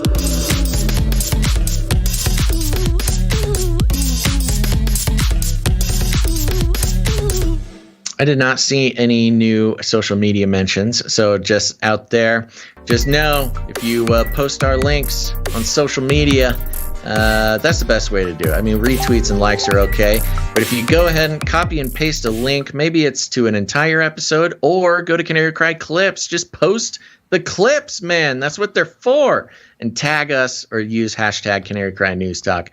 We'll mention you on the show. We want Canarians to find each other, and that'll do it. All right, guys. All done? All done. Let's get out of here, man. Okay. I'm starting to sweat behind my eyeballs. Good. So thanks, everybody, for tuning in to this episode of Canary Cry News Talk. Tune in on Monday. That's the 14th of March. We'll be back with everything you need to know about all the things you don't want to know about. That doesn't make any sense. It's not good. No, you do want to know about it. Come back, listen to the show. And remember, we need some producers for that episode. That will be episode 458? 458. Yeah, 458. And I do want to take a second and thank all the producers of this episode making it happen, starting with our executive producer, Sir Sigra the Beast. Thank you very much, Sir Sigra. Thank you, Sir Sigra. As well as Maureen M, Senjess, Lisa Rebel and Missy, One Lousy Petunia, Nick M, Steph Pud 82, Puddin 22, more of Jason P, Sir JC, Knight of the Techno Squatch, Palmer B, Malik W, Sir Scott, Knight of Truth, Sir James, Knight of the Knight and Servant of the Line of Judah, Sir Casey the Shield Knight, Jackie U, Gail M, Veronica D, Dr. Who Done That, and Runk Smash. Thank you so much for making this show possible, and congratulations on breaking free of the mind control that the marketing magicians have put on you, that everything should be paid for by advertising companies, because that's gotten us where we are today. And you're free now. You're free. Woo! and you can be free too by participating in the value for value model. Head on over to patreon.com/CCNT, or even better, CanaryCry.Radio.com/support. CanaryCry.Radio.com/support. You can also create art and jingles and music and whatever. Produce the show with your talent. Send all that work to CanaryCryRadio@gmail.com and CanaryCryRadio@protonmail.com, and we'll put it on the show. Thank you very much. You can also help the show out in all sorts of ways. You know, Gonz, I discovered a function that we are able to put on the website, a form that people, if they want to produce in any way, lend their talents or their time to the show, get involved. Maybe they feel like that they're meant to get involved, or they want to get involved, but they can't do it financially or with arts or talent, some talent or some kind. But you can produce the show in all sorts of ways. We got all sorts of back-end producers doing good stuff for the show that we would never be able to do for ourselves. And if you want to get involved, just send us an email at CanaryCryRadio@gmail.com. And just let us know about your skills and your interests, and how much time you have to get involved. And we are always surprised that there's something new to make the community and the show better, with the help of people who are just simply producers. They just want to produce. Okay, so go do that. You can spread the show. Just share it on your social media. I mean, who cares, man? Put it out there. Let people see what's going on. People need help waking up, and having those algorithms kick into gear is very helpful. So just post it on your social media. Tag us if you want. Post those clips, those Canary Cry clips. They're so valuable. They're there. People are just waiting to watch them. But if you don't want to do that, you could do something else. You could do it a different way. Some people are more creative, more eccentric. They want to find a way that'll really make a difference in the world. And so, if you want to share the show in one of those types of ways, it's super easy. All you got to do is use your brain and your soul to activate the imagination and figure out something that will catch the imaginations of other humans.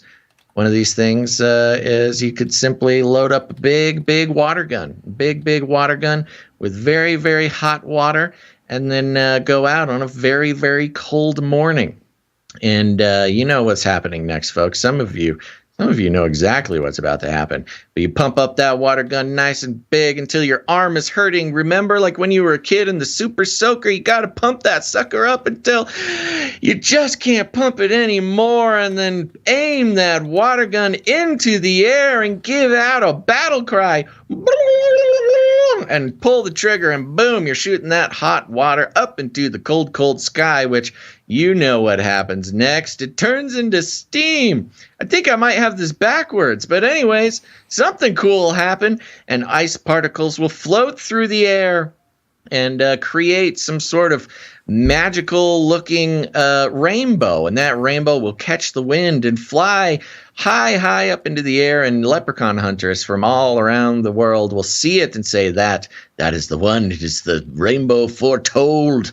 Let's quickly, Jenkins, load up the leprechaun mobile, and they'll load up all of their gear that they've been storing, waiting for the one moment, their one time to chase the rainbow and find the pot of gold. And they do it like the Magi, following the star in the sky to the birth of the Christ child. These leprechaun hunters will come from all around, and when they finally zero in on your position, their greedy little gold-loving fingers dripping with anticipation, what they will find at the bottom of that rainbow is simply a podcast. Yes, a disembodied, lone, conscious, and sentient podcast laying there in the cold, frosty snow.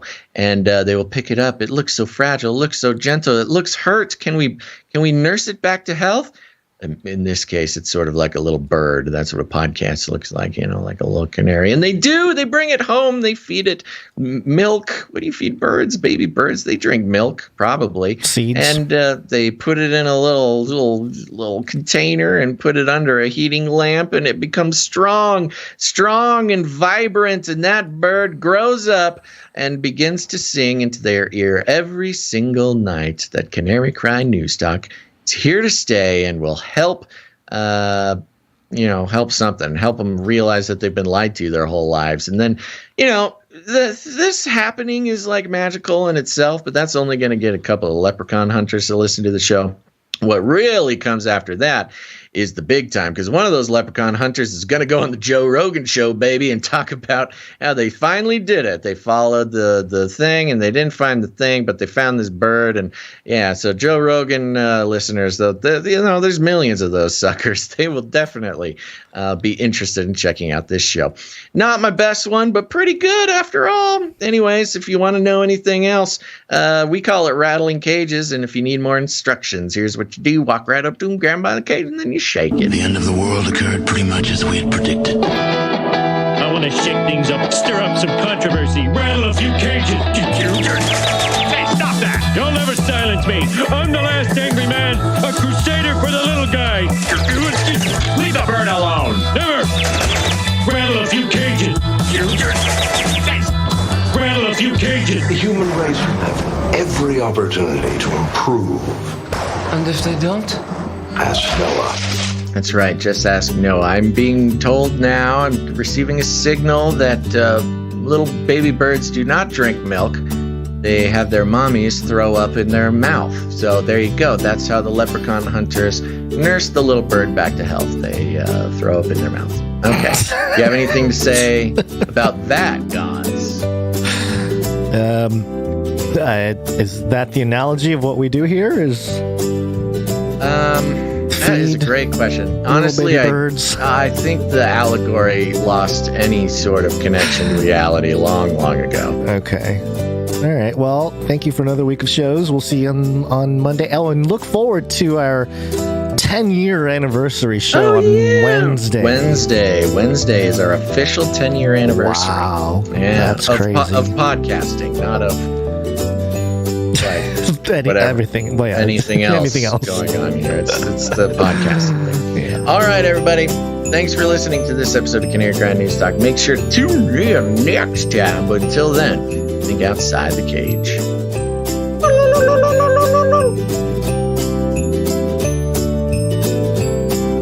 This is the United States of America, for God's sake. Give me a break. Feed him more. Feed him more. This is the way. Remember, reality is an illusion. The universe is a hologram. Buy gold. Buy! Wives in the cosmos, children in the space lane. I'm an adult in a spaceship. Supersonic space lane screamed to life, and the vehicle swooped upward. On board, the passengers experienced a 3 Gs of force from the burst of extreme acceleration and watched the blue sky fade into space. In the back have been cleared to unstrap. Oh, yeah. In the back have been cleared to unstrap. Yes. Do it, Richard. Do it, Jeff. Do it for humanity. To all you kids down there, I was once a child with a dream. Now I'm an adult in a spaceship. He can accomplish it. You can too. Big windows, cool. Rocket ship, cool. Space plane, cool. Nukes, cool. Blowing stuff up, cool. Space plane, astronaut, rocket ship. Previous anchor. We have Basil. He's a human. Just look at him. Go to the bathroom in bags. He can go to the bathroom in the cosmos. It changed everything. Wives in space, children in the cosmos. With your best friend brother. Wives in the cosmos, children in the space lane. We are headed to space. Previous anchor. It's COVID-19. COVID-19. COVID-19. COVID-19. COVID-19. COVID-19. COVID-19. COVID-19. Come down. COVID-19. COVID-19. COVID-19.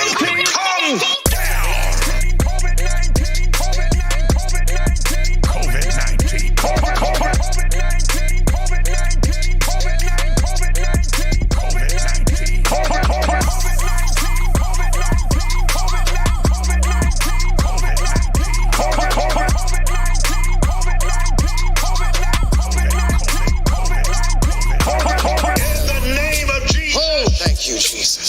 crawl on your belly. Standing in the office of the prophet of God in the Garden of Eden. I execute judgment on you, COVID-19. I execute judgment on you, Satan, you destroyer, you killer. You get out, we break your power, you get off this nation. I demand judgment on you. I demand a vaccination to come immediately. I call you done. No more. I call you gone. You come down. What are we gonna do?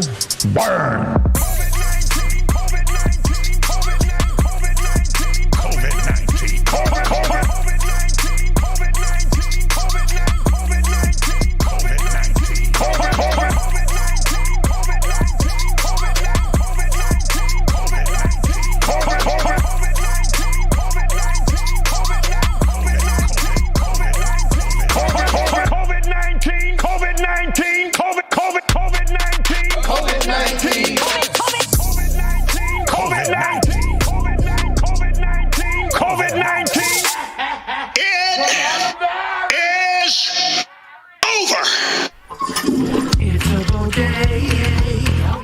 Started.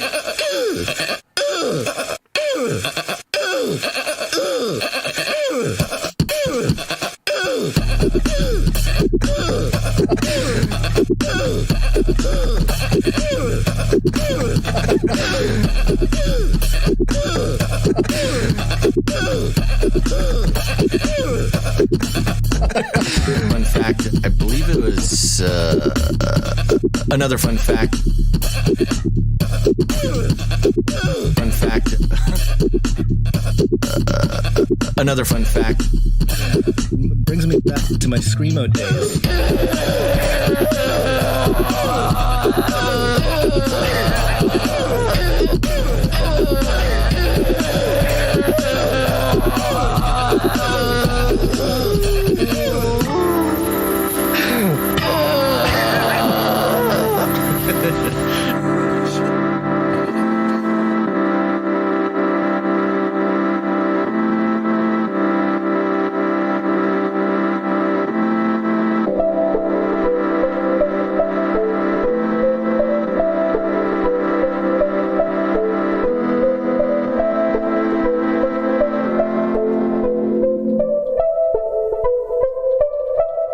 God has taken his place in the divine council.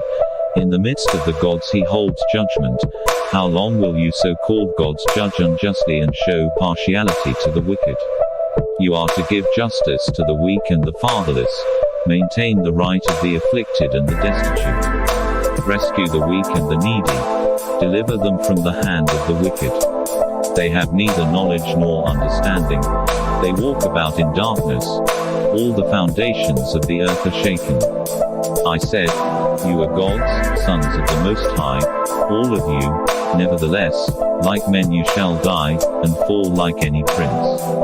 Arise, O God, judge the earth, for you shall inherit all the nations.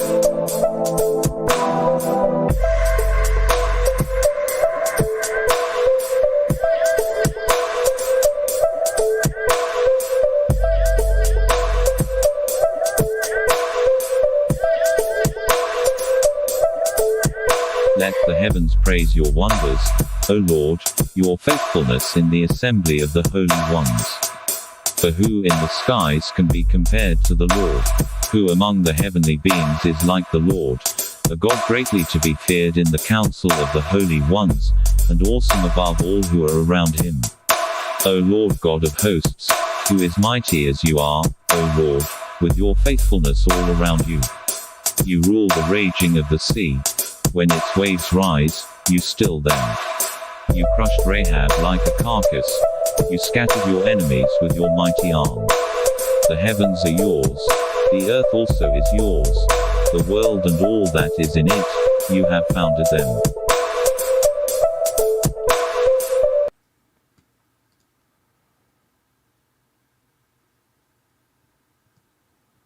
Do not come back, you Nazi psychopaths!